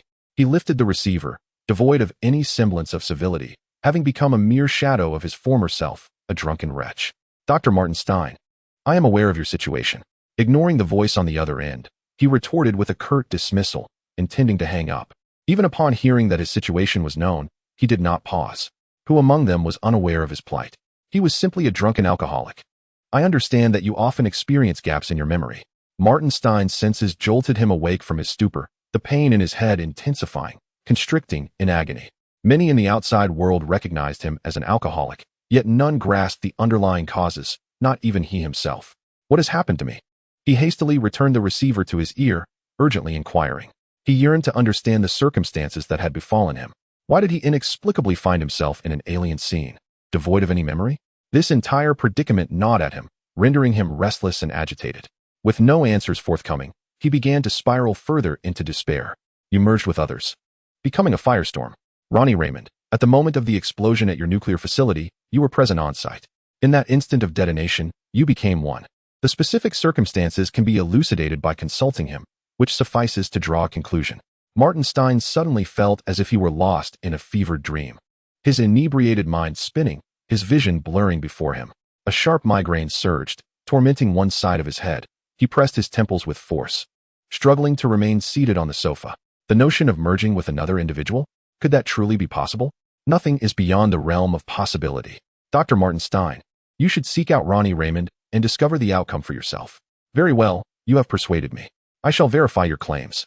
Martin Stein furrowed his brow in resignation, feeling the pain of his migraine intensifying. Furthermore, Dr. Stein, I have dispatched the majority of the data on controllable nuclear fusion to your residence. It should have arrived by now. The remainder can be derived through the firestorm's continued analysis. Congratulations, Dr. Stein. You shall achieve controllable nuclear fusion for humanity and become a monumental figure of this century. Who are you? A good question indeed. I ponder my own identity. I certainly require a resounding moniker. Henceforth, refer to me as Super-Duper Man. In the future, we shall meet. No need for gratitude, Dr. Stein. Farewell. Martin Stein held the microphone, his mouth agape in bewilderment, a torrent of questions swirling in his mind. Who exactly is Super-Duper Man? How does he possess such intimate knowledge of my affairs? Did he emerge from within me, creating this turmoil surrounding controllable nuclear fusion? Is it truly feasible for me to merge with another individual, to become Firestorm? What is the underlying principle? From a biological rejection standpoint, and even at the atomic level, Martin Stein's mind transformed back into that of a rational scientist, inundated with a plethora of bewildering inquiries. What is the meaning of all this? Chapter 33. What? I am actually the divine dragon. In Alex's underground base, the white lights gleamed brightly. Goodbye, Dr. Martin. Alex concluded, severing the communication link with Martin Stein. He sat in his chair, his back pressed firmly against the backrest, his right hand seemingly imbued with magical power, 5 golden bullets swirling freely in his palm, flying and rotating, as agile as serpents weaving through his fingers. Remarkably, the bullets did not touch his fingers. They hovered and danced in the air above his palm. A smile graced Alex's lips as he watched the 5 bullets he controlled glide effortlessly between his fingers. If a precise instrument were to measure at this moment, it would clearly reveal that Alex's magnetic field was seamlessly unified, akin to a psychic force manifesting as 5 delicate threads, guiding the bullets in a graceful ballet upon his fingertips. This phenomenon resembles a form of telekinesis, though it is not the mystical kind of psychic energy imagined by ordinary individuals. Instead, Alex transcended the corporeal limits, sensing the unification of the cohesive force within his very cells, enabling him to manipulate his body's magnetic field. The integration of his essence birthed a power akin to psychokinesis, a physical force harmonizing with magnetic field telekinesis. This ability is a manifestation of his intrinsic powers integration. Alex meticulously tested this magnetic telekinesis, discovering that the longest cohesive line could only extend a mere half a meter from his corporeal form, a notably limited distance. Furthermore, should any segment of this magnetic telekinesis sever, that portion would swiftly dissipate, dissolving into the natural environment. To underestimate this corporeal magnetic telekinesis would be a grave misjudgment. It possesses a multitude of functions. It can project outward or be retracted at will, allowing for precise adjustments to his physical body, various motor systems, the nervous system, endocrine system, circulatory system, respiratory system, digestive system, urinary system, and reproductive system, facilitating a degree of introspective adjustment. This unified physical magnetic telekinesis offers Alex unparalleled advantages and control over his corporeal form. He can create hooks with his magnetic telekinesis at the pores of his palms and soles, enabling him to scale skyscrapers with the agility of Spider-Man. Additionally, he can generate high-frequency hand strikes at an accelerated rate or spin his magnetic telekinesis like a chainsaw, crafting a telekinetic chainsaw. As long as his body can endure the high-frequency vibrations of the magnetic field, he could virtually be considered a self-propelled humanoid weapon. Moreover, he possesses the capacity for localized adjustments to muscle strength in his arms and thighs, enhancing and finely tuning his 5 senses, sight, hearing, smell, taste, and touch, making such feats effortless. The corporeal magnetic telekinesis renders him increasingly sensitive to his body, granting him enhanced control and the versatile unity of strength. The relationship between the magnetic telekinesis and his physical strength is intrinsic. It is a clear reflection of his corporeal prowess. Is he pleased? The corporeal magnetic telekinesis is merely a precursor to the controlling unification born from his future evolution. The system, devoid of emotion, harbors no grievances towards Alex for his incomplete tasks. It had expended considerable effort to transmit the majority of controllable nuclear fusion data into Alex's mind. To its astonishment, Alex seemed indifferent, effortlessly dispatching the multiverse entity with a single punch, dismissing any further interest in controllable nuclear fusion. Controllable nuclear fusion. In this era, what a remarkable source of energy it represents. Possessing it could elevate one to the status of a century's great figure, becoming the wealthiest magnate in the world, lacking for nothing. Yet, it was shattered by Alex's mere fist, simply because he was disinclined to fulfill his assigned duty. The system now languished in a muted pain, grieving its unfruitful efforts. Furthermore, as Alex has surpassed the physical limitations of humanity, achieving power unification and the ability to manipulate his magnetic telekinesis, he can effectively safeguard his brain, rendering it impossible for the system to indiscriminately inject information into his consciousness. In essence, the entity could no longer threaten Alex's life aside from its futile attempts to berate him. It had come to a complete realization that this host was remarkably resolute, unwilling to submit. Ignoring the system's incessant chatter, Alex had grown weary of responding or justifying himself, placing no trust in its words. He continued to manipulate 5 bullets with his physical magnetic field, causing them to dance around him at a distance of half a meter, testing the speed, strength, and malleability of his mental prowess. Regardless of how enticing the tasks issued by the system were, he never entertained the notion of complying with its directives. Alex possessed an unyielding self-discipline, a man who refused to compromise. How could he ever be controlled by the system? Even indirect manipulation through task modes was unacceptable to him. He would rather face destruction than yield. From the outset, the system's strategy to control him had already faltered. Since the first task, through subtle hints in the system's dialogue, Alex discerned that it had been obstructing his training, concluding that the system's capabilities were not as vast as it claimed. Particularly when it attempted to rationalize its task of befriending Barry, Alex was certain that the system lacked the power to eliminate him, hence its need to compromise with his formidable will. After extensive contemplation, Alex came to the realization that this system was utterly inept. After a prolonged silence, the system grew anxious, fearing that had the host been able to locate its presence, it would have been expelled from Alex's body long ago. However, as Alex grew stronger, avoiding such an outcome became increasingly challenging. Let us reconcile, the system implored weakly, unable to contain itself as it urged, don't be so reckless. I can help you gather some subordinates. Sometimes, let them handle tasks while you live your life peacefully. Obey traffic rules, maintain a regular diet, sleep early, avoid excesses, and gradually strengthen yourself. Alex, with an impassive expression and deep-set eyes lost in thought, continued to manipulate the bullets, which spiraled around him in a seamless rotation. Suddenly, an epiphany struck him. If I die, you will perish too, right? He stated. He had previously suspected that their fates were intertwined. The notion was now further validated. Ultimately, it was the system's fear of death that overwhelmed it, while Alex's fearless demeanor in the face of mortality sent chills down its spine. After a moment of silence, the system replied, indeed, your fearlessness in the face of death unsettles me. I believe we should have a conversation. Having witnessed Alex manipulate nuclear fusion while masquerading as Martin Stein to draw out the multiverse, thereby garnering global notoriety, the system felt a growing trepidation. Should other nations or groups become aware of the substantial interests behind this situation and recognize that it is Alex who orchestrated it all, it is likely that, within a few days, some individuals may resort to any means necessary to capture and torment him. The system calculated that, given Alex's indomitable character, his demise is not far off. Furthermore, with his reckless speed exceeding 320 kilometers per hour in the streets, Alex's fearless and obstinate demeanor is evident. The system perceives that this host is destined to bring about his own downfall, and since it cannot exert control, it decides to assist him in avoiding self-destructive behavior. I can divulge certain truths. I am a system at the pinnacle of technology, existing in a realm where science converges with idealism, philosophy, and theology. I, too, embody elements of idealism, philosophy, and theology. This is a rather intricate matter. At the moment of our fusion, a remarkable idealistic reaction occurred, resulting in unprecedented changes to your genetic makeup.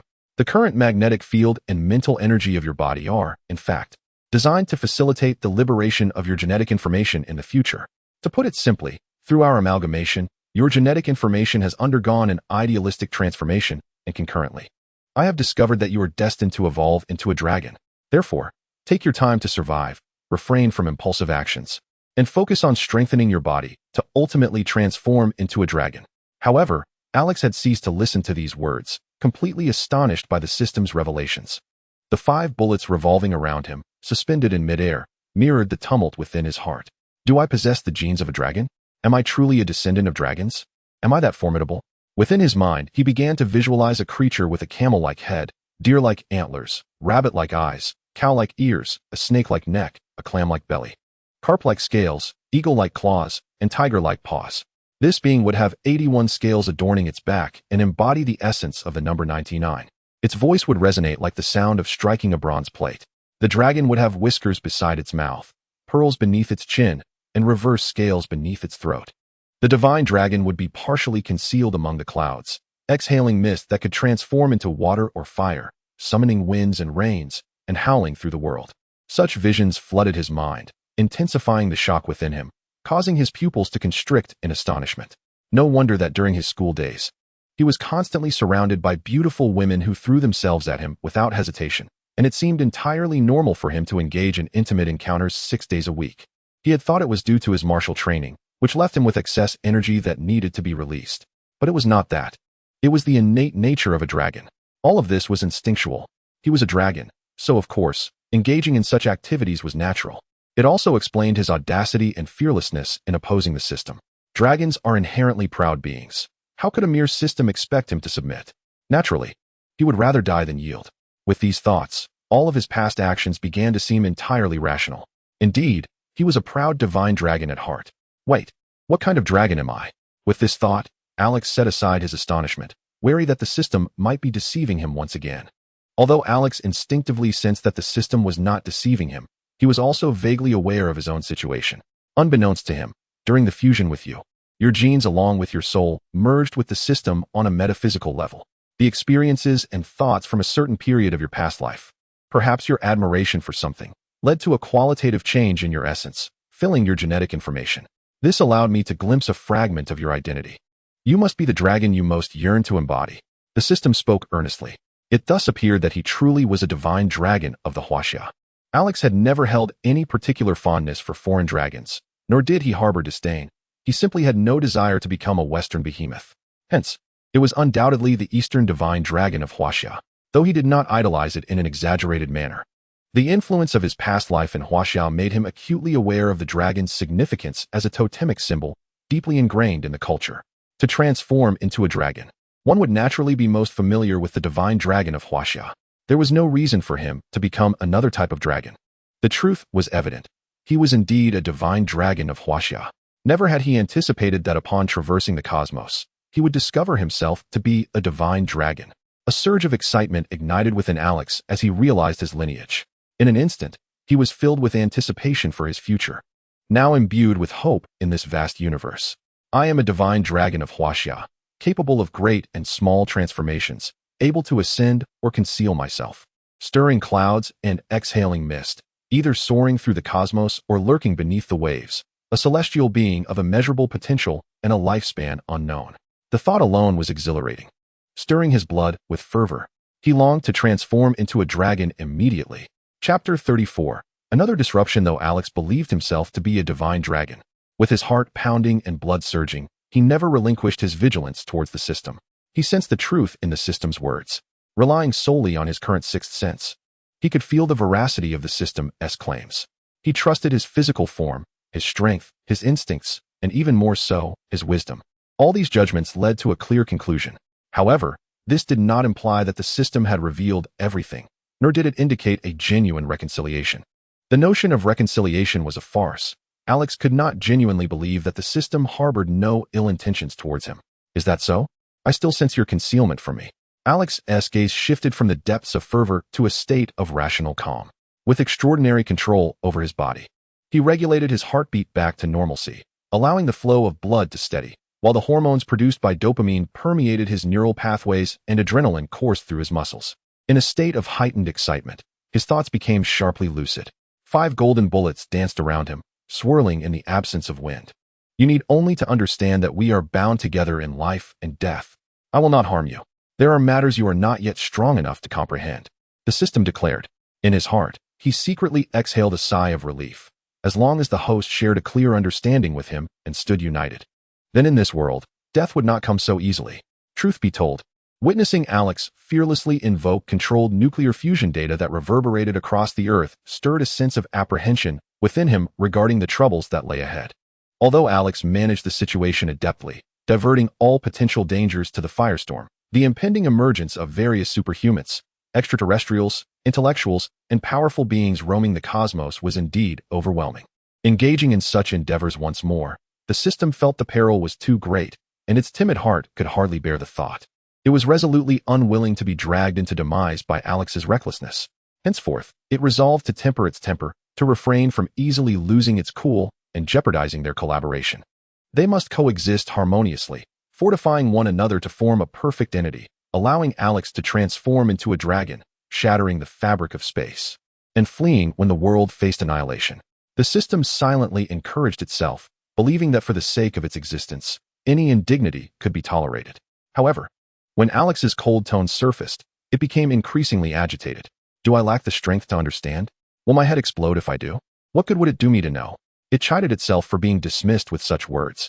Alex's gaze remained composed as he waved his right hand gently. An invisible magnetic force delicately wrapped around 5 bullet heads, which sequentially glided past his shoulder, elbow, and wrist, finally resting in the palm of his right hand. With an icy demeanor, he asserted, I must know your origins, your intentions, everything. I do not know my origins, he replied defiantly. You should be aware of my sixth sense, which enables me to discern the concealed truths in your words. If you wish for me to trust you, reveal all about yourself, and I shall make my choice. The system felt a twinge of irritation. It had already disclosed ample information, including its genetic data and the fact that it would eventually transform into a dragon. It had anticipated a relationship based on mutual respect and cohabitation, yet was met with suspicion, doubt, and more doubt. I have stated that your strength is insufficient to grasp my origins.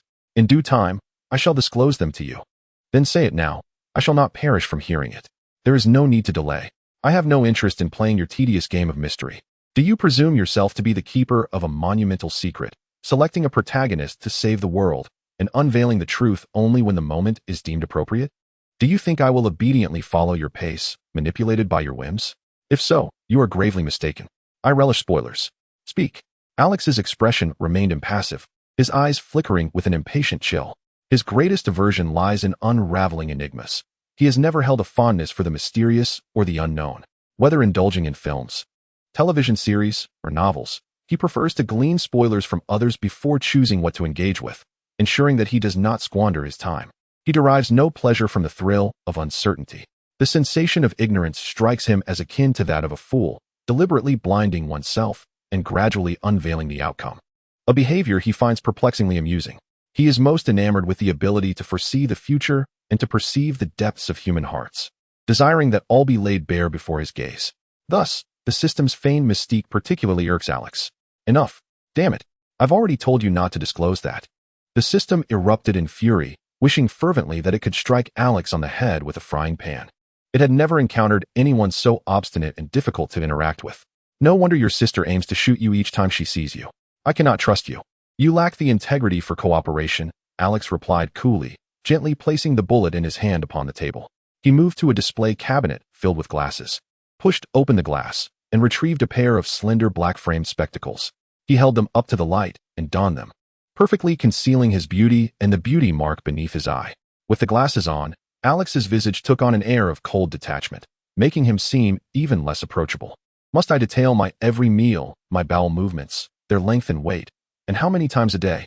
Is that necessary? The system, furious yet incredulous, retorted. Have I no privacy whatsoever? To dwell within you, sharing life and death. Must I be completely dissected and understood? You can still defecate? Alex furrowed his brow, pondering whether the system possessed such a function. It cannot be that you excrete within my body, he mused, though upon further reflection, he dismissed the notion as improbable. Nonetheless, it is only natural that I must have a comprehensive understanding of you before discussing collaboration. Can you truly defecate? Get lost. The system, now seething with rage, unleashed a torrent of crude invectives, bombarding Alex's ears with a cacophony of vulgarities. Damn it. I curse your lineage. In a fit of fury, the system spat out a series of vile expletives, seething. Alex, are you attempting to play tricks? I have demanded to know everything about your origins. Fine, Alex. If it's a game you wish to play, let us see who can outmaneuver whom. In the future, I shall see you on your knees, begging to lick the filthiest of sewers, pleading for my forgiveness. You're finished. I am furious, and you shall pay. Alex pondered whether he was pressing too hard. It seemed the system was on the verge of madness. Alex was acutely aware of himself. He could not endure a mysterious system residing within his body. It was akin to a person with severe obsessive-compulsive disorder, unable to tolerate even the slightest coffee stain on a pristine sofa. Just as a neatness fanatic would be tormented by disorder, Alex contemplated the situation and chose to disregard the system's incessant clamoring. He was resolute in observing this wretched system, curious to see what abilities it possessed that might induce regret within him. Chapter 35, The Chill Upper City. If the lower city was characterized by chaos and lawlessness, dominated by gangs, gun violence, abductions, and rampant crimes, an unrelenting hell for the citizens of the central city, a place they wished to avoid at all costs, then the upper city was a veritable paradise. It housed over 65% of the affluent population of the central city, replete with opulent mansions, thriving enterprises, aristocrats, and a refined, elegant modern urbanity. Here, everything exemplified the superiority of human civilization. Light, order, towering skyscrapers, luxurious beauty, and grandeur were omnipresent. Professional women moved gracefully through the streets, and the vibrant scenery was ceaselessly captivating, with a constant flow of vehicles illuminating the lavish lifestyle. This was a world to be envied, a dazzling realm of excess and splendor. Such descriptions are devoid of exaggeration. In contemporary America, cities like Los Angeles and New York, renowned worldwide, might be separated by merely a street, yet the disparity in their environments could be stark. One side might be strewn with homeless individuals, languishing in squalor, while across the street, magnificent mansions beckoned the affluent, who reveled in their opulent lives. The chasm between wealth and poverty could astonish any observer. Just one street's distance could transform a desolate existence into a heavenly one. Class divisions perpetually embody conflict, giving rise to further evils and crimes. The central city, unlike others, rarely exhibited such visible disparities in wealth and poverty, separated by mere streets. This severe economic divide was isolated within the city, resulting in the chaos of the lower city.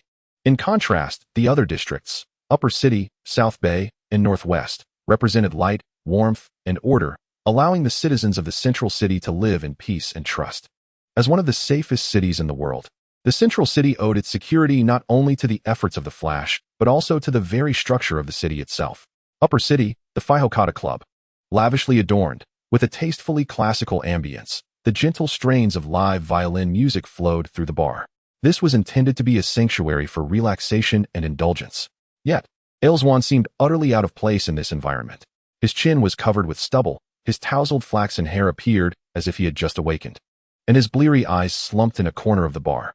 His shirt reeked of alcohol, resembling a lifeless fish. As a bartender passed by, he politely removed the empty bottle from Ailswan's table and, following his boozy request, presented another bottle of brandy, uncorked it, and poured him a drink before departing once more. Coughing, Ailswan seized the bottle and tilted it towards his mouth, the rich aroma of the liquor flooding his throat and nostrils in an instant, igniting a fiery sensation within him. His heart throbbed violently, akin to a roaring engine, yet it could not dispel the overwhelming despondency that clouded his spirit. Choking on the alcohol, the dense brandy trickled from the corners of his mouth, coursing through his disheveled beard and down his neck, staining his shirt with its warmth. He was as defeated as a salted fish. Kevin, slender and clad in a fitted suit, anxiously entered the bar. This establishment was one he had previously visited with Ailswan. During a time, they had celebrated the dismantling of a major drug trafficking ring, where the leader had treated them to an extravagant private party. Back then, they had dressed casually and reveled in the opulence and wealth that surrounded them. Now, however, his entry required formal attire and a membership card, subjected to layers of scrutiny before being granted access to such an upscale venue. Even with his badge as a police officer, the security remained unyielding, unwilling to concede even an inch. Should he attempt to force his way in, he might find himself stripped of his badge by morning. Kevin's gaze swept across the dimly lit corner, where he spotted Ailswan, coughing. "Boss, you should stop drinking." He approached, taking the damp, greasy bottle from Ailswan's grasp. Its surface slick with a mixture of sweat and liquor, reminiscent of a disheveled, drunken wretch. "It's just a demotion. We still have opportunities to confront him." Setting the bottle on the table, Kevin looked on helplessly as Ailswan spiraled downward, a figure he revered, a comrade and friend, now reduced to a disheartened drunkard. "Get lost." Ailswan, embodying the essence of a madman intoxicated with despair, shoved Kevin aside, sending him staggering backward into a chair, halting his retreat. With bloodshot eyes brimming with fury, Ailswan lifted the bottle from the table and hurled it toward Kevin's head. Bang! In disbelief, Kevin struggled to comprehend that his superior would resort to such madness. As the first blow landed, his vision blurred, the world spinning as he beheld Ailswan raising the bottle once more. Bang! His head endured another brutal strike from the bottle. The previously serene and comfortable atmosphere, accompanied by the soothing strains of a violin, shattered into chaos. Patrons and waitstaff froze, turning their attention to the unfolding scene. Such crude behavior had never graced this establishment. "What do you know? You're nothing but my dog." With a furious glare, Ailswan lifted the bottle again, striking Kevin once more, leaving him dazed and racked with pain. Especially that one utterance, likening him to a mere dog, left Kevin, who had always regarded Ailswan as the leader, utterly incredulous. To Ailswan, he was nothing more than a dog. The disbelief coursed through him, chilling him to the bone. The pain in his skull and the blood trickling down paled in comparison to the anguish gnawing at his heart. "You are just a dog, and you dare to comfort me? You think you mean something to me? You are a dog. Do you think it is merely a demotion?" Ailswan, panting heavily while clutching a bottle of liquor, gazed at Kevin, who lay sprawled on the ground, bloodied and partially concealed by overturned tables and chairs. The ache in his chest, aggravated by a kick from Alex, began to resurface, not from heartache, but due to the intensity of his movements, aggravating his wounds. "I have no future. Get lost. Go find someone else to lick your wounds. Go find another master. Ailswan tilted his head back and poured the remaining liquor into his mouth, choking and spitting a mouthful out. With bloodshot eyes, he wiped his mouth with his arm and burst into laughter at the sight of Kevin on the floor. To Kevin, his actions might seem like mere demotion. Yet Ailswan understood the gravity of the situation. He had caused a member of the Central City Brotherhood to be ousted from a high-ranking position in the police department. The support from the Swan family that had elevated him to such heights, with future plans and aspirations, lay in ruins due to Ailswan's reckless ambition. With this stain on his record, rival factions would seize upon it, ensuring Ailswan's exclusion from the upper echelons of the police department. The Swan family's entire strategy regarding the police force had been obliterated, and they had formally abandoned him. Without the backing of the Swan family, and with adversarial factions eager to elevate their own, he would gradually be marginalized, continuously scapegoated, and demoted further. The Brotherhood, controlling over 45% of the wealth, power, and status in Central City, left Ailswan feeling trapped in a dead end. Although the Brotherhood would not target him directly, many factions would gladly speak ill of him, thus selling him out to the Central City Brotherhood. This demotion was merely the beginning. He had come to realize that he had no future. The struggle for power at such elevated levels was far beyond Kevin's comprehension. Ailswan gazed at Kevin as one might look upon an unfortunate child who had fallen into the water, laughing mercilessly. Wasn't it true? He had fallen. Kevin was the unfortunate child, submerged in misfortune. With this thought, Ailswan's laughter grew even more raucous. The onlookers remained silent, and the bar grew increasingly quiet. Kevin silently rose from the ground, hidden beneath the tables and chairs, pressing his hand against his wounds, the blood staining half his face crimson. His gaze was veiled by the blood that lingered, while the other remained silent and devoid of emotion. He did not cast another glance at his former leader, Ailswan. Clutching his wound, he walked toward the door, his silhouette steeped in a sorrowful desolation. Behind him, he sensed another bottle hurtling toward him. A final act of rage from Ailswan. The bottle, cold and unyielding, struck Kevin's head thrice, then hit his back once, yet it fell to the ground. Rolling with a clatter, unbroken, Kevin stumbled forward, nearly losing his balance, but he steadied himself and step by step made his way out. Ailswan continued to rant in a drunken fury. A waiter, with a white towel draped over his arm and exuding impeccable etiquette, approached the frenzied Ailswan, bowing slightly as he presented the towel along with a mobile phone. "Mr. Ailswan, the boss wishes to discuss something with you." Chapter 36. The undercover betrayal. As the waiter approached, it was as if he was oblivious to Ailswan's madness, his countenance serene and composed, his gaze unwavering as he extended the white towel. Ailswan's wild behavior abruptly ceased, his venting reduced to mere remnants, as he regarded the waiter with unbridled disdain, loathing the unseen figure behind him. With a swift motion, he swatted the towel away and seized the phone, pressing it to his ear with a cold smirk. "Do I still hold some value to you?"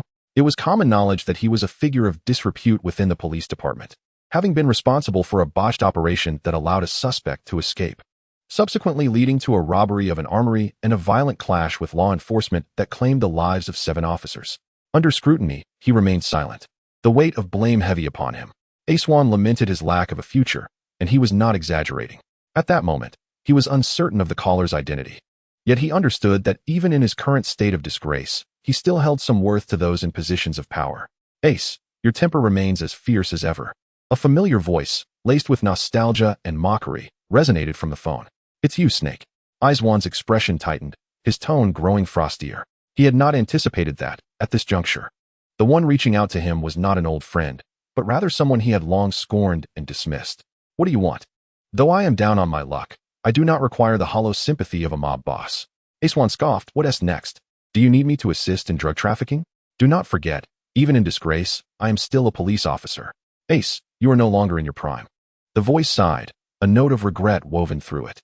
In the past, Ailswan's prideful and rebellious nature would have led him to dismiss such sentiments with a curt, disdainful farewell. This time, however, the verbosity indicated that Ailswan was merely puffing himself up in bravado. "What do you want, Snake?" Ailswan's demeanor darkened, gripping the phone tightly without ending the call. "Let us collaborate, Ace." "Very well."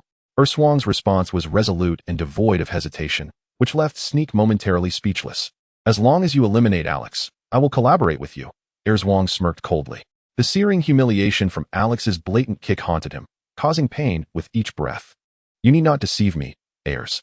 I cannot bear the consequences of a Brotherhood member's demise. If you lack the audacity, why contact me?" Sneak countered, his tone laden with meaning. Erswang's disdain for Alex flickered in his eyes as he felt the mocking gazes of every officer in the precinct, silently deriding him. He could no longer face any scrutiny from headquarters. The root of his disgrace lay in Alex's kick, which shattered his dignity and pride. "I shall not slay a member of the Brotherhood and invite unnecessary troubles," Sneak stated. "Your vendetta should be resolved by your own hand." Erswang pondered for a moment and replied, "Sneak, you remain as venomous as a serpent. Very well, we shall collaborate. My enemies will be dealt with by me. I require your assistance in the lower district." "Agreed." Alex's underground base, Sneak affirmed, having just completed various applications of the physical magnetic field abilities. Alex paused in front of a glass display case, contemplating his superhero suit. He did not possess the mournful heart of a saint nor the altruistic intentions of a vigilante like Batman, nor did he share the moral compass of the Flash's Barry Allen. Instead, every action he undertook was solely for his own gratification. The identity of a superhero facilitated connections with others of his kind, and in a world where one could not be a hero, must one then become a supervillain? Even if Alex regarded himself as emotionally detached, he bore the pride of having transcended to this realm, embodying the essence of a divine dragon. How could he stoop to the level of a universally despised supervillain? With this in mind, Alex devised a plan to assist Jack and two undercover agents in establishing stability in the lower district. He aimed to seize a portion of the district's interests to fund his entrepreneurial endeavors, having already expended a significant sum on the renovations of his underground base. He found himself in dire need of capital. Utilizing his superhero persona to aid his undercover agents in controlling part of the lower district's assets seemed a fitting solution. He opened his computer to access the map of the lower district. With the title of police chief from the central city precinct, he effortlessly retrieved the urban planning distribution map. However, due to the chaotic nature of the lower district, the 1989 map bore only a semblance of accuracy, necessitating Alex's own calculations for a clearer understanding. Fortunately, Alex only required a rough understanding of some lucrative gangs to assist his undercover agents in their operations. Within half an hour, he had devised a preliminary plan and commenced his evolution. He promptly contacted his most capable undercover agent, Agent 1. "It's time for your assistance. I will help you become." "That's not possible, boss. I'm currently fleeing to Thailand on an airship. The beasts in the lower district are merciless. They nearly killed me. That street has been raided, and I cannot assist you. Thankfully, I managed to abscond with all the money. Boss, if I can just get to Thailand and procure a shipment, you can cover for me while we make our fortune together." Alex's expression remained stoic as he hung up the phone. Agent 1 had been driven out of the lower district, fleeing to Thailand to prepare for his illicit dealings. A failure. He then called Agent 2, who, though not as talented as Agent 1, possessed a steadiness that allowed him to handle many situations independently while safeguarding the family's interests. "It's time for your assistance. I'm preparing to take action in the lower district." "Bloody hell. My legs have been shattered. I've been amputated, and you come to me with your plans?" Alex silently consoled Agent 2, promising to retaliate against those who had maimed him, and he transferred a sum of money to ensure Agent 2 could find a place to recuperate. Eventually, he managed to calm Agent 2 down. Agent 2 had been injured in a gang altercation, shot in the legs with a shotgun, leading to amputation and leaving him incapacitated. Another failure. At this moment, Alex desired nothing more than to light a cigarette and watch the smoke dissipate. However, being aware of the health risks associated with smoking, he refrained from the habit and instead exhaled softly, seeking to regain his composure and reflect on whether he had misjudged the character of his operatives. Both Agent 1 and Agent 2 had exhibited remarkable abilities, yet one had been forced to flee to Thailand, and the other had suffered grievous injuries. Furrowing his brow, Alex pondered that the least capable of the trio, Agent 3, Jack, was likely doomed. Given Jack's tendency to engage in frivolous pursuits and his timidity, it seemed he may have already met a dire fate. With a heavy heart, Alex dialed Jack's number, relieved to find it answered. "Jack, what is your status?" "Boss, I'm finished. This time, I'm truly done for." Jack lamented over the phone, his voice trembling with fear, evoking a sense of dread in Alex as he imagined Jack curled up and weeping on the other end. Alex's heart sank further. Was the chaos in the lower district so severe that he had lost all three of his operatives? "Do not worry, Jack. I will exact vengeance for you. No one can harm my people without consequence." Jack abruptly ceased his lamentation, weakly responding, "No, boss, you misunderstand. I have become the leader of the largest gang in the lower district." Alex. Chapter 37. The Rise of Jack in the Underbelly. What transpired? Please elucidate.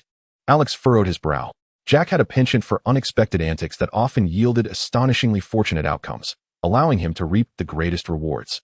Yet, paradoxically, He was timid and apprehensive, lacking the audacity, capability, and presence befitting a leader. It was perplexing that he ascended to the position of boss amidst the gang conflicts, seemingly unaware of how it came to pass. Very well, boss. This matter must be traced back to our communication from 7 days ago.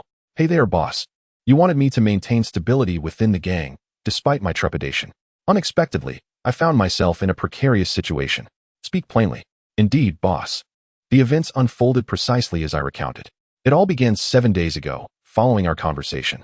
I vividly recall that day. The sewers of the underbelly were still cloaked in black liquid, and the sky remained shrouded in darkness, veiling the light. Your brilliance, dear boss, shone like a goddess of the moon, illuminating the path ahead. Boss, do you realize the absurdity that arises when a gang leader encounters adversity? The underlings gaze at their leader.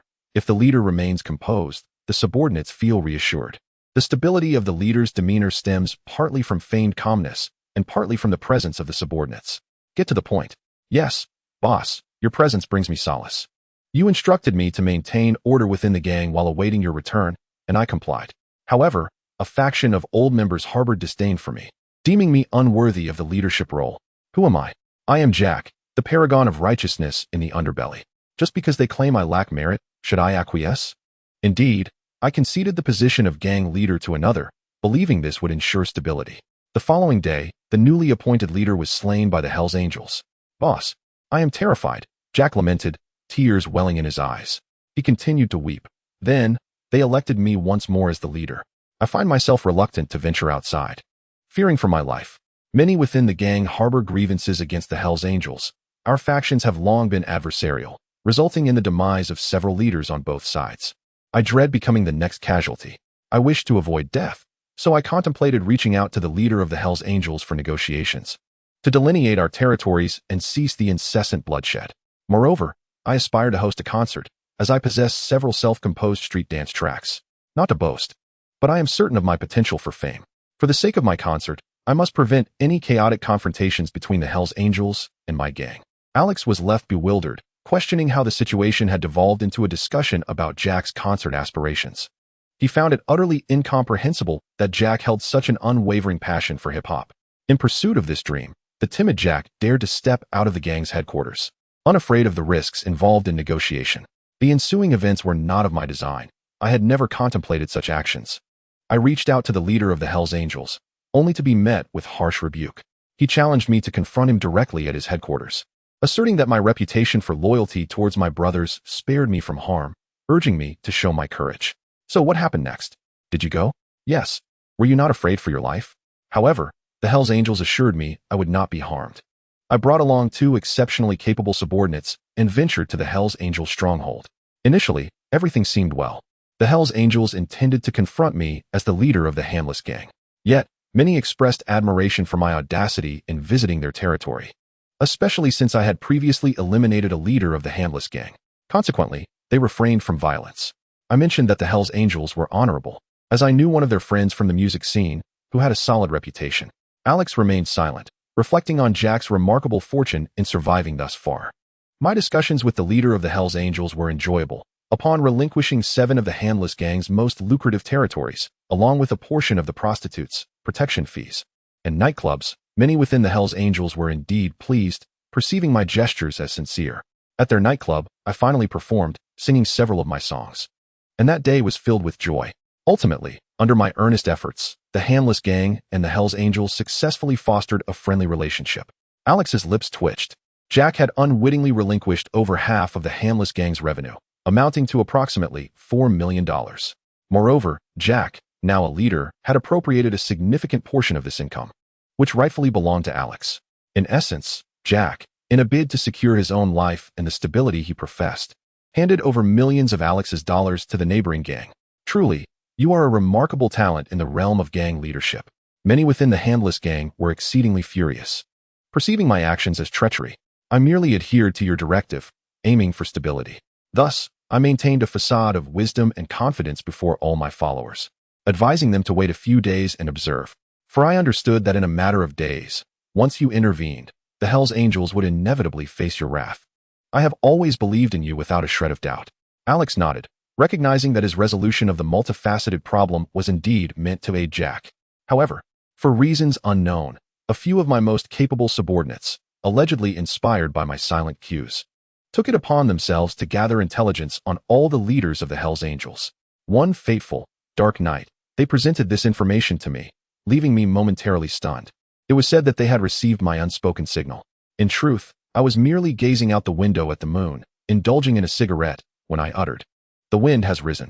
I swear, at that moment, I was contemplating lyrics. For reasons unknown, my subordinates became entangled in a conflict, covertly launching an assault on the leaders of the Hell Angels, slaying them all. It was utterly terrifying. Within just 2 days, the entire Hell Angels gang was dismantled by our faction, the Disarmed Gang. We are now in the process of claiming the territory of the Hell Angels. A great deal of unrest has erupted, with dozens of streets embroiled in violent clashes. My gang, the Disarmed Gang, has ascended to become the largest faction in the lower city. So, you have thus become the chief of the largest gang in the lower city? Have the Disarmed Gang taken over the areas of St. Lee Street and Palmerport? Indeed, those 2 small places were conquered long ago. I've heard from my subordinates that the leader of Palmerport fled to Thailand overnight. I even sent my men in an airship to hunt them down. What is the matter? Alex's chest tightened with frustration, rendering him speechless. It seems that my #1 undercover agent fled to Thailand because of you, and the second was also affected, having his leg broken by your men. Jack, you are truly remarkable. A paragon among the elite. Your prowess has left me astounded. There is no need to pursue him any longer. Alex reluctantly issued the order. Who could have anticipated that Jack would suddenly become the overlord of the lower city? Jack's maneuvers were beyond comprehension. All right, boss. But what now? I have become the largest gang leader in the lower city. They say I am shrewd and benevolent, treating my subordinates well, exuding charisma, confidence, persuasiveness, enthusiasm, optimism, and trustworthiness. I am well regarded, and many young individuals have joined the gang out of admiration for me. The original first and second gangs harbor significant resentment towards me, believing I have usurped their prestige. Yet, I had no desire for such a situation. The territories of the Disarmed Gang and the Hell Angels combined make us the foremost in the lower city. What can I do about it? Should I perhaps cede some territory to them? Boss, I can't shake the feeling that they want to kill me. I'm so anxious. What should I do? After pondering for a moment, Alex said, "Send me all the information on the gangs in the lower city. I require detailed data. In that case, I shall support you in ruling the lower city." Chapter 38. Exceptional subordinates. Alex's underground base was brightly illuminated, casting a unique, cold beauty upon the technological items displayed in the cabinets. Several days had passed, and within the underground base, a training ground had been established. Equipped with various sporting apparatuses, sandbags, wooden stumps, knives, guns, swords, polearms, axes, whips, hammers, sticks, and spear-like weapons, along with exceptional weightlifting equipment. He had been diligently practicing the manipulation of his magnetic field and psychic powers in conjunction with his physical strength, crafting an array of astonishing techniques, each more wondrous than the last. Meanwhile, he was waiting for Jack's information in the underground base. Alex was determined to support Jack in becoming the ruler of the lower districts, establishing a stable environment that would serve as a reliable source of income. However, over the course of several days, Alex received peculiar news from his adoptive father, Bert. Ainsworth had been reassigned to the lower districts. "Alex, your actions were too ruthless. You have effectively banished a promising deputy inspector to such a chaotic place." What was happening? Alex frowned, honestly surprised that Ainsworth could be expelled from headquarters in such a manner, even if his actions had inadvertently led to the escape of a suspect and subsequent upper-level scrutiny. It seemed improbable that Ainsworth would be sent to the tumultuous lower districts. If he were to be reassigned from headquarters, it would be reasonable for someone of Ainsworth's stature and the Swan family status to be relocated to the more affluent upper districts, where the environment was far more congenial. It would be entirely acceptable for him to be sent to other less demanding areas, such as the Barton district or the Northwest district. There was no justification for relocating a deputy inspector with a respectable background to the chaos of the lower districts.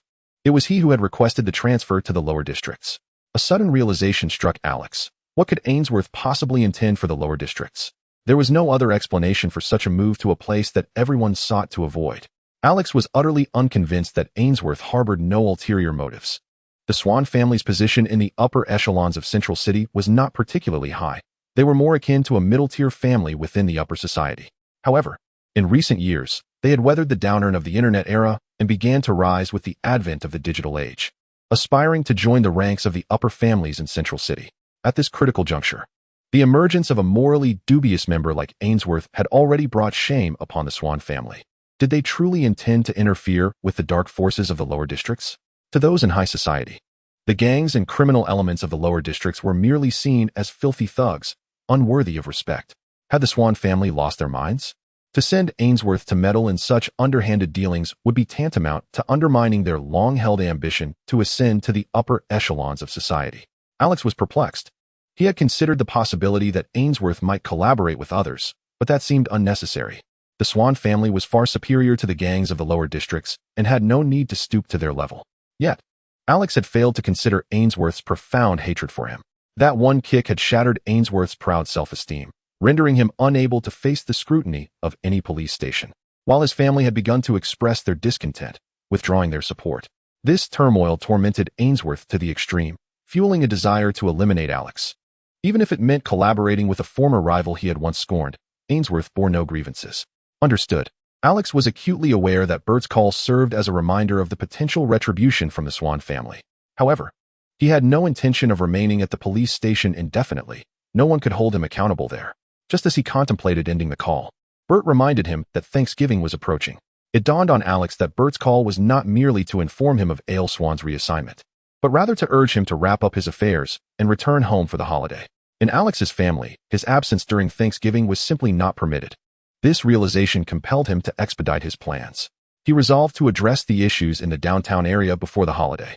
After hanging up with Bert, Alex returned to his computer, continuing to scrutinize the information Jack had sent regarding the gang territories in the downtown area, including the involvement of various gangs in arms and drug trades, with details that even pinpointed the specific sellers in the Golden Triangle. This level of detail was decidedly uncharacteristic of Jack. How could Jack possess such comprehensive information? The documents clearly outlined various considerations, the elimination of numerous gang leaders, and the proposed replacements to ensure swift control of the downtown region. Such organizational prowess suggested that the person behind this intelligence could easily assume the role of a corporate executive. Could someone with such capabilities truly be a mere subordinate of a gang leader who only desired to indulge in a lifestyle of frivolity? This struck Alex as rather peculiar. He promptly called to inquire further, as the quality of the information suggested it could not possibly originate from Jack's crew. Yes, boss, Ahu was quite remarkable. He was the one who took down the Blood Angels. What's the matter, boss? Is there an issue? Alex's mind raced with questions.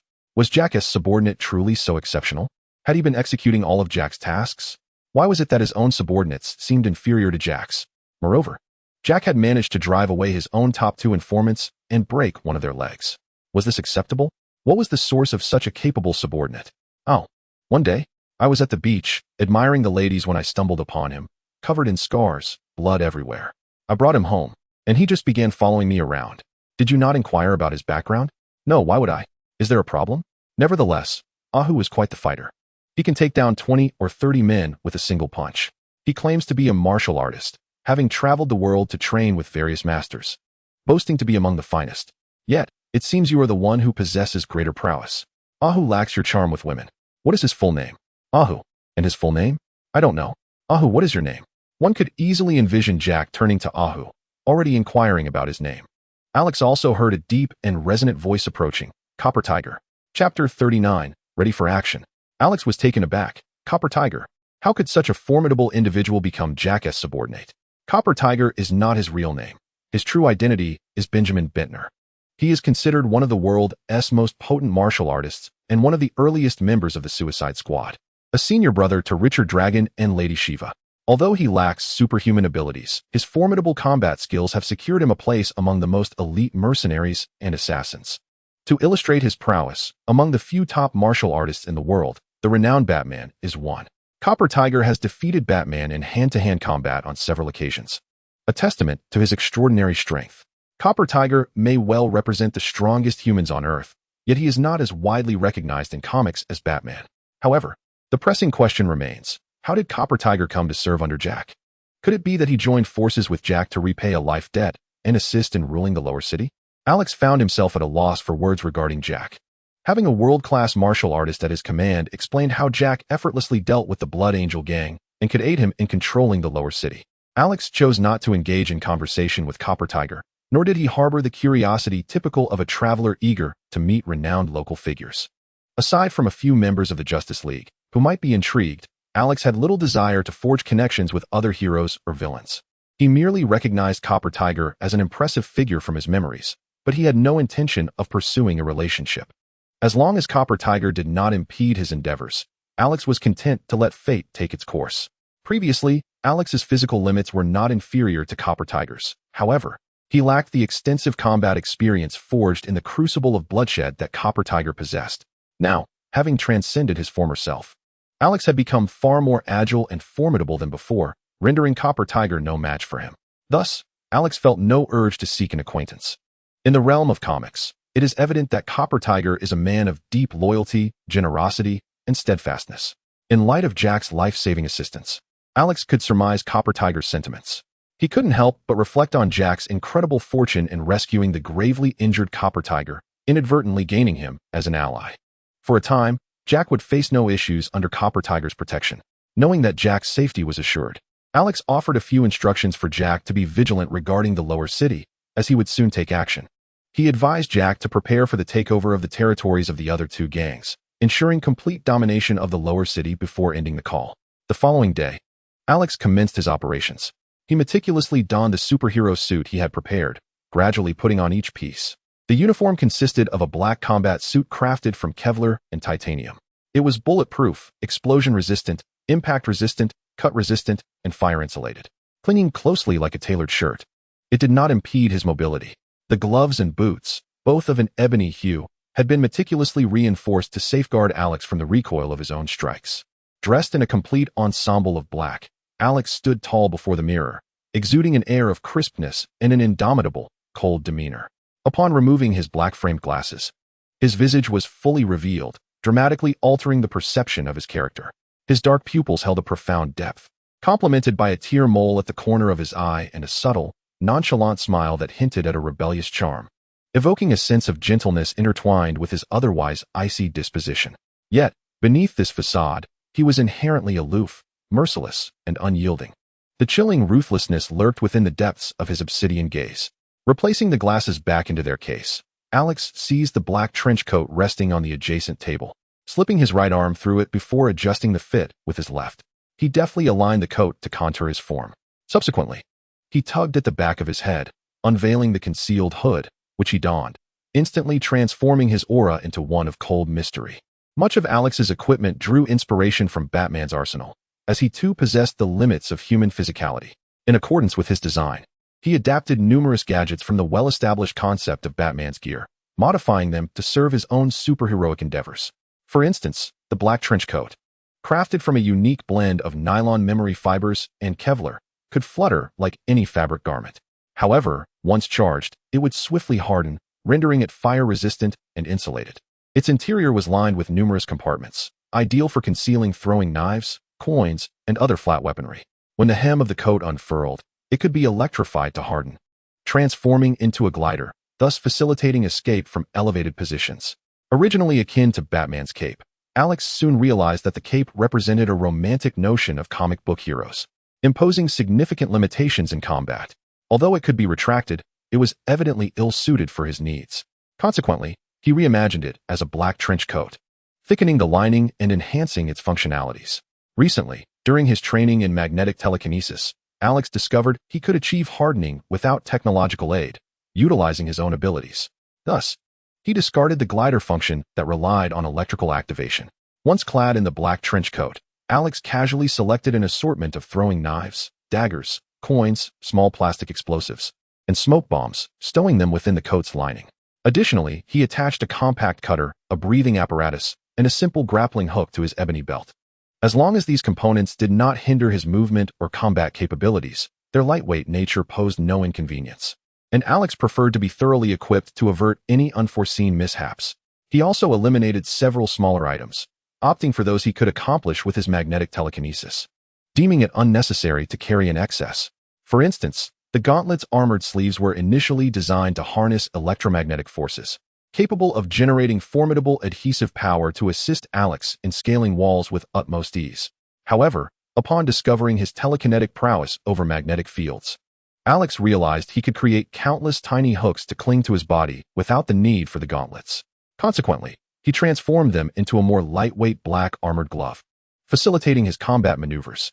Within days, he meticulously reconfigured various personal items, which had once closely resembled those of Batman. Yet, owing to his newfound magnetic telekinesis, many of these became redundant, allowing him to cultivate a unique personal style. Ultimately, clad in a complete superhero ensemble, Alex secured the buttons of his trench coat, fastening them from bottom to top with deliberate finesse. As the hem of his black coat swayed, he made his way to the display case housing his mask. There lay a featureless mask, smooth and silver like half a glistening eggshell, devoid of facial features save for two horizontal slits for the eyes, exuding an uncanny chill. Retrieving the mask, Alex pressed it against his face with his right hand, adjusting it firmly. In an instant, enveloped in his dark uniform and trench coat, the hood obscured his eyes, revealing only the polished silver of the mask, reminiscent of a reaper in the shadows, evoking a sense of dread. Chapter 40. Hero. The night unfolded, misty and melancholic, like a weeping widow. In the lower district, at Palmer Harbor, the sea breeze howled, and waves crashed against the concrete pier, white foam churning as they battered the weathered walls. Palmer Harbor was one of the few locations in the lower district offering a glimpse of the sea.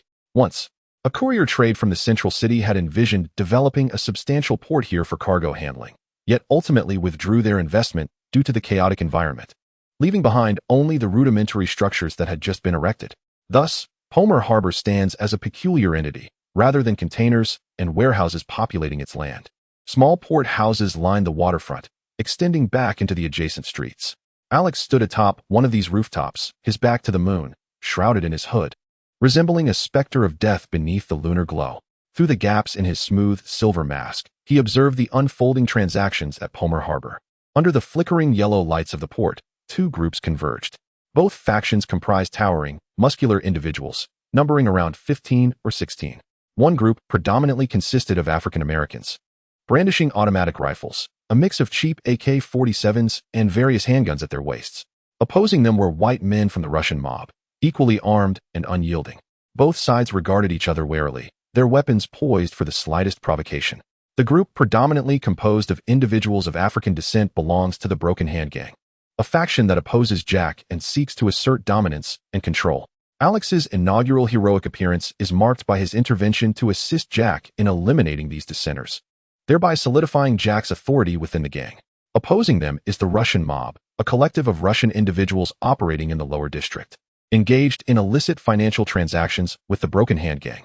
From Alex's elevated vantage point, he observes that there are more than just two factions present. Numerous others lurk in the shadows of the alleys, likely participants in the underworld's treacherous dealings.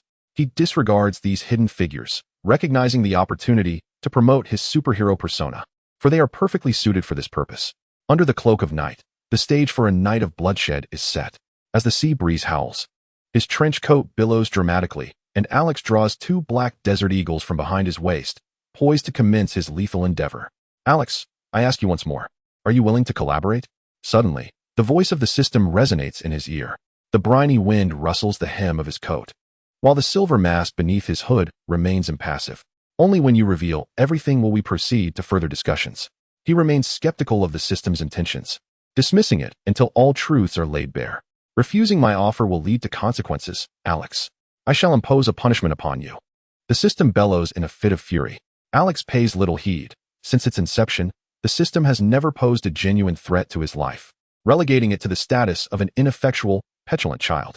At that moment, as Alex prepares to confront the members of the two rival gangs, a colossal wave of sound erupts around him.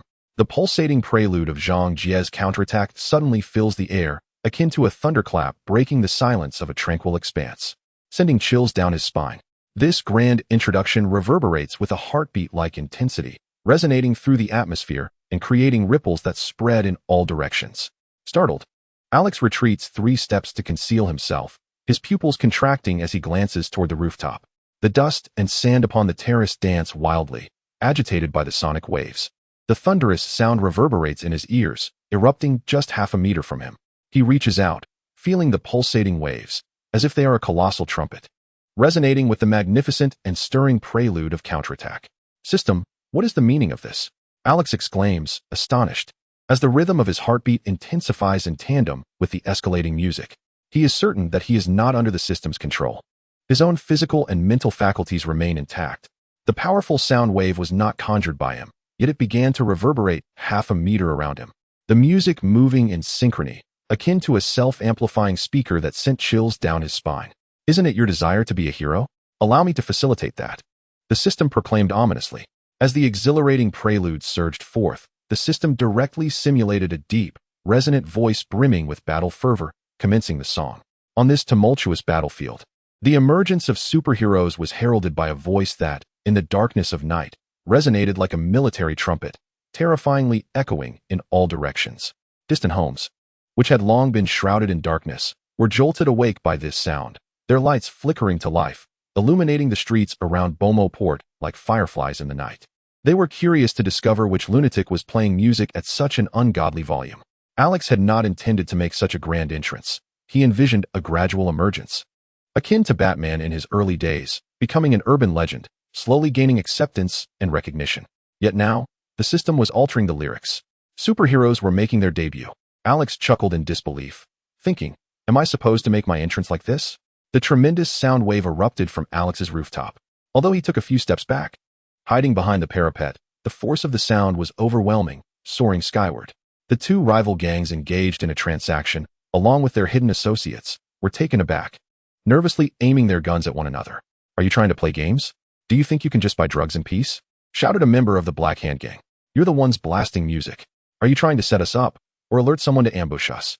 Retorted a member of the Russian gang, brandishing an automatic rifle and shouting back defiantly.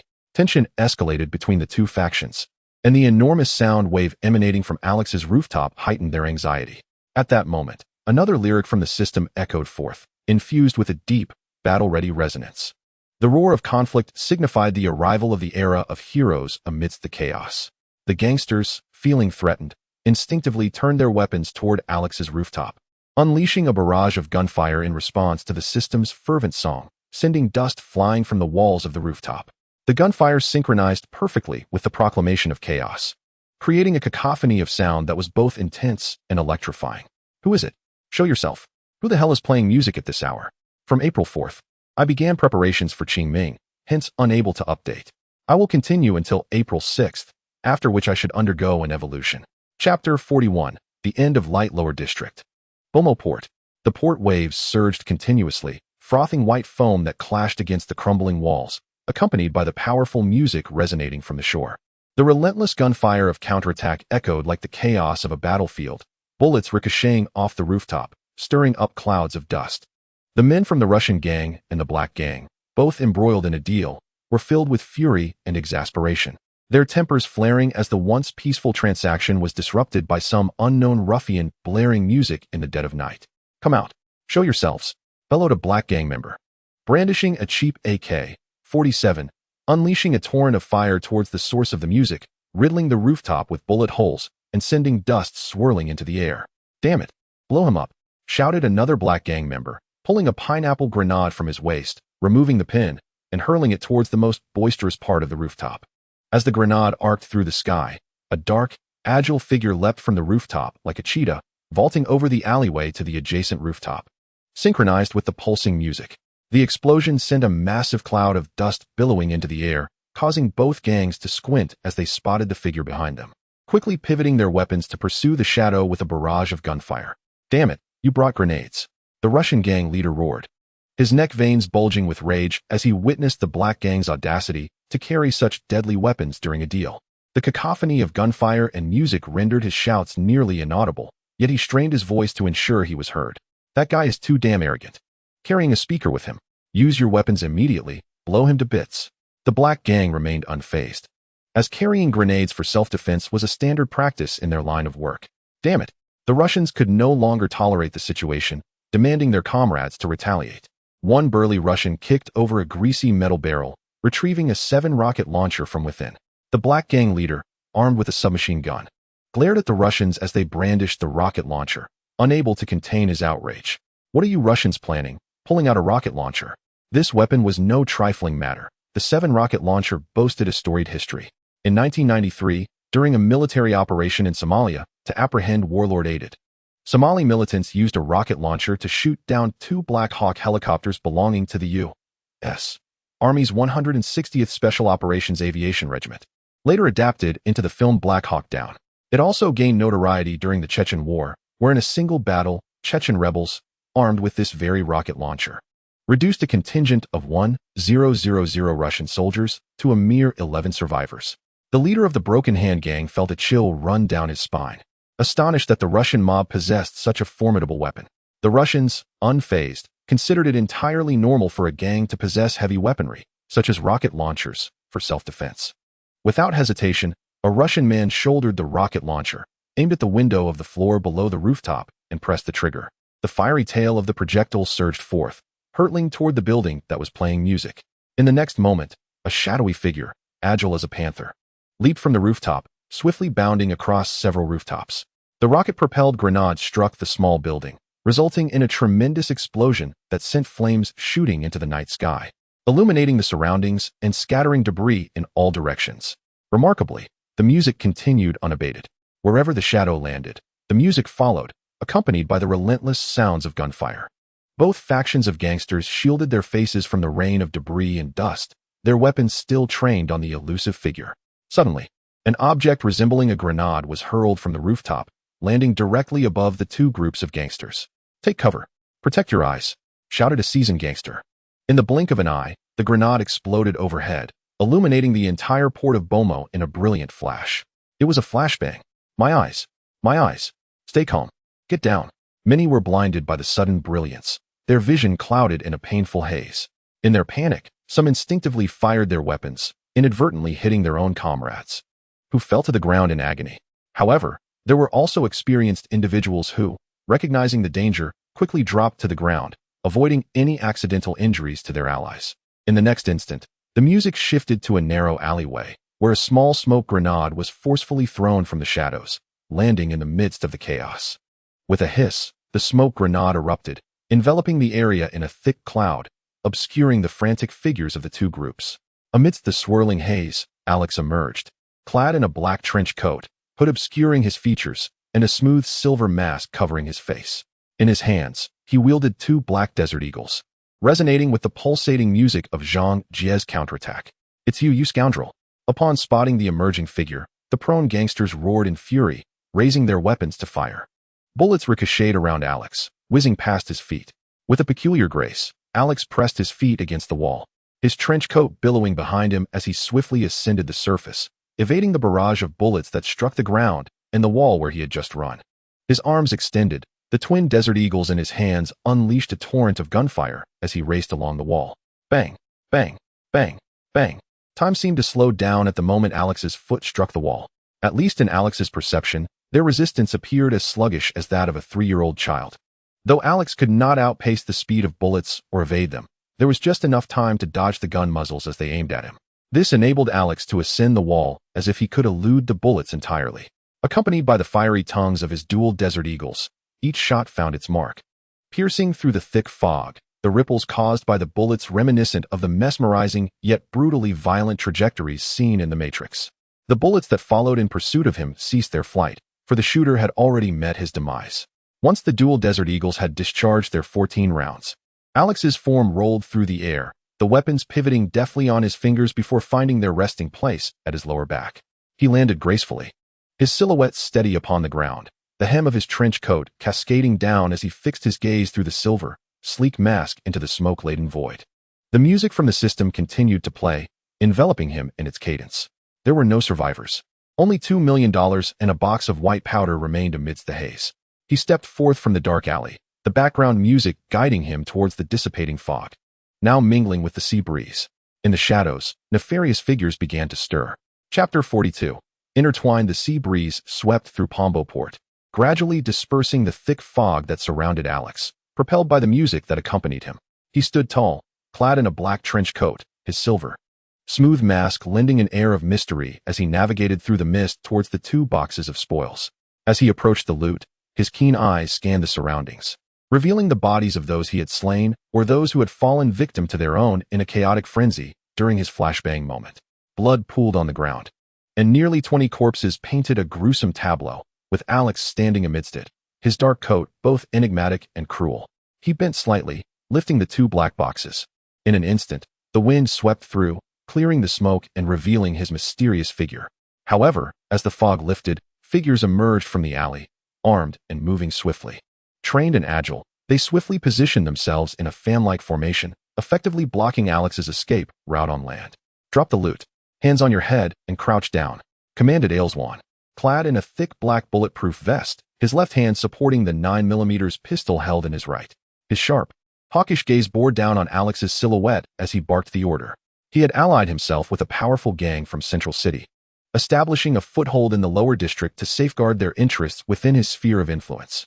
Today marked an operation aimed at striking against the newly emerged faction of the non-cooperative elements of the Russian gang, as well as establishing authority in this unfamiliar territory. After a series of strategic deployments of police forces, they lay in ambush.